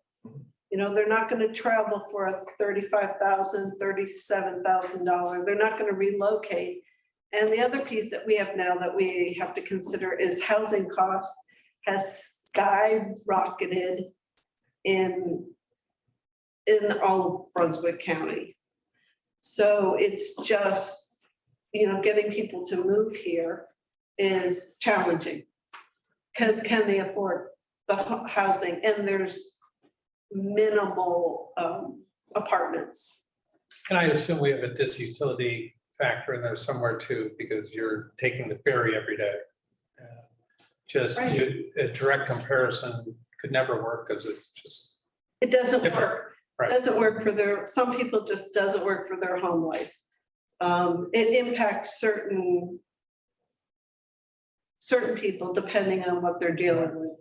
People that sometimes have young children or elder care. Yeah. You get on both ends, probably, depends on who's the caregiver or the primary caregiver of the family, or just you have other obligations. So it is very challenging, I would say. And some people they're afraid. I don't know, I find it, but I've talked to people and they're like, no, I don't want to go across the water. I don't even know how to swim. Okay, you don't have to swim, but they're that here. Right. It's just it's real for some people, So yes, those things are all taken into consideration. We pretty much can drive it. And she has access. Because when she does other studies, she'll call me up and ask me for what we're doing now. And, and we're really good about sharing information.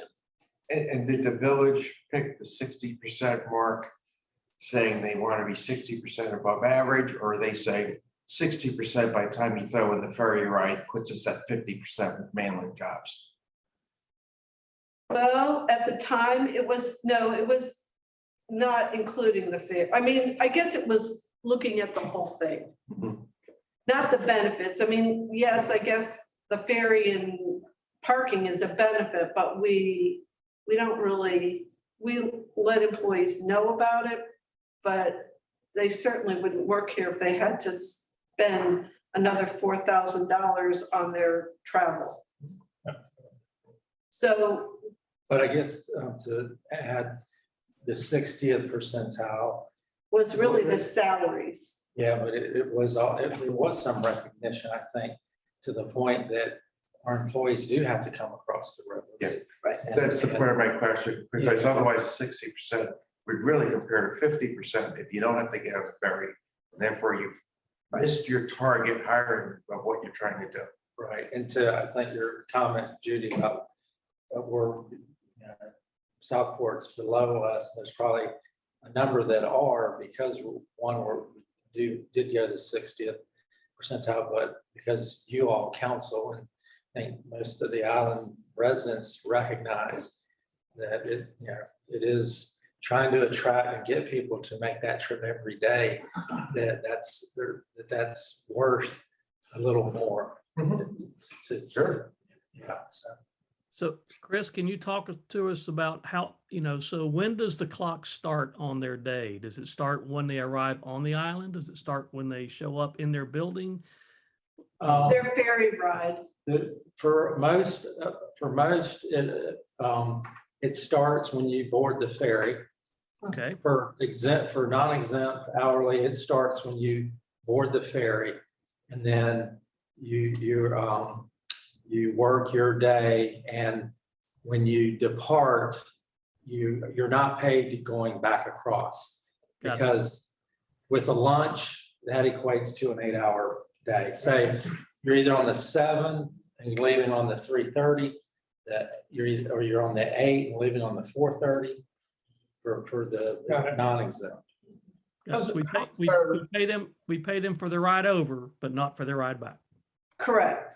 Got it. Thank you. I don't want to jump through your thing, but retention, how are we doing with that? Are we losing employees on a regular basis, or pretty much? I don't have a retention rate, but I would say, really, we had the most turnover probably in our department heads, but they were, they went promotional opportunities. We've had retirement.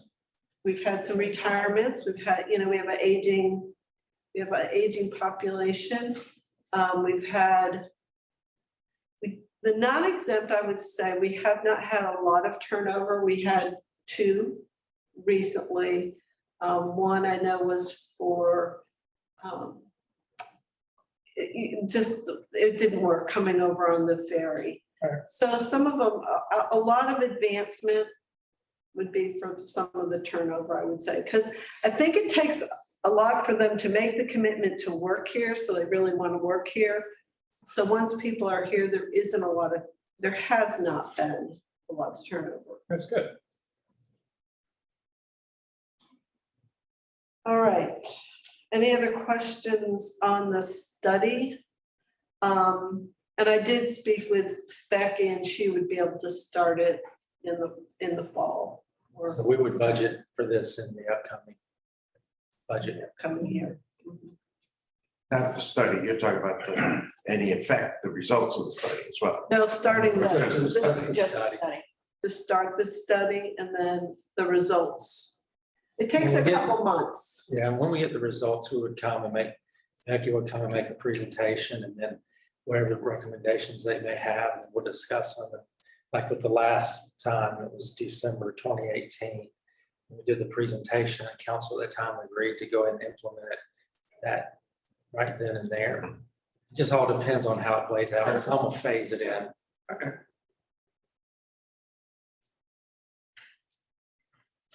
Okay. So the other piece that I've been focusing on a lot, well, of course, with COVID, it's been an ongoing educational process and changing policies and modifying policies in response. But also doing a lot of training and development, and that kind of goes along with our succession planning that we've been working on, our succession planning. Who are we grooming?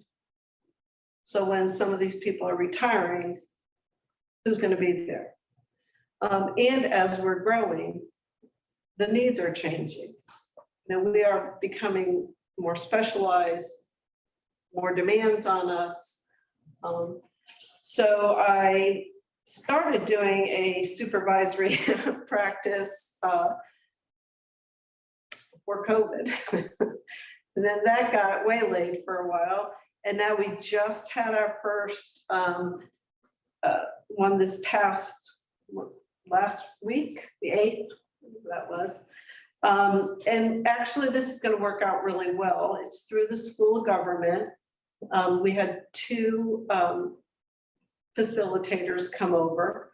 One of them had been here, Eleanor Green, who she was with the MAPS group with the North Carolina League. She has a doctorate in education, and she now works with the School of Government and has rewritten their training program that they do online. And we're their first pilot in person to do. So I was really pleased with that, and it went very well. I don't know, Alan, did you have any feedback from your people? There was a lot of engagement, which was very good. All the department heads will be involved next month. We're going to be doing a tilt assessment, which is one of the how you interact so that we can help build our team. So there's 4 training for that. Then I implemented a diversity, equity, inclusion, and a harassment training. And those are purchased through Cantola, and that was in response to some of the events that have recently happened. But they're also good practice. I mean, it's also just where everyone is going, right? I mean, you can't pick something out with seeing that there's changes happening, like even on Bald Head. It's just the climate, you know, it's not going to stay exactly the same as it was. We have, I believe, 6, I gave everyone till the end of the month. We have like 70% gone through the DEI training, and then about 63% have finished the harassment. So I think that that's pretty good for at this point. And then I'm also going to be doing some ongoing. I'd like to bring some people in and do and lunch and learn or something. So that's not going to be all of our training, but that is the start part of it, where we're going to start. With COVID, like I said, that's been ongoing education, just responding to what's going on. 61% of our village employees have received at least 1 dose. Most, and it's probably less now that we have a few that only received 1 dose. Some of it was for their medical reasons. And we have quite a few that have been boosted. And I think we, as a management team, have been doing very well managing it as far as being responsive to keeping break rooms, making sure employees aren't eating. Employees have been wearing masks if they feel like, you know, they need to. So I think we've done very well. We have had probably 80.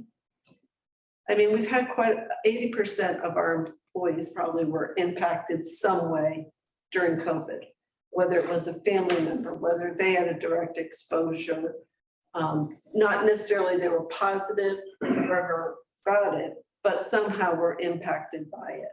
So that's quite a few. You know, I think that they're reflective of the community. Educational assistance. So currently we have 5 employees. 1 I'm still waiting on the paperwork from. But we have 5 employees who are taking advantage and participating in our educational assistance. I would like to increase the amount that we, it's been $2,000 that we allow employees to use, and we pay for 50% of their tuition, books, student fees, any ancillary fees, lab costs or whatever, if they have a passing grade of C or above. And I would like to increase that to 3,000. I have a few employees who actually take summer courses. And just because of the way the fiscal year runs, sometimes they could be short a little bit. So and it's never been increased. It's been $2,000 since, I think, 2009, when it was first implemented. So I'd like that increased to $3,000. Just on that point, there were periods where we didn't have anybody going to school. I think we've really picked up, especially when Alan came on board to really push public safety in particular, because a lot of those folks it's all sort of about certifications, and a lot of them want to step up to that next level, maybe to be a director, but don't recognize the importance of that formal education. And so there's some that are seeing that and really taking advantage of this opportunity. So, yeah. And I want to do some more promotion. And I know that there's some employees who are taking classes on their own and they haven't reached out. And I'm not sure why. So I'm going to try to reach out to them and let them know that this isn't just for, public safety employees. This is available to all employees. So what kind of program do they have to be in?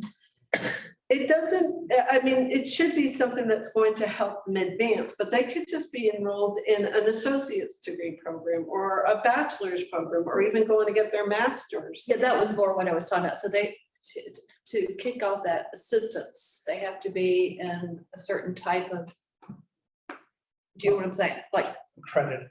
Yeah, accredited something or right, whatever. It has to be an accredited college or university, Okay, or one of the community colleges, or a program. I think Yes. most of them are working on associate's degrees. Okay. Like in public safety with some focus in emergency management. Right. That will carry on to a bachelor.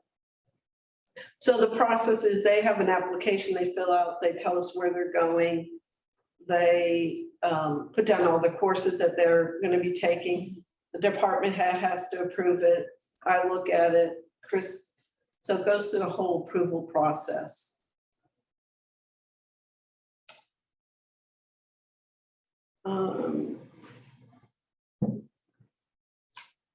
So I have on here employee health and benefits. So that's part of the benefit piece. Well, this isn't really following somehow it's not really following my slides. But the benefits is one thing that I feel like we do need to shore up a little bit to make us in that, if we want to be more competitive or as competitive. So one thing that I am going to be recommending is that the village pay 100% of employees' individual dental and vision. And then the other benefits, and this kind of goes down, is Social Security. So the village at one point, Zach kindly did some digging for me and found out that at one point, the village did participate in Social Security for the employees, and then it was stopped by a previous person who had the authority that they could do that. So it could have even been before you were here, Chris. Yeah, and as long as I've known that, my understanding was that the village opted out of Social Security. No, well, we asked Duncan and he did Duncan did some research on it. So at one point. Was that a council decision or town manager decision? We don't really know exactly. I don't know if he knows, I don't think it happened. I don't know. Coming from private industry, I'm not sure of the discussion.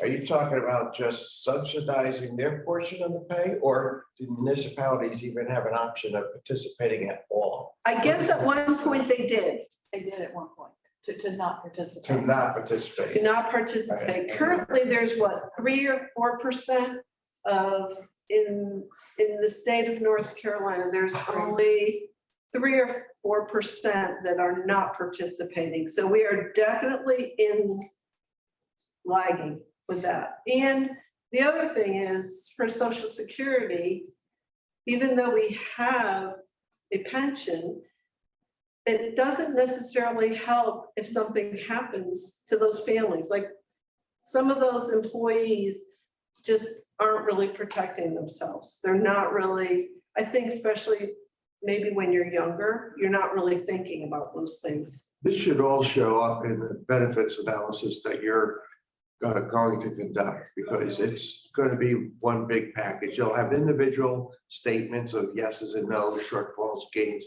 but they're going to give an overall assessment of each of them and a grand total. So all of this ought to be rolled up into, we're falling short, we're ahead of the game, we're on average.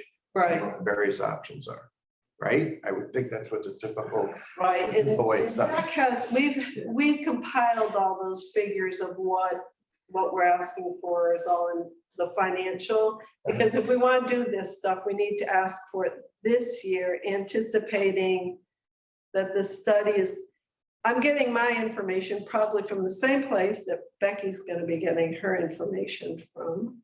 So when I'm asking, I'm just kind of letting you know that this is probably coming down the pike. If we want to stay competitive and if we want to attract and retain the best employees, then we need to be at least.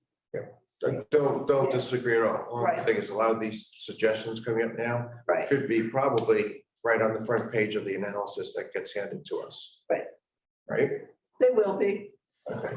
Yeah, he's, But are you figures, what? Yeah, but you're saying that maybe we don't want to be thinking about waiting that long, that we might need to be looking at that for next year. Right, for the. That's what, yeah. Right. Oh, okay. Yes, Fiscal year. because, yeah, Right, for the fiscal years starting yes. July 1st. It may be included in the budget. Mhm. Right, So I don't know, this is purely a speculative comment, but perhaps one of the reasons among many that we're having trouble making hires is that when this applicant determines that the village doesn't contribute to Social Security, that may be a hindrance to employment. could be, or also someone staying. I mean, I wouldn't take the job. Yeah. But I guess I keep coming back to, I've seen dozens of these analyses that are very good that you're doing it. And it will tie back the shortfalls, where you're ahead, where you're short, but it will also should tie back to your voluntary turnover rate, your involuntary turnover rate, and try to draw the connections and the lines between all of those. And my HR studies that I've had and seen before have done all of that, which is just good information Right. to make a decision from. Yes. And I don't know if this particular group is going to do all that analysis. Maybe they will. I don't know. But you're gonna hire to do the study. Oh, I can do all the turnovers. Yeah, no, they only do they'll do the salary piece and the classification, making sure positions are classified correctly. They'll do a salary study, and then they do a overlook of what we offer as benefits, and then what others are offering. And typically that's more local government. What are other local governments offering? I was gonna say it's different because we're government. Yeah, and And that's. so you gotta have somebody that understands government. Yeah, and that actually is a very good point, because we would want to know how we're against other governments. But that's not our competition. Our competition is the total labor pool out there, because they could choose to work for private industry or for the government. And so somehow that should be taken into account as well. Right. Right. Well, and we can ask for some of that too. I thought we did, like with one position specifically, the USPS. Right, or the IPC position. right. Where you compared it with private. Right, they won't do all, typically they don't do all the positions. Right. Okay, thank you. Sure. All right, personnel policies, we have some new policies that have been recently written. The social media policy, I think you all got a copy of that. That was given out to all the employees. They signed, made sure that they acknowledged that they received it. Now, the adverse weather, that wasn't recent, that was during COVID. So we have the inclement weather and adverse weather, just depending on the significant event. So that Chris has the, manager's discretion on how he's gonna handle it. Whether it's foggy conditions and we have to cake it over and everyone's gonna have to just take a day of time. So all those things have to be explained to employees too when they're onboarded. And another example is a hurricane event.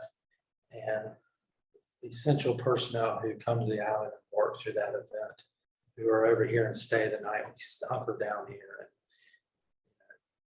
to compensate them for that in some way, versus other employees that may not have, that would not be considered essential to that function or role, that are just kind of staying at home and waiting for everything to get cleaned up and come on back. So. One thing that we're looking at, and I've written a policy, is alternate work schedules, and that has to do with kind of the climate of what people, after working at home for 2 years, what the expectations are. But it's been coming anyway with some of the younger workforce driving that, I guess. And of course, not all of our positions you can do remotely. Some of them, yes, some of them, no.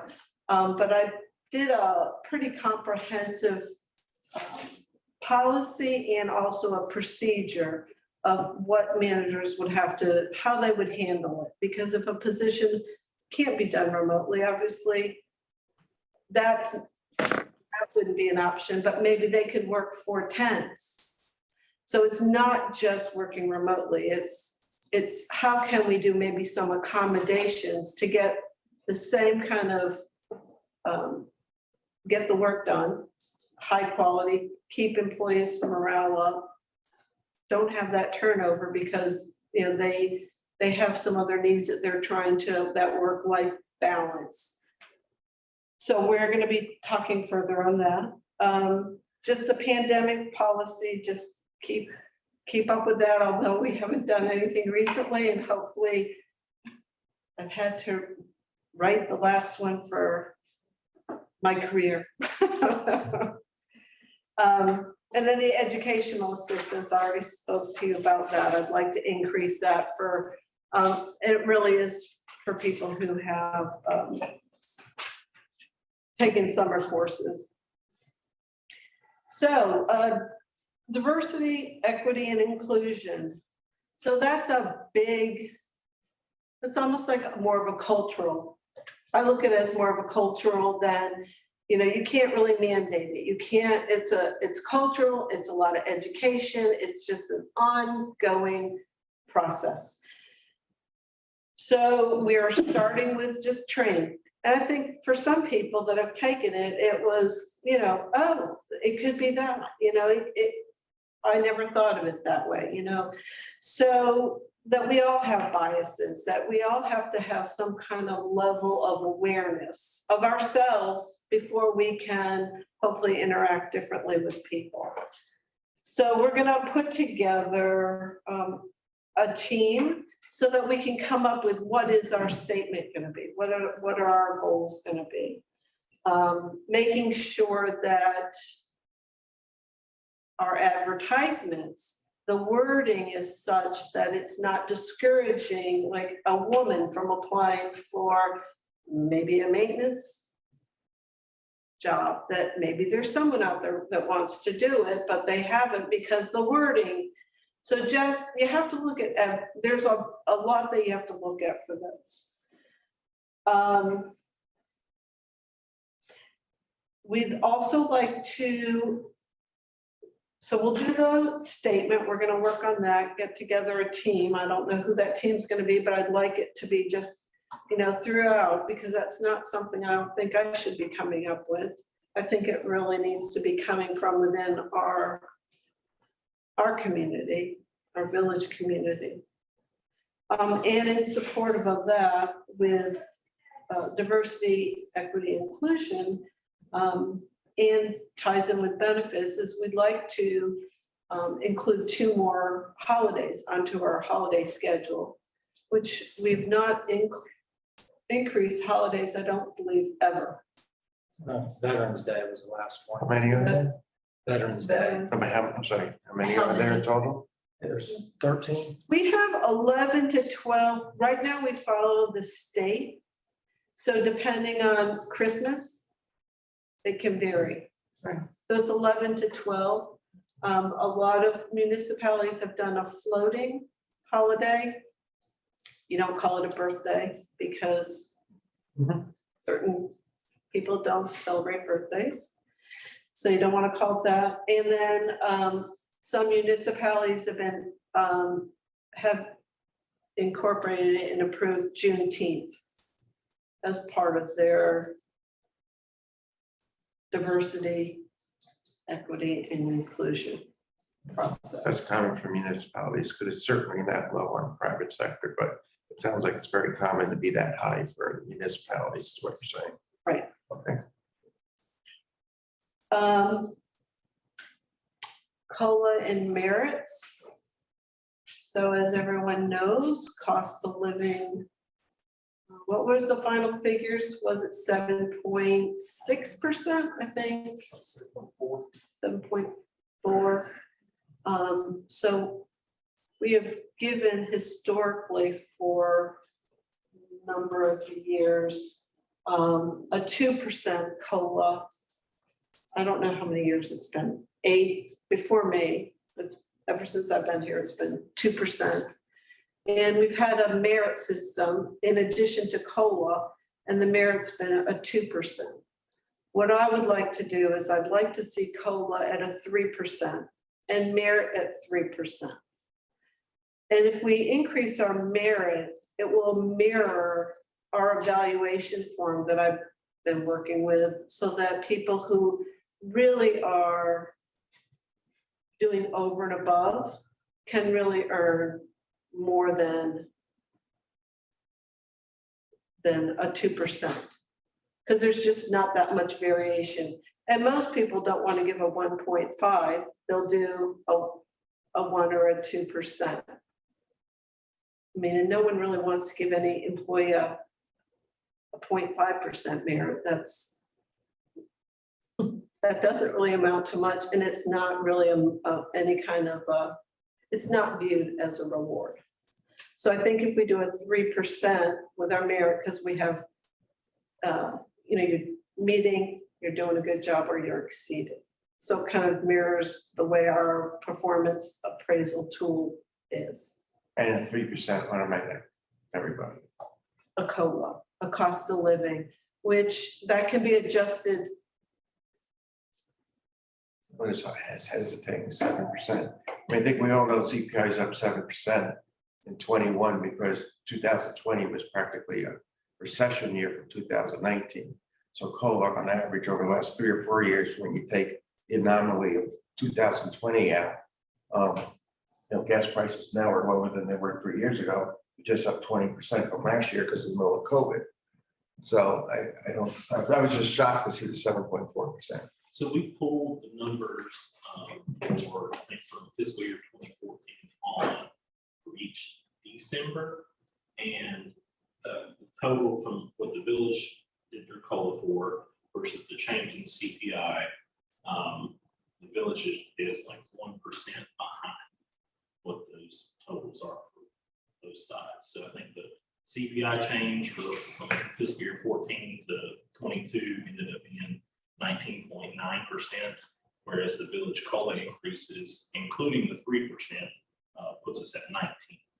Cumulatively 19. How many Yes, years yes. is that?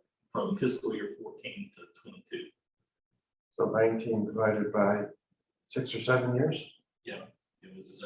That's back to the 3% that I'm talking about. That's why we shot at the 7.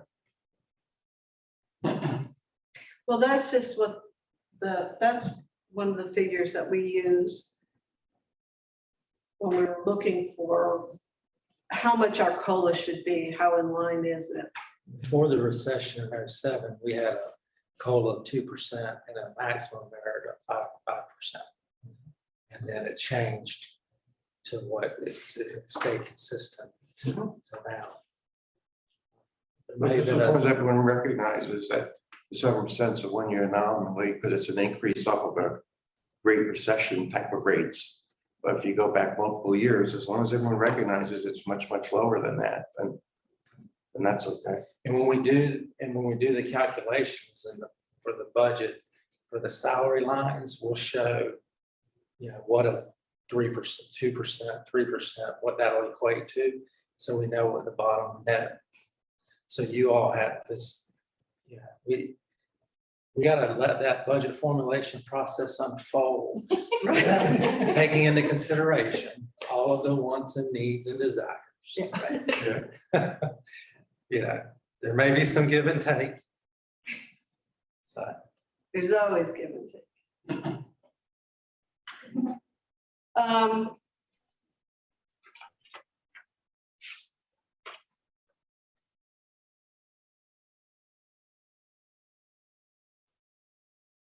So that would be the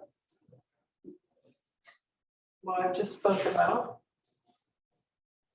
Our policy, so these are the next one, next slide. So with the holidays, was that come under? Was that our last? That'll come into budget. Okay. What, I'm sorry. No, I was just questioning that, so if we voted So on we would- holidays, it just becomes part of the budget, what we approve is the budget, Correct. not a separate, okay, that's good. So, Judy, Yes, looking at your 5 recommendations, 3 of them are specific to the salary study. The COLA, the merit increase, and the SSI for all. And perhaps indirectly, we may hear about holidays and flexible work. But to wait until the 23 budget year to fund the study, I'm beginning to wonder, is that if we were to sanction this study as quickly as we could we get results and have the data so we could make budget recommendations for 23, 24, or 22, 23, or are we, is there no way that we could pull it off in time for this upcoming budget cycle? I guess I would have to circle back to Becky Veazey and see what her schedule is like. So there would be the if she's available, I don't know, when would we have to have everything? I know it took them about 2 months last time, I think, coming over. I would have to talk to her. I mean, it could be possible, but I don't know. Because then you gotta work that into the your analysis and your budget. Right. And we've got to start talking about that in May at the latest. Right. We start in March. Well, I know you guys start early, but even coming, you guys have to Yeah. start, and we're looking at it, so. I'm a little concerned to try to rush that. Push it through. Push it. Yeah, I That's don't fair. know. That's fair. Okay, I just needed to ask the question. Sure. The other thing with, and I guess I need to just circle back with the Social Security, the other piece of that is we do have to take it back to employees and they do have to vote. Was the other piece that. Because they have to contribute half. Correct. Right, because they would now have to contribute to that. And because that was not something they were doing, that was the other piece that Duncan said that we would have to do. And you would have to have the majority of. A majority. Employees, so it's not like, I want Social Security, but Peter doesn't care. No, a majority, and then it would be done. So right now, the only people who are, the only employees are part-time employees if they're 30 hours or less. Right. But anyone who works 30 hours and is in the retirement system does not have Social Security. And another piece of this is the start time.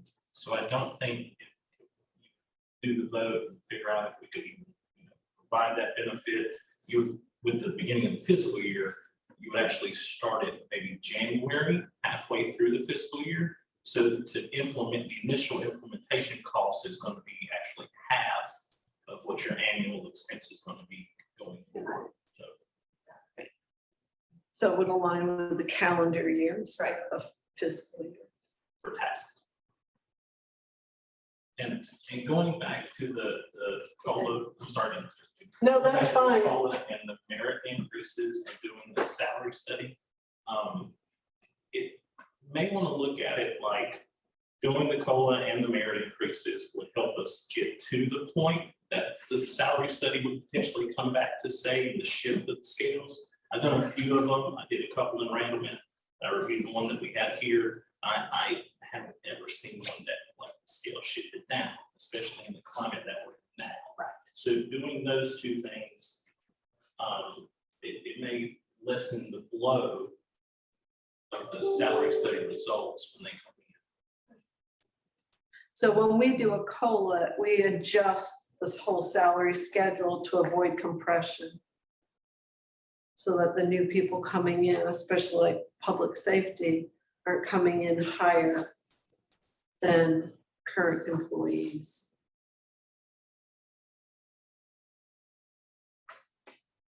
That's all I have. Any other questions? All right, well, Zach has all my figures. He's the money person. I said, you talk the money, I'll talk the concepts. That was good, thank you. Okay, well, when I was here last year and I stood before you, I gave you a list of 4 strategic goals that I wanted to see the agency succeed with. And those strategic goals, I kind of want to review how we did on most of them. And I want to say we did pretty well. If I had to grade it, I would say we're in the A- column. The year's not over yet, so we're going to get a little bit further on that. So I want to go over those first, and I'm going to talk about the projects that we'd like to work on for this year. So the first goal we had was improve trust and relationships. And the objectives to reach that goal, we tried to go with a couple things. One of our biggest ones was to get a social media page going. And with the help of Karen, we started up a department Facebook page. And the intent there was to give information about the department, to talk about different lost items, a PR page, also putting out, be on the lookout for certain things. And that's been pretty successful. So one of the ways we started to go, at least giving back to the community and improving our professional service, is by having that social media page. And one of the other ways, the golf cart registration. Okay, that was a biggie. What was happening was every beginning of December, we're getting deluged by everybody wanting to register their golf carts in addition to the new ones. So what Elizabeth did, what we all did, was worked out a program where, say, the club now gave us all the registrations in November. Some of the other card companies, some of the other rental companies spread it out so that everybody didn't show up at the beginning of November. So we're starting to show, again, and that whole improvement, how we want to build our trust back with the community and ways we're trying to improve that trust and try to get some of these things out. We want to have more increased visibility. We were able to do that with our bicycle patrols, with our increased park walk and talk. The weather obviously has kind of put a kibosh on a lot of that. And the fact that we do not have a large population right now. So you'll see people out on the bicycles, but as the weather gets a little nicer and we start seeing more people come to the island, we'll start seeing a lot more bike patrols. We've also taken part in a lot of community events, the 5K races, the Badwater race, which again, we know is coming up next month. And we had a very good presence for that. So it's our way of getting back into the community. So that was the first goal. We fell short in a couple different things. What I wanted to do was work on a Citizens Academy. I spoke to a lot of the volunteers about that, and everybody's really for it. We had a couple things up and running about different classes we could put on, and then COVID hit again, and then the whole thing about you can't have everybody in one building. So that we're working on. It's a continuation for next year. Now, here's the good one, okay? The DPS, Department of Public Safety's operational capacity, resiliency, and readiness to meet dynamic mission requirements. Well, we all know how that worked out. Okay? When I stood here last year, I talked about how we are the best insurance policy you hope you never need. Remember, it was time to cash in.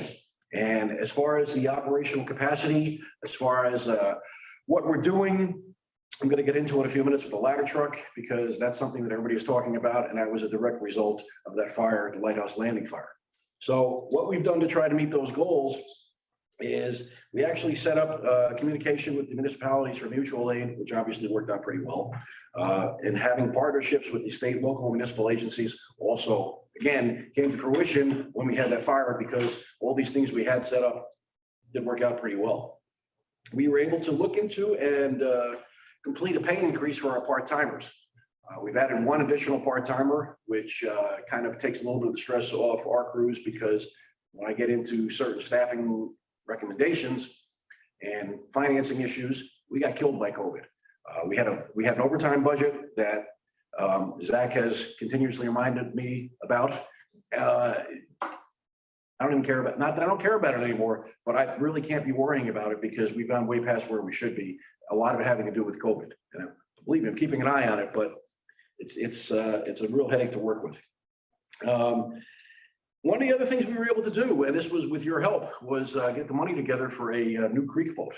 Right now, it's ready. It's sitting over at Southport Marina. We are waiting to get it striped, and we should have that operational within the next month. And we're going to be training on it, and we'll have it out there just in time for the increased traffic on the creek and being able to enforce some more creek violations, and just basically being out there on patrol and having people see us knowing we're out there. We are continuously looking at new technology, looking into grant funding. So these are all part of that strategic goal number 2. Number 3, I'm going to start speeding up. But anyway, number 3 was investing in the DPS workforce. We've done that too, depending because as Judy was talking about, our investment is coming because a lot more people are encouraged, or have been encouraged rather, to take advantage of the tuition reimbursement. And as Chris talked about, they are looking to expand their professional careers, professional development, career development. So that seems to be working out pretty well. And what it also has done was increased our training hours. After that Lighthouse Landing fire, I talked about all the training that we've done. Really not built us up for that fire, but there was no hesitation. Everybody knew exactly what job they had to do, and that was because of all the training that we do. Last year, January to December, as far as fire training, we put in, just for a number of hours, 5,387 hours. Now, each person is required to have at a minimum of 36 hours to keep their firefighter certification. We exceeded that immensely with this amount of hours, and same thing with law enforcement. So we're really working on that. We're working on our specialized training. And again, with Chris's help and with your approval, we were able to create a law enforcement captain position. So that is another thing that invested in our DPS workforce. And that's our strategic goal number 3. Number 4, department-wide accountability. I'm going to be talking about that in a little bit too. A lot of the stuff I'm seeing with the strategic goals is leading into some of the projects I'm trying to work on, and hopefully we can get accomplished. But the department-wide accountability, big word there is body cameras. Okay, how are we going to stay accountable? How are we going to stay transparent? And that's really through the use of body cameras and dashboard cameras. Quick recycling. Okay. Everybody wants to know what's happening with the ladder truck. All right, about this time, the Public Safety or Public Service Auxiliary has gotten $429,000 earmarked for that ladder truck. I sent a quick memo out to Chris and also to Cam, and I think Mayor Quinn, you also saw that, what progress we have made since the Lighthouse Landing fire. I'll just give you a quick rundown for those of you that haven't seen this. We've looked at probably 6 different manufacturers, 75-foot ladder, 79-foot ladder, 107-foot ladder, 75-foot ladder, up and down, up and down. A lot of people are asking, well, do you need a 75-foot ladder or a 100-foot ladder? And the question remains, what's going to happen here in 25 years? The current ladder truck we have now is a 1996 ladder truck. It was bought brand new. It's 50 feet in length. That's it. And we saw the problems, the shortcomings we had at that Lighthouse Landing fire. Reason I'm really leaning towards 100-foot ladder truck is the fact that we're probably gonna have this truck for another 25 years. That extra 25 feet, obviously between the 75 and 100, could mean a big thing. It could mean a lot, especially if we have something where we have to get over trees, or we have the dorms, or we do eventually, maybe not in our time here, but eventually go 4 stories, 5 stories. We need something to meet that capability, and somebody's gonna say 20 years from now, but you had the opportunity to buy this 100-foot ladder truck. Why didn't you buy it? So we kind of leaned towards that, and we just actually completed the request for proposal today, which I'll be sending to Zach so he can give it the once over to make sure that everything is legitimate and we can put that out for bid. One of the other issues we're looking at, and why we're kind of having to spend a lot of time on this, we can't buy a floor model. Okay, because we have that 12-foot canopy, because we have special roads here, we have to get something custom made. Now, I had the opportunity, just was on a little family visit. I was out in San Antonio, and they have single axle trucks. They have dual axle trucks. We were going back and forth. We cannot get a dual axle truck, because if we get a dual axle truck, any turn we make is going to rip up the roadway. And then JP is going to be behind me cursing me out, saying he's got to fill in all these potholes. So we kind of want to avoid that. We looked at one specific company that is doing a lot of work with with the city of Boston. They have low limits as far as their tunnels go. They have very tight turns, but they also have a lot of cobblestone streets, and they're running into that same problem. They got to go with a single axle truck. So we spent a lot of time with a company called E1, and I'm not saying that's going to be our final one, but they seem to be very receptive and are going to work with us about how tall this ladder truck has to be. Right now, we're looking at an 11 feet 4 inch height, travel height. Gives about maybe 6 inches of room, 7 inches of room, because if a backhoe goes down the street at a 13 or 14 foot length and knocks out a couple limbs, not a big deal. Ladder truck goes down, knocks out a couple limbs, you lose the ladder truck because we have to send it off for inspection. So we are very, very aware of what this height's going to have to be. Unfortunately, since we can't buy a demo, can't get a truck tomorrow. Right now, we're getting a build time of anywhere from 18 to 24 months. So that's 2 years. That's a long time. The ladder truck we have now, it's not bad, okay? It's not a situation where it's deteriorating to the point where we can't use it, but it's time that we do need something new. And that was made very evident at that lighthouse. So could you so help me understand, Sure. what happened during that fire that made it evident that the truck, Okay, there's a whole bunch of different things that have to happen for that ladder truck to be operational. And this is one of the other specifications we were looking at. They're the outriggers, and it's called jack spread. So when the ladder goes up, the truck has to be balanced. And what happened was, if it's not balanced properly, we don't get a green indicator light. If the green indicator, it's an interlock system. If the green indicator light doesn't come on, the ladder doesn't go up. So between the maneuvering and putting boards under it and making sure it goes to a certain length, if we don't get that green light, we're spending 2, 3, 4, et cetera, minutes trying to raise that ladder.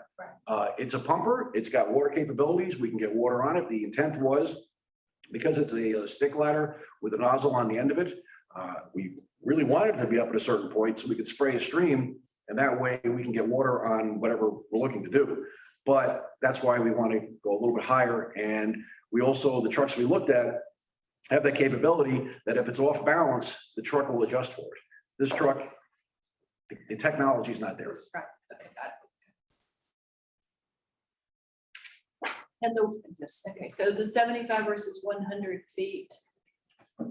Length. Right. That's the other issue. The length between the 75-foot and the 100-foot truck is only a couple feet, right? The ladder truck we have now is 34 feet in length. Okay, but again, it's only a 50-foot ladder truck. The one we're looking at, it's a 100-foot ladder, and it's 39 inches in length, 39 feet in length. So we're talking about another 5 feet. Okay. Now, that's going to be interesting on our turns. So there's going to be a lot of training involved. Some of the questions came up as, are you going to be able to get down every street? There may be 1 or 2 streets where it's just going to be difficult to make it down. We may have to back it in. It may take a little longer than necessary. The plan is, when we finally do get this, we're going to hit every single street and just walk down the street in front of the truck and see what the clearance is. There's going to be a lot of training involved, okay, as far as how this truck is going to work. Because again, this is a very expensive investment. We want it to last for 25 years. So. I want for you, Alan.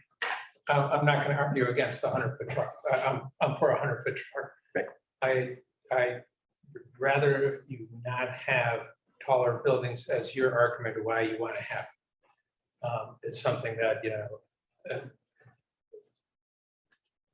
people will fight back just because of that. And so I think we need a 100-foot truck just so you have the height and span of your string. Just let's keep the argument where it is. Okay. I'll work with that. I've shared that. Alan and I have had those conversations. So I've been stubborn about it. All right. I'm just. I can't see, I'm in I support can't of that. see that change. I'm in support of the 100-foot too. That's somebody's good. That's sort of what the expectation is from the people that made those donations all along. Right. So that's really, what we have right now is the different types of ladders we looked at, anywhere from 75, to summarize it, 75 to 109 feet. There's, again, so many different things, so many different manufacturers. Do we buy a Ford? Do we buy a Chevy? Everybody's got their pros and cons. What we have to really concentrate on, are we gonna have the one for the height? Are we gonna have the one for the proper jack spread? Are we gonna have the single axle? And is it gonna have everything we want? So that's where we are left with that. Any other questions about the truck?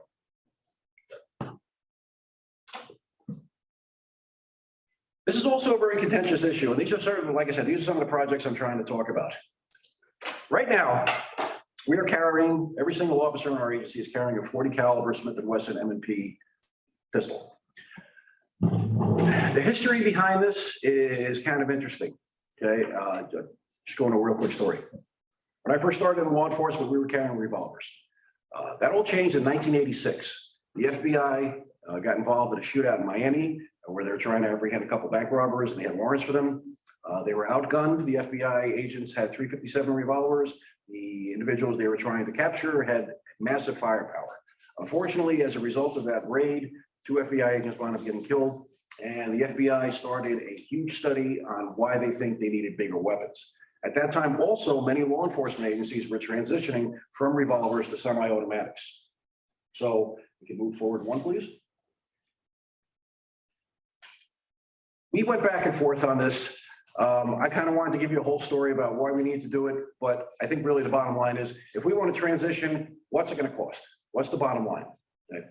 Right now, the Glock 45 9mm pistol, and I'll go into why we should go with this, okay, is that price, $12,885.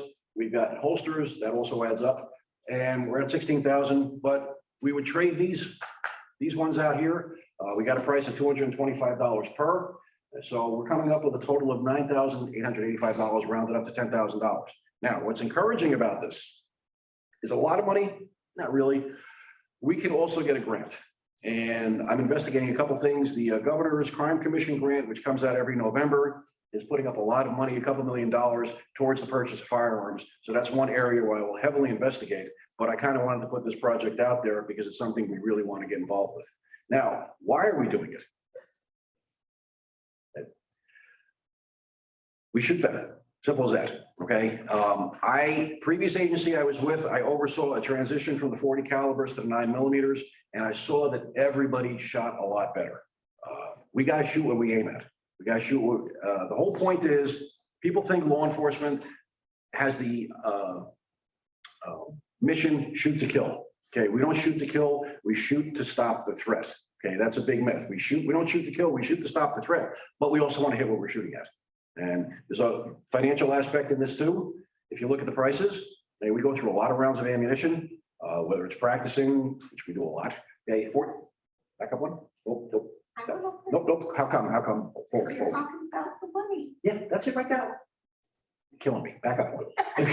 Right there. Next slide. One up. One more? No, other way. Other way. Yeah. There, stop. There we go. All right, I'll point to it. Okay. 14 cents a round, 20 cents a round. Okay, that's 6 cents a round.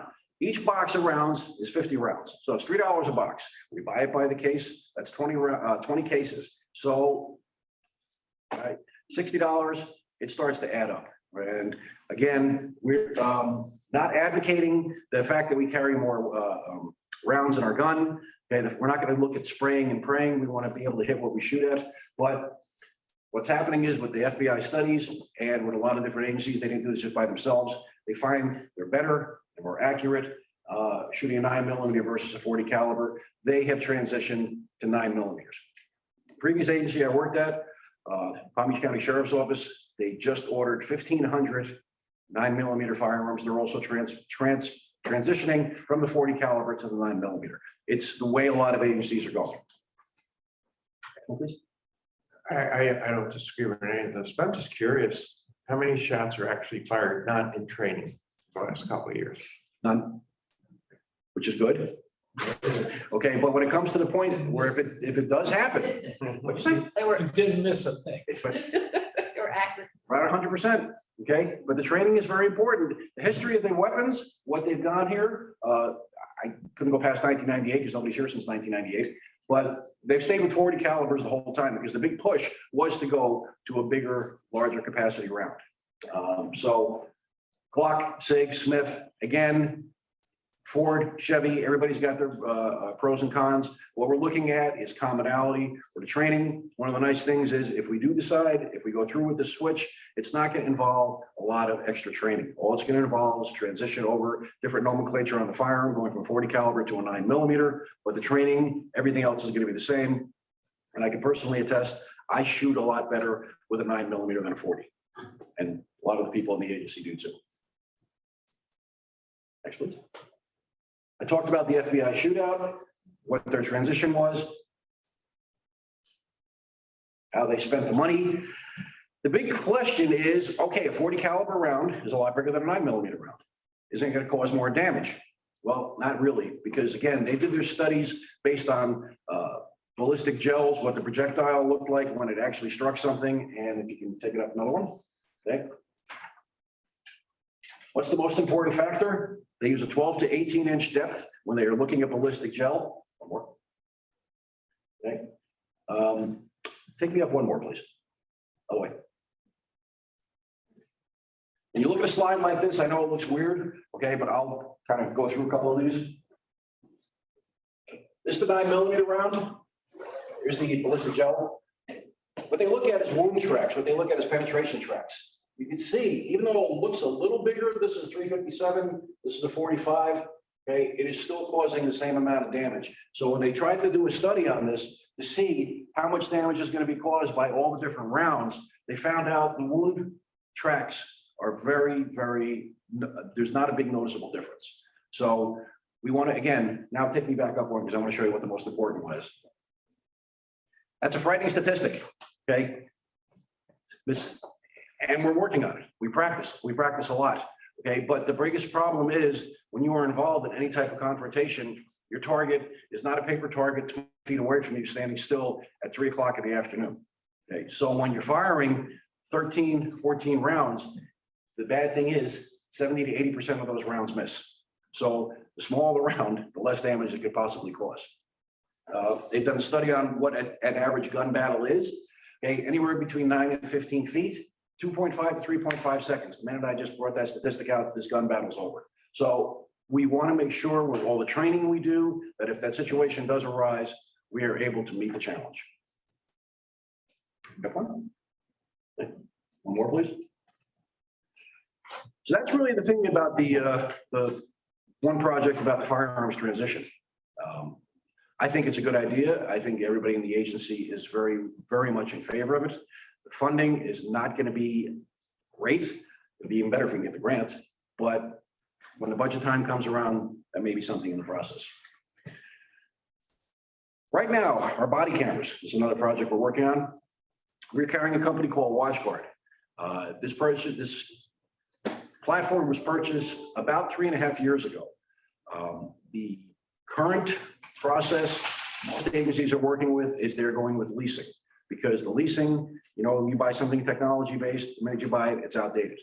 What's happening with our body cameras right now, we can get pictures off them, we can get video off them, but it is a little outdated and we're looking to increase the technology. A couple of different companies we're looking at and why they're so, why it's such a good idea is the transparency, the fact that we can have instant access to it. Right now, if something happens and I've got to be able to get the body camera footage, I physically have to come into the agency and I have to pull it off our computer. The companies we're looking at, the two companies we're looking at, it's going to be cloud-based. I can access it from home. If somebody has questions about it, either me or one of the other two captains has instant access to it and we can review it and answer questions instead of having to come back to the island and pull it off the computer.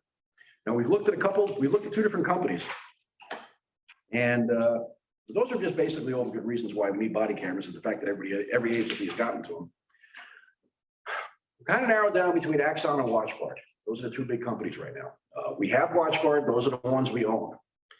We're in heavy duty talks with Axon as far as body cameras, as far as dash cameras, seamless integration, and over a 5-year period, same thing with the leasing, Axon was coming in at $107,000. Now, we broke that up over 5 years, so it's about $21,000 a year. And again, the cost is $21,000 a year.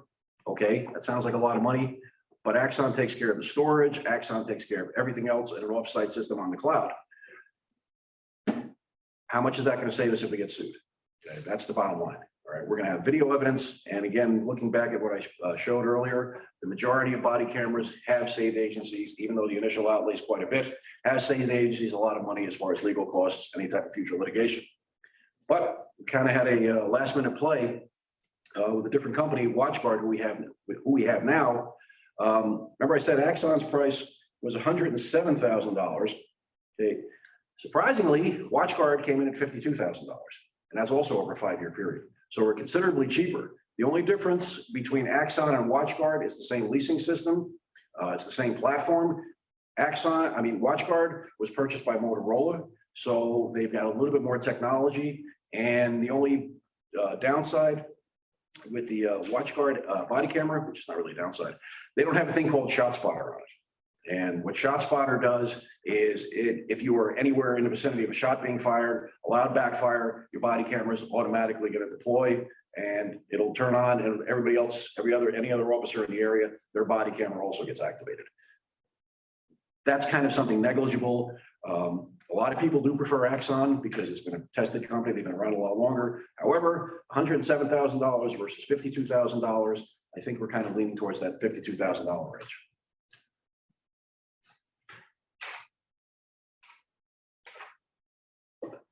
Okay, move on, please.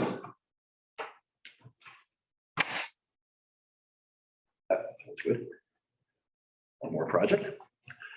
We do not have an online system as far as our policies, as far as our management systems. A lot of it is paper, a lot of it is being kept in files. The intent here is to actually have something retrievable so that at any given time, we can find out what someone's training records are. Our policies will be online. Everyone can access them on their phones via an app. And this is a relatively new company. When I went to one of the conferences, they've come out with this policy. What makes us unique, not policy, the system rather. What makes us unique is we are 3 disciplines, okay? Law enforcement, fire, and EMS. And they told me that they can put all 3 different policies and guidelines into one system, which kind of makes things very attractive. Any types of updates, any types of revisions will immediately be available on an app.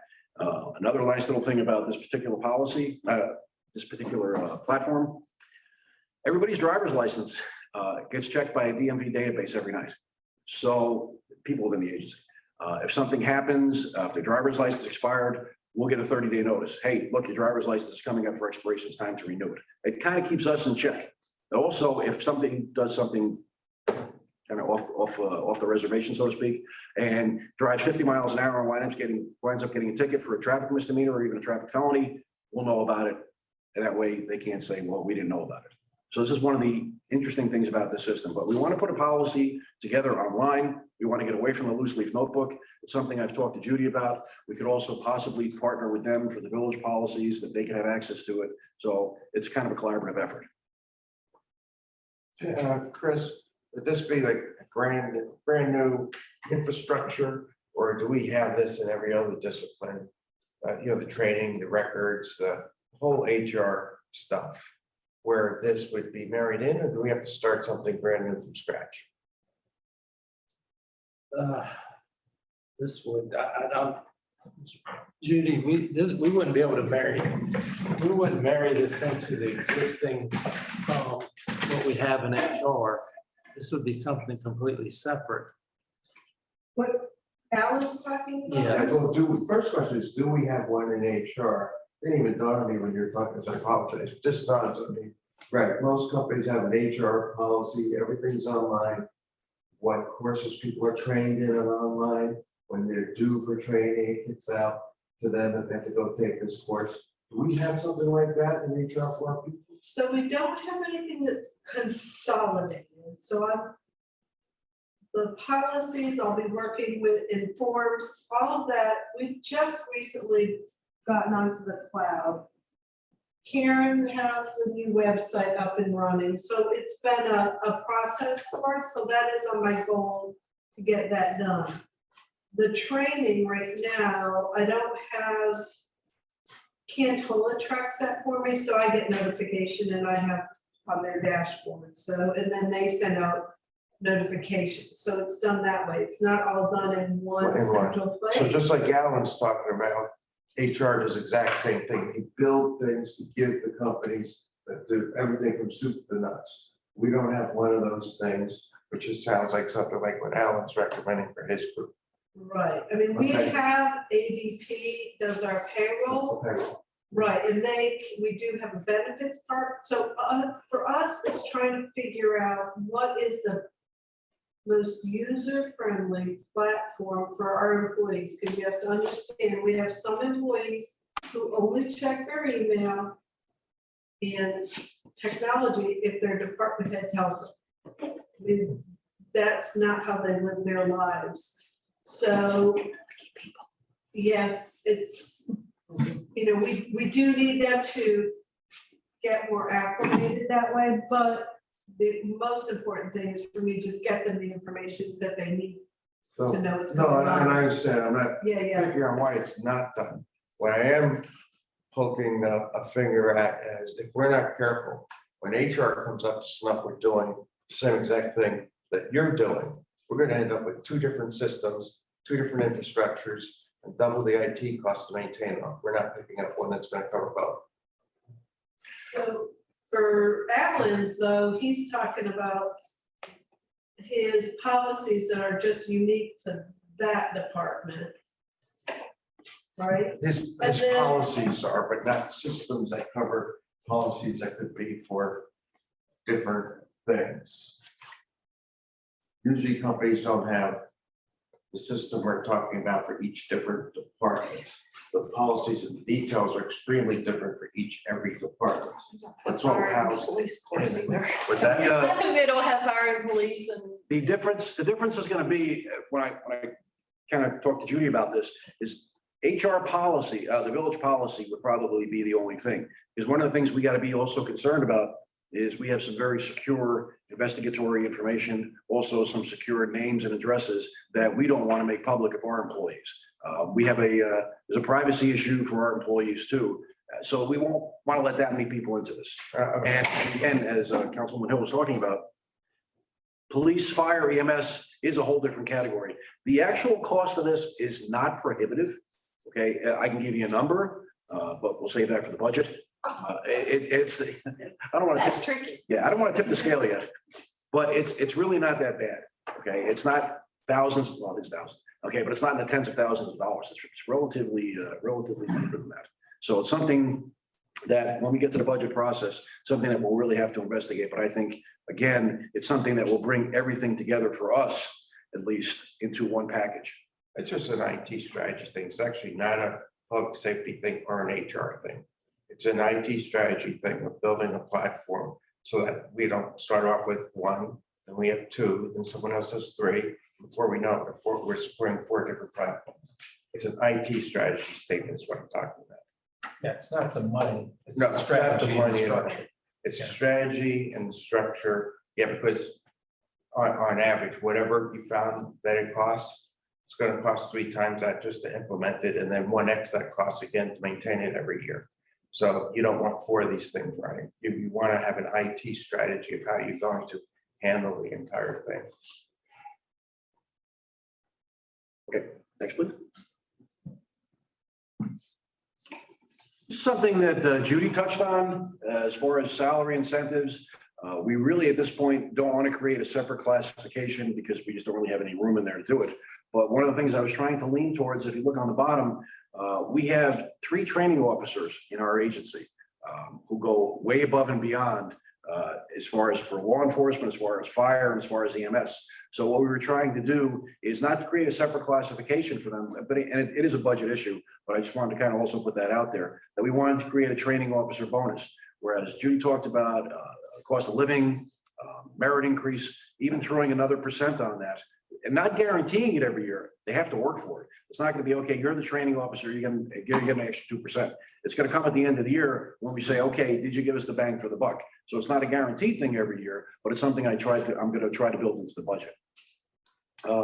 Advanced training certificates, same thing, additional bonuses, because there are people that work harder to get these training certificates. Law enforcement, there's 3 types of certification: general certification, intermediate certification, and advanced certification. It is a big deal when you pick up an advanced certificate because it's almost like getting a bachelor's degree. So that's something we want to recognize. Of course, we're looking at college degrees too. So there's different levels that we want to try to work in as far as any type of salary incentive. Next one. This is something, all the money, I'm spending a lot of money. I'm putting out a lot of money. This is something that can save us a lot of money. Okay, right now in Brunswick County, there is no video magistrate. We make an arrest, put them on a boat, take them across. Now we got to jump in the car and take them over to Bolivia. Our officer's gone for about 4 to 5 hours, depending on how crowded the jail is. The whole concept, the whole video magistrate concept, is something right now being piloted by Leland. And what it is, we have the capabilities here, we have the facility here. We make an arrest on the island. If it's something that does not have to get an overnight stay in the jail, we go before the video magistrate, we go on the video before the magistrate, we lay out the probable cause, we raise our right hand, we tell him or her what the charge is. He says secured bond, unsecured bond, and that's it. You're free to go and do whatever else you do. That person gets released, and we've just saved 5 hours worth of time, paperwork, et cetera, et cetera. Again, it's going to be for misdemeanor crimes, but it's a situation where we can save some serious money, and we're not going to be losing 1 or 2 officers for the night. Now, it's not just a matter of getting, your iPhone out and going on FaceTime. There's a lot of paperwork that has to be done with the court, the administrative courts, the process, letters of memorandums of understanding. All these things are in the works, but the concept behind this could save us when we do make an arrest, when we do have a situation, if we need to get out a warrant or something like that. We don't have to send somebody to the courthouse. We can actually do it online and with the video magistrate. And how often does that happen? Arrests? Well, arrests that you run them off to Bolivia. Probably about 2 to 3 times every couple of months. So we've the most recent one we made, we unfortunately, and again, as we get more crowded, we're getting a lot of DWIs rather. But we also get people with warrants. That's something we're going to have to take them over, give them to the sheriff. But those type of arrests, they're happening every couple of months. And the less time somebody spends off the island and over to the jail, it's better time on the island for us. And we don't go below our staffing. Yeah, I guess the only things are jumping through my head, protocol. So you arrest somebody, you do the video magistrate, and you said, then we can let them go. I was like, well, I don't want to do that. I guess it's a judgment call all the time. It's like, no, this person has to be taken home, whatever. The old story was you can beat the rap, but you can't beat the ride. In other words, giving them the ride kind of sticks it to them a little bit. When, hey, look, you're going to get released, but at least you're going to take a ride. We're going to inconvenience you. Gotcha. Okay, because you committed a crime, you got to pay a little bit. Now we got to offset it. Okay, but what is it doing to our manpower, our staffing issues? So that's kind of the reason that we're leaning towards. Well, I understand your reason. I was just trying to understand it, from my perspective too. Yeah. And there are situations, look, when somebody does something, if a minor crime or something like that, they can get released, go back to doing what they're doing, and they stay on the island, and we save 6 hours worth of time. Another area where there's going to be money savings, not to you, but to the people on the island, our ISO, our insurance service organization, the ISO rating, we were notified Currently, we were at a level 6. We've just gone down to a level 5. Well, we'll be getting that official letter. Unofficially, we're going down to a level 5. What does that mean for the people on the island? Commercial, it means a lot. Okay, their insurance rates, I can't give you a number, but the insurance rates for commercial properties will decrease when you go from a 6 to a 5. So they're going to see some type of insurance savings on this. What it also does is it shows our agency is becoming a lot more progressive. Those 5,700 hours of training, the additional training we've been able to do. If you've ever been behind the station, we have a blown up fire pump, rather fire hydrant. That's part of our training that adds to our ISO ratings. All the training we're doing has an effect on the ISO ratings. And what it's broken down into is basically what's our water supply. We have 152 hydrants on the island. Okay? Plus we have a lot of water around it too. All right, but the water supply we have here is very sufficient. That helps for our ISO rating. We do it based on points. How many people we have in the agency, what their training records are, what their personnel status is, how many fire officers we have, all adds up into the ISO rating. And the fact that our engines have to get tested and minimum of 36 hours of training every year, which we've exceeded incredibly. So this is all stuff that we're doing, obviously, for the benefit of the people in the agency and for the benefit of the village. We're looking to increase that ISO rating. Hopefully, we can go from a 5 to a 4. We're working on that. Obviously, a truck will make a big difference, but those are some of the things we're looking at. So we test everything. We are increasing our pre-planning where we're going out to buildings and we're saying, okay, how tall is the building? If we go here, what are we going to have to do? Where are the fire? Where are the hydrants? Where are the connections? So all these things are part of our pre-planning, which also, when we go for an ISO inspection, they look at our pre-planning book and say, okay, you've got 40 commercial properties. Do you have pre-plans for all these? Yes, we do. Okay, that's good. More points. So that's the direction we're going in. So those are the 5 projects. Not a lot of money, but a lot of time. Any questions? I wanted to say they saved the best for last, but Zach goes after me, so I can't say that. Yeah, the only other thing that, in my mind, so we talked about the truck, we talked about the cameras, guns, the magistrate, miscellaneous equipment, that'll show up in our budget meetings. I'm assuming you need other things. Oh, yeah, that's part of the capital replacement program. So there's quite a few things too, but that's a budgetary issue. And it's just cost of doing business, I guess, would be the best way to talk about it. We have that. Alan, Zach, myself have been working on that. Okay, great. All right, good. Thanks, Alan. Thank you. Hello. You ready? Yes. Okay. All right, so just have a few items on here for you to go over, just concerning the budget process and what we absolutely have to budget for, and then some very preliminary revenue forecasts. And then it was brought up at the last council meeting to discuss the benchmark comparisons between the village and maybe some other peers out there. So we'll talk about those. Excuse me. So the budget calendar. So February and April, here we are today. We have the guidance and budget worksheets going out next Friday. Then the revenue estimates and justifications will come back the following Friday. Department heads will have until the end of March to get the expenditure estimates back to Chris and I. And from those, we'll sit down and have our reviews with Chris and I that first full week in April.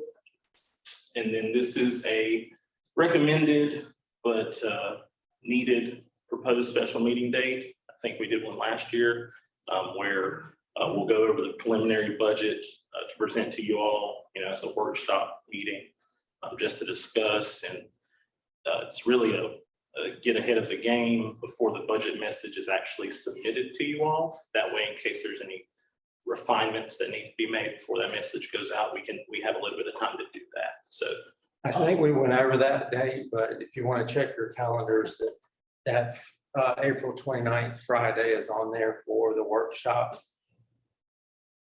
Yeah, no, I didn't have it, I didn't but have I'm it either. definitely not here. Well, look I'm just, at- but if everybody else is here, then it's good.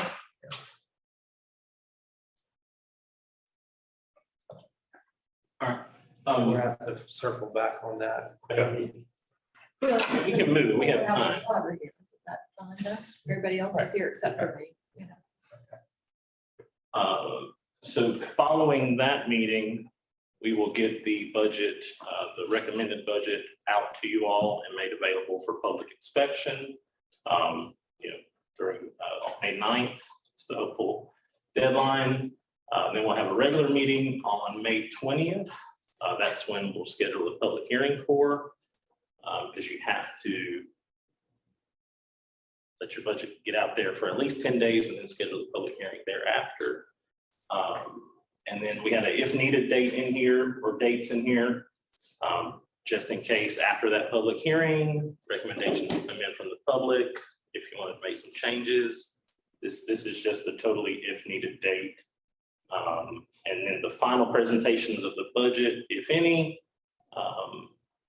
then the adoption would occur at the June 17th council meeting to keep us on that timeline.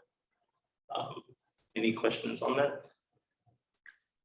No questions, Zach, but just for information for council and staff, I will not be able to make the May 20 regular meeting. I will be out of the country. But you to be here the 29th of April, right? Yes, Okay. and the June 17th regular meeting for budget approval. Which that's the more important of the two. Yes. 29th. The 17. June, 17th. that's the official That's the adoption. official adoption. So 10-year debt service obligations, just to show you all what debt service or loans or bonds that we have outstanding. Currently, these are what we have now, so that you can see the schedule. So this fiscal year, our total is approximately 3.6 million. Going into next fiscal year, the yellow column here, you'll see that it goes down to about 3.47 million. Which is a decrease of $123,000 or 3% over time.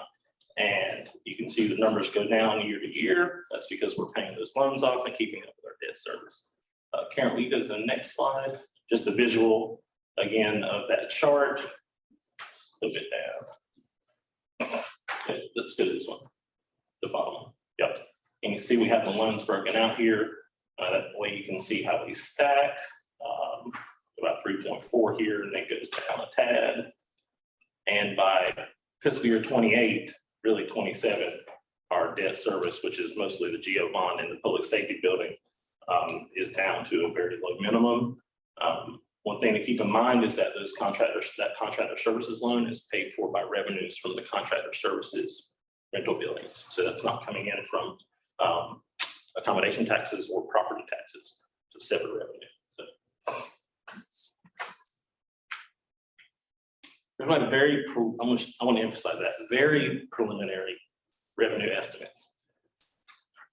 But here are our current village-wide tax rates and the breakdown thereof.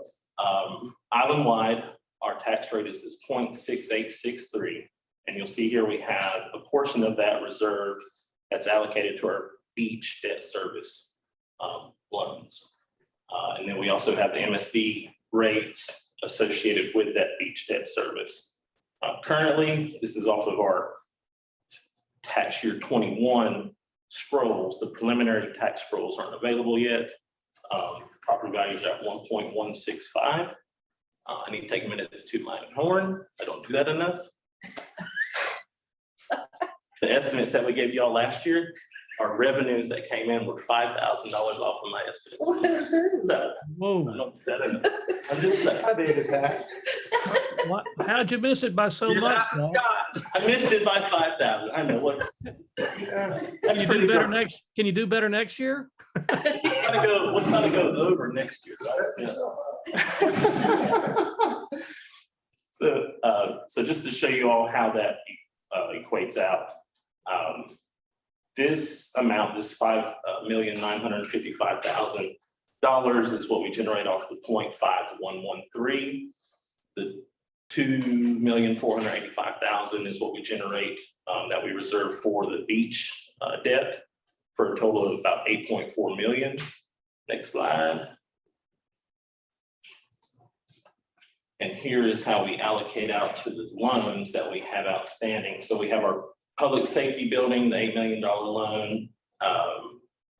And I think the debt service for next year is $883,000, which gives us this much left from that tax amount.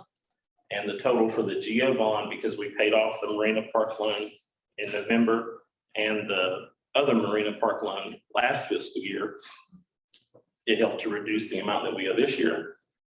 So that leaves us with the amount that we have reserved for beach debt as an overage. So we would not be pulling from accommodation taxes for this debt. It would just be coming off property taxes. Keep that in mind. Next slide, please. Last year, we talked about new property values, tax estimates, going off the information that Stephen got me for the new homes that got issued certificate of occupancies in 2021. We came up with an estimated average price per square foot of about $293 per square foot. And that gives us a total valuation of about 14.3 million that will be adding to the tax base next year, which would generate approximately $98,000 in revenue for the fiscal year. Taking that into account, same calculations from above, we're looking at about, rounded up, about $100,000 more in tax revenue compared to last year. And this amount that we allocated toward beach debt goes up. So you have to draw off less. Next slide.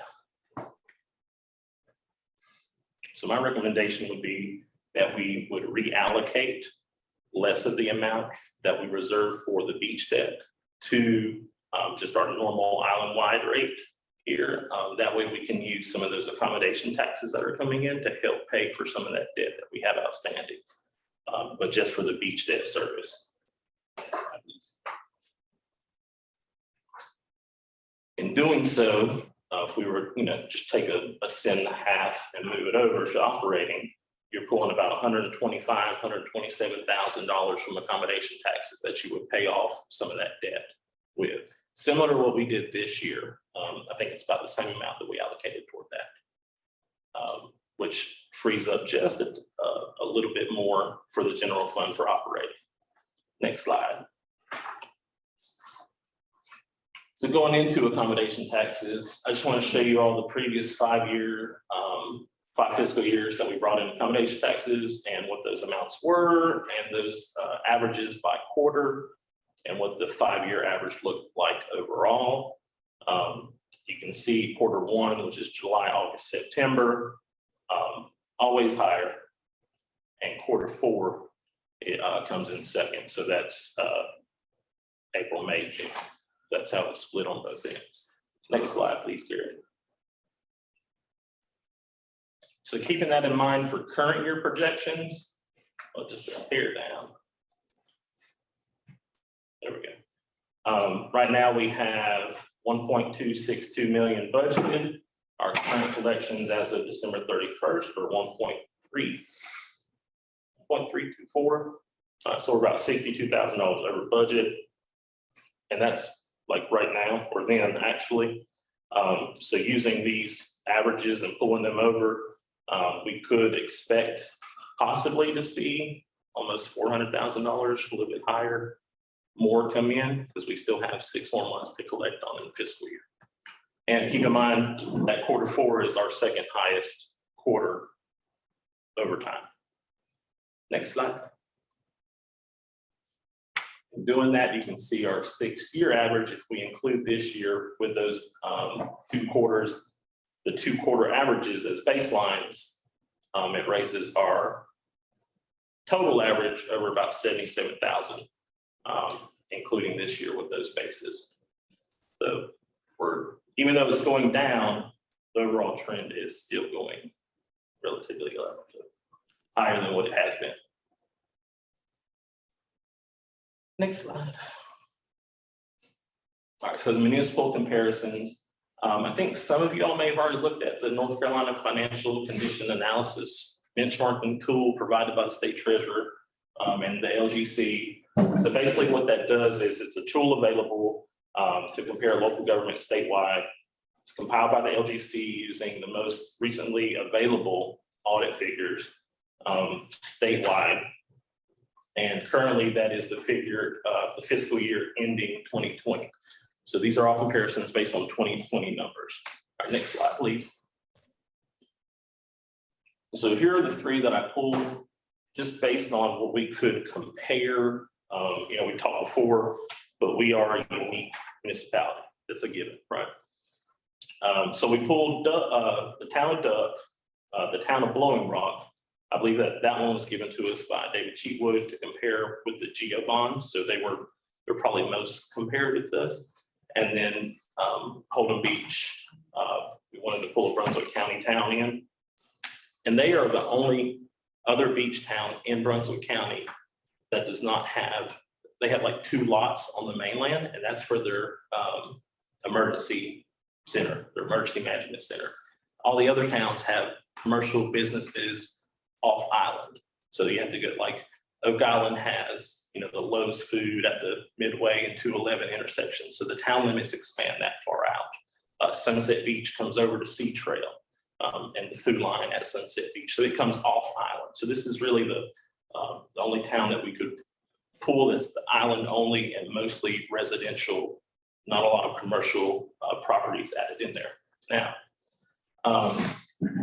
looking at the property valuations, relatively on average, these three are all higher than we are, but there's still, I think there is a level of comparison here. The only difference between us and these three is that Duck does not have water and sewer. So I don't know if the county provides that for them or what. Next slide, please.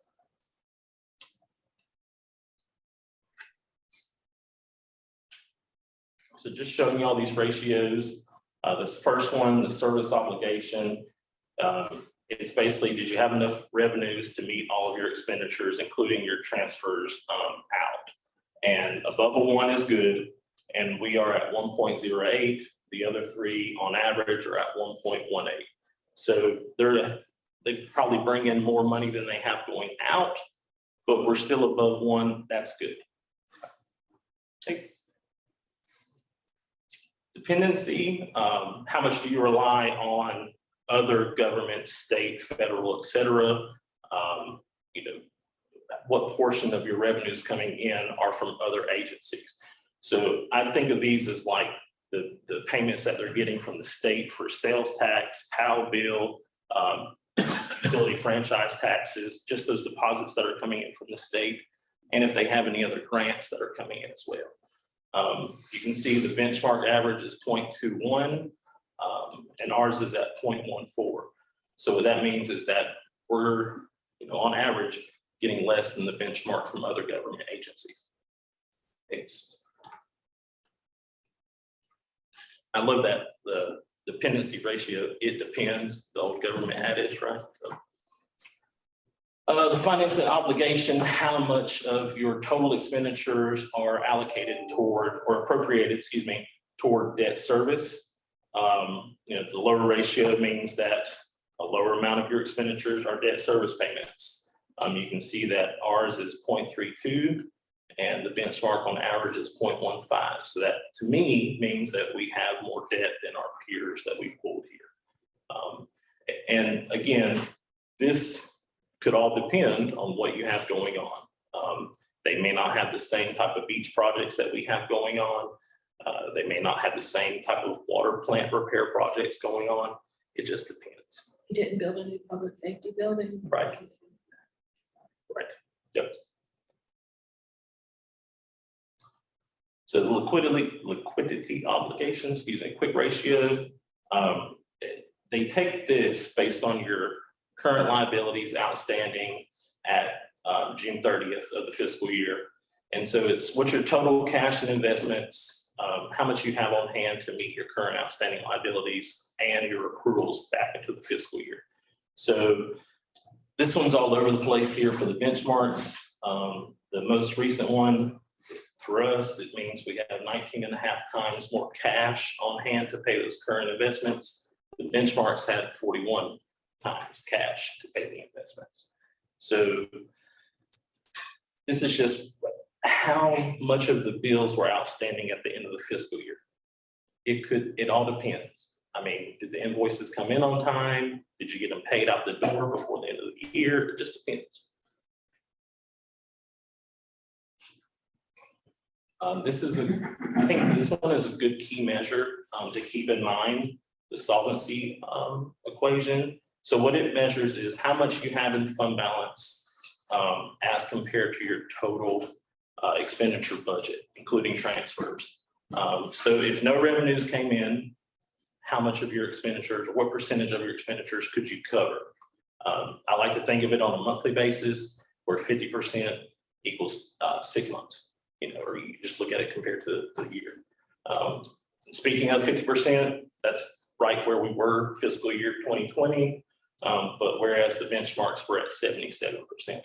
Now, when we were researching the towns to pull, there was another town in Brunswick County that we were looking at that was kind of similar to us, but we said no because their available fund balance ratio was almost 370%. Why? Because they were saving for a growing project. So this is another one where, again, it depends. Beach. You said it, not me.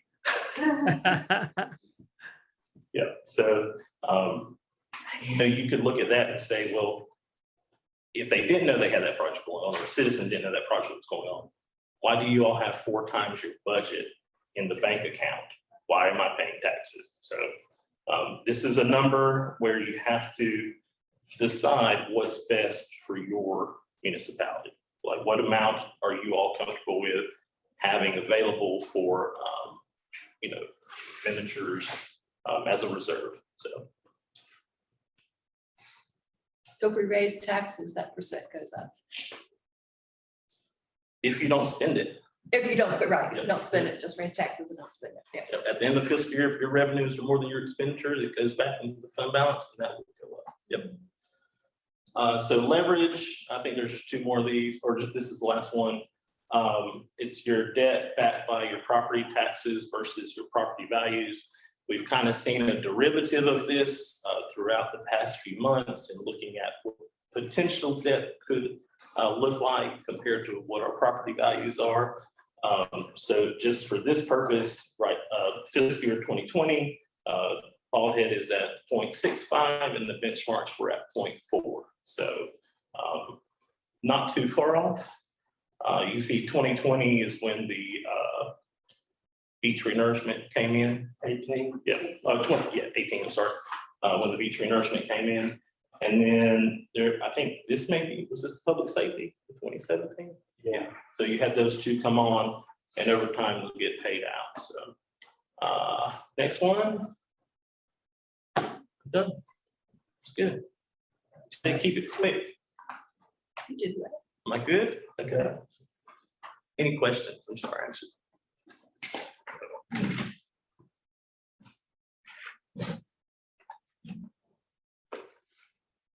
All right, Mayor.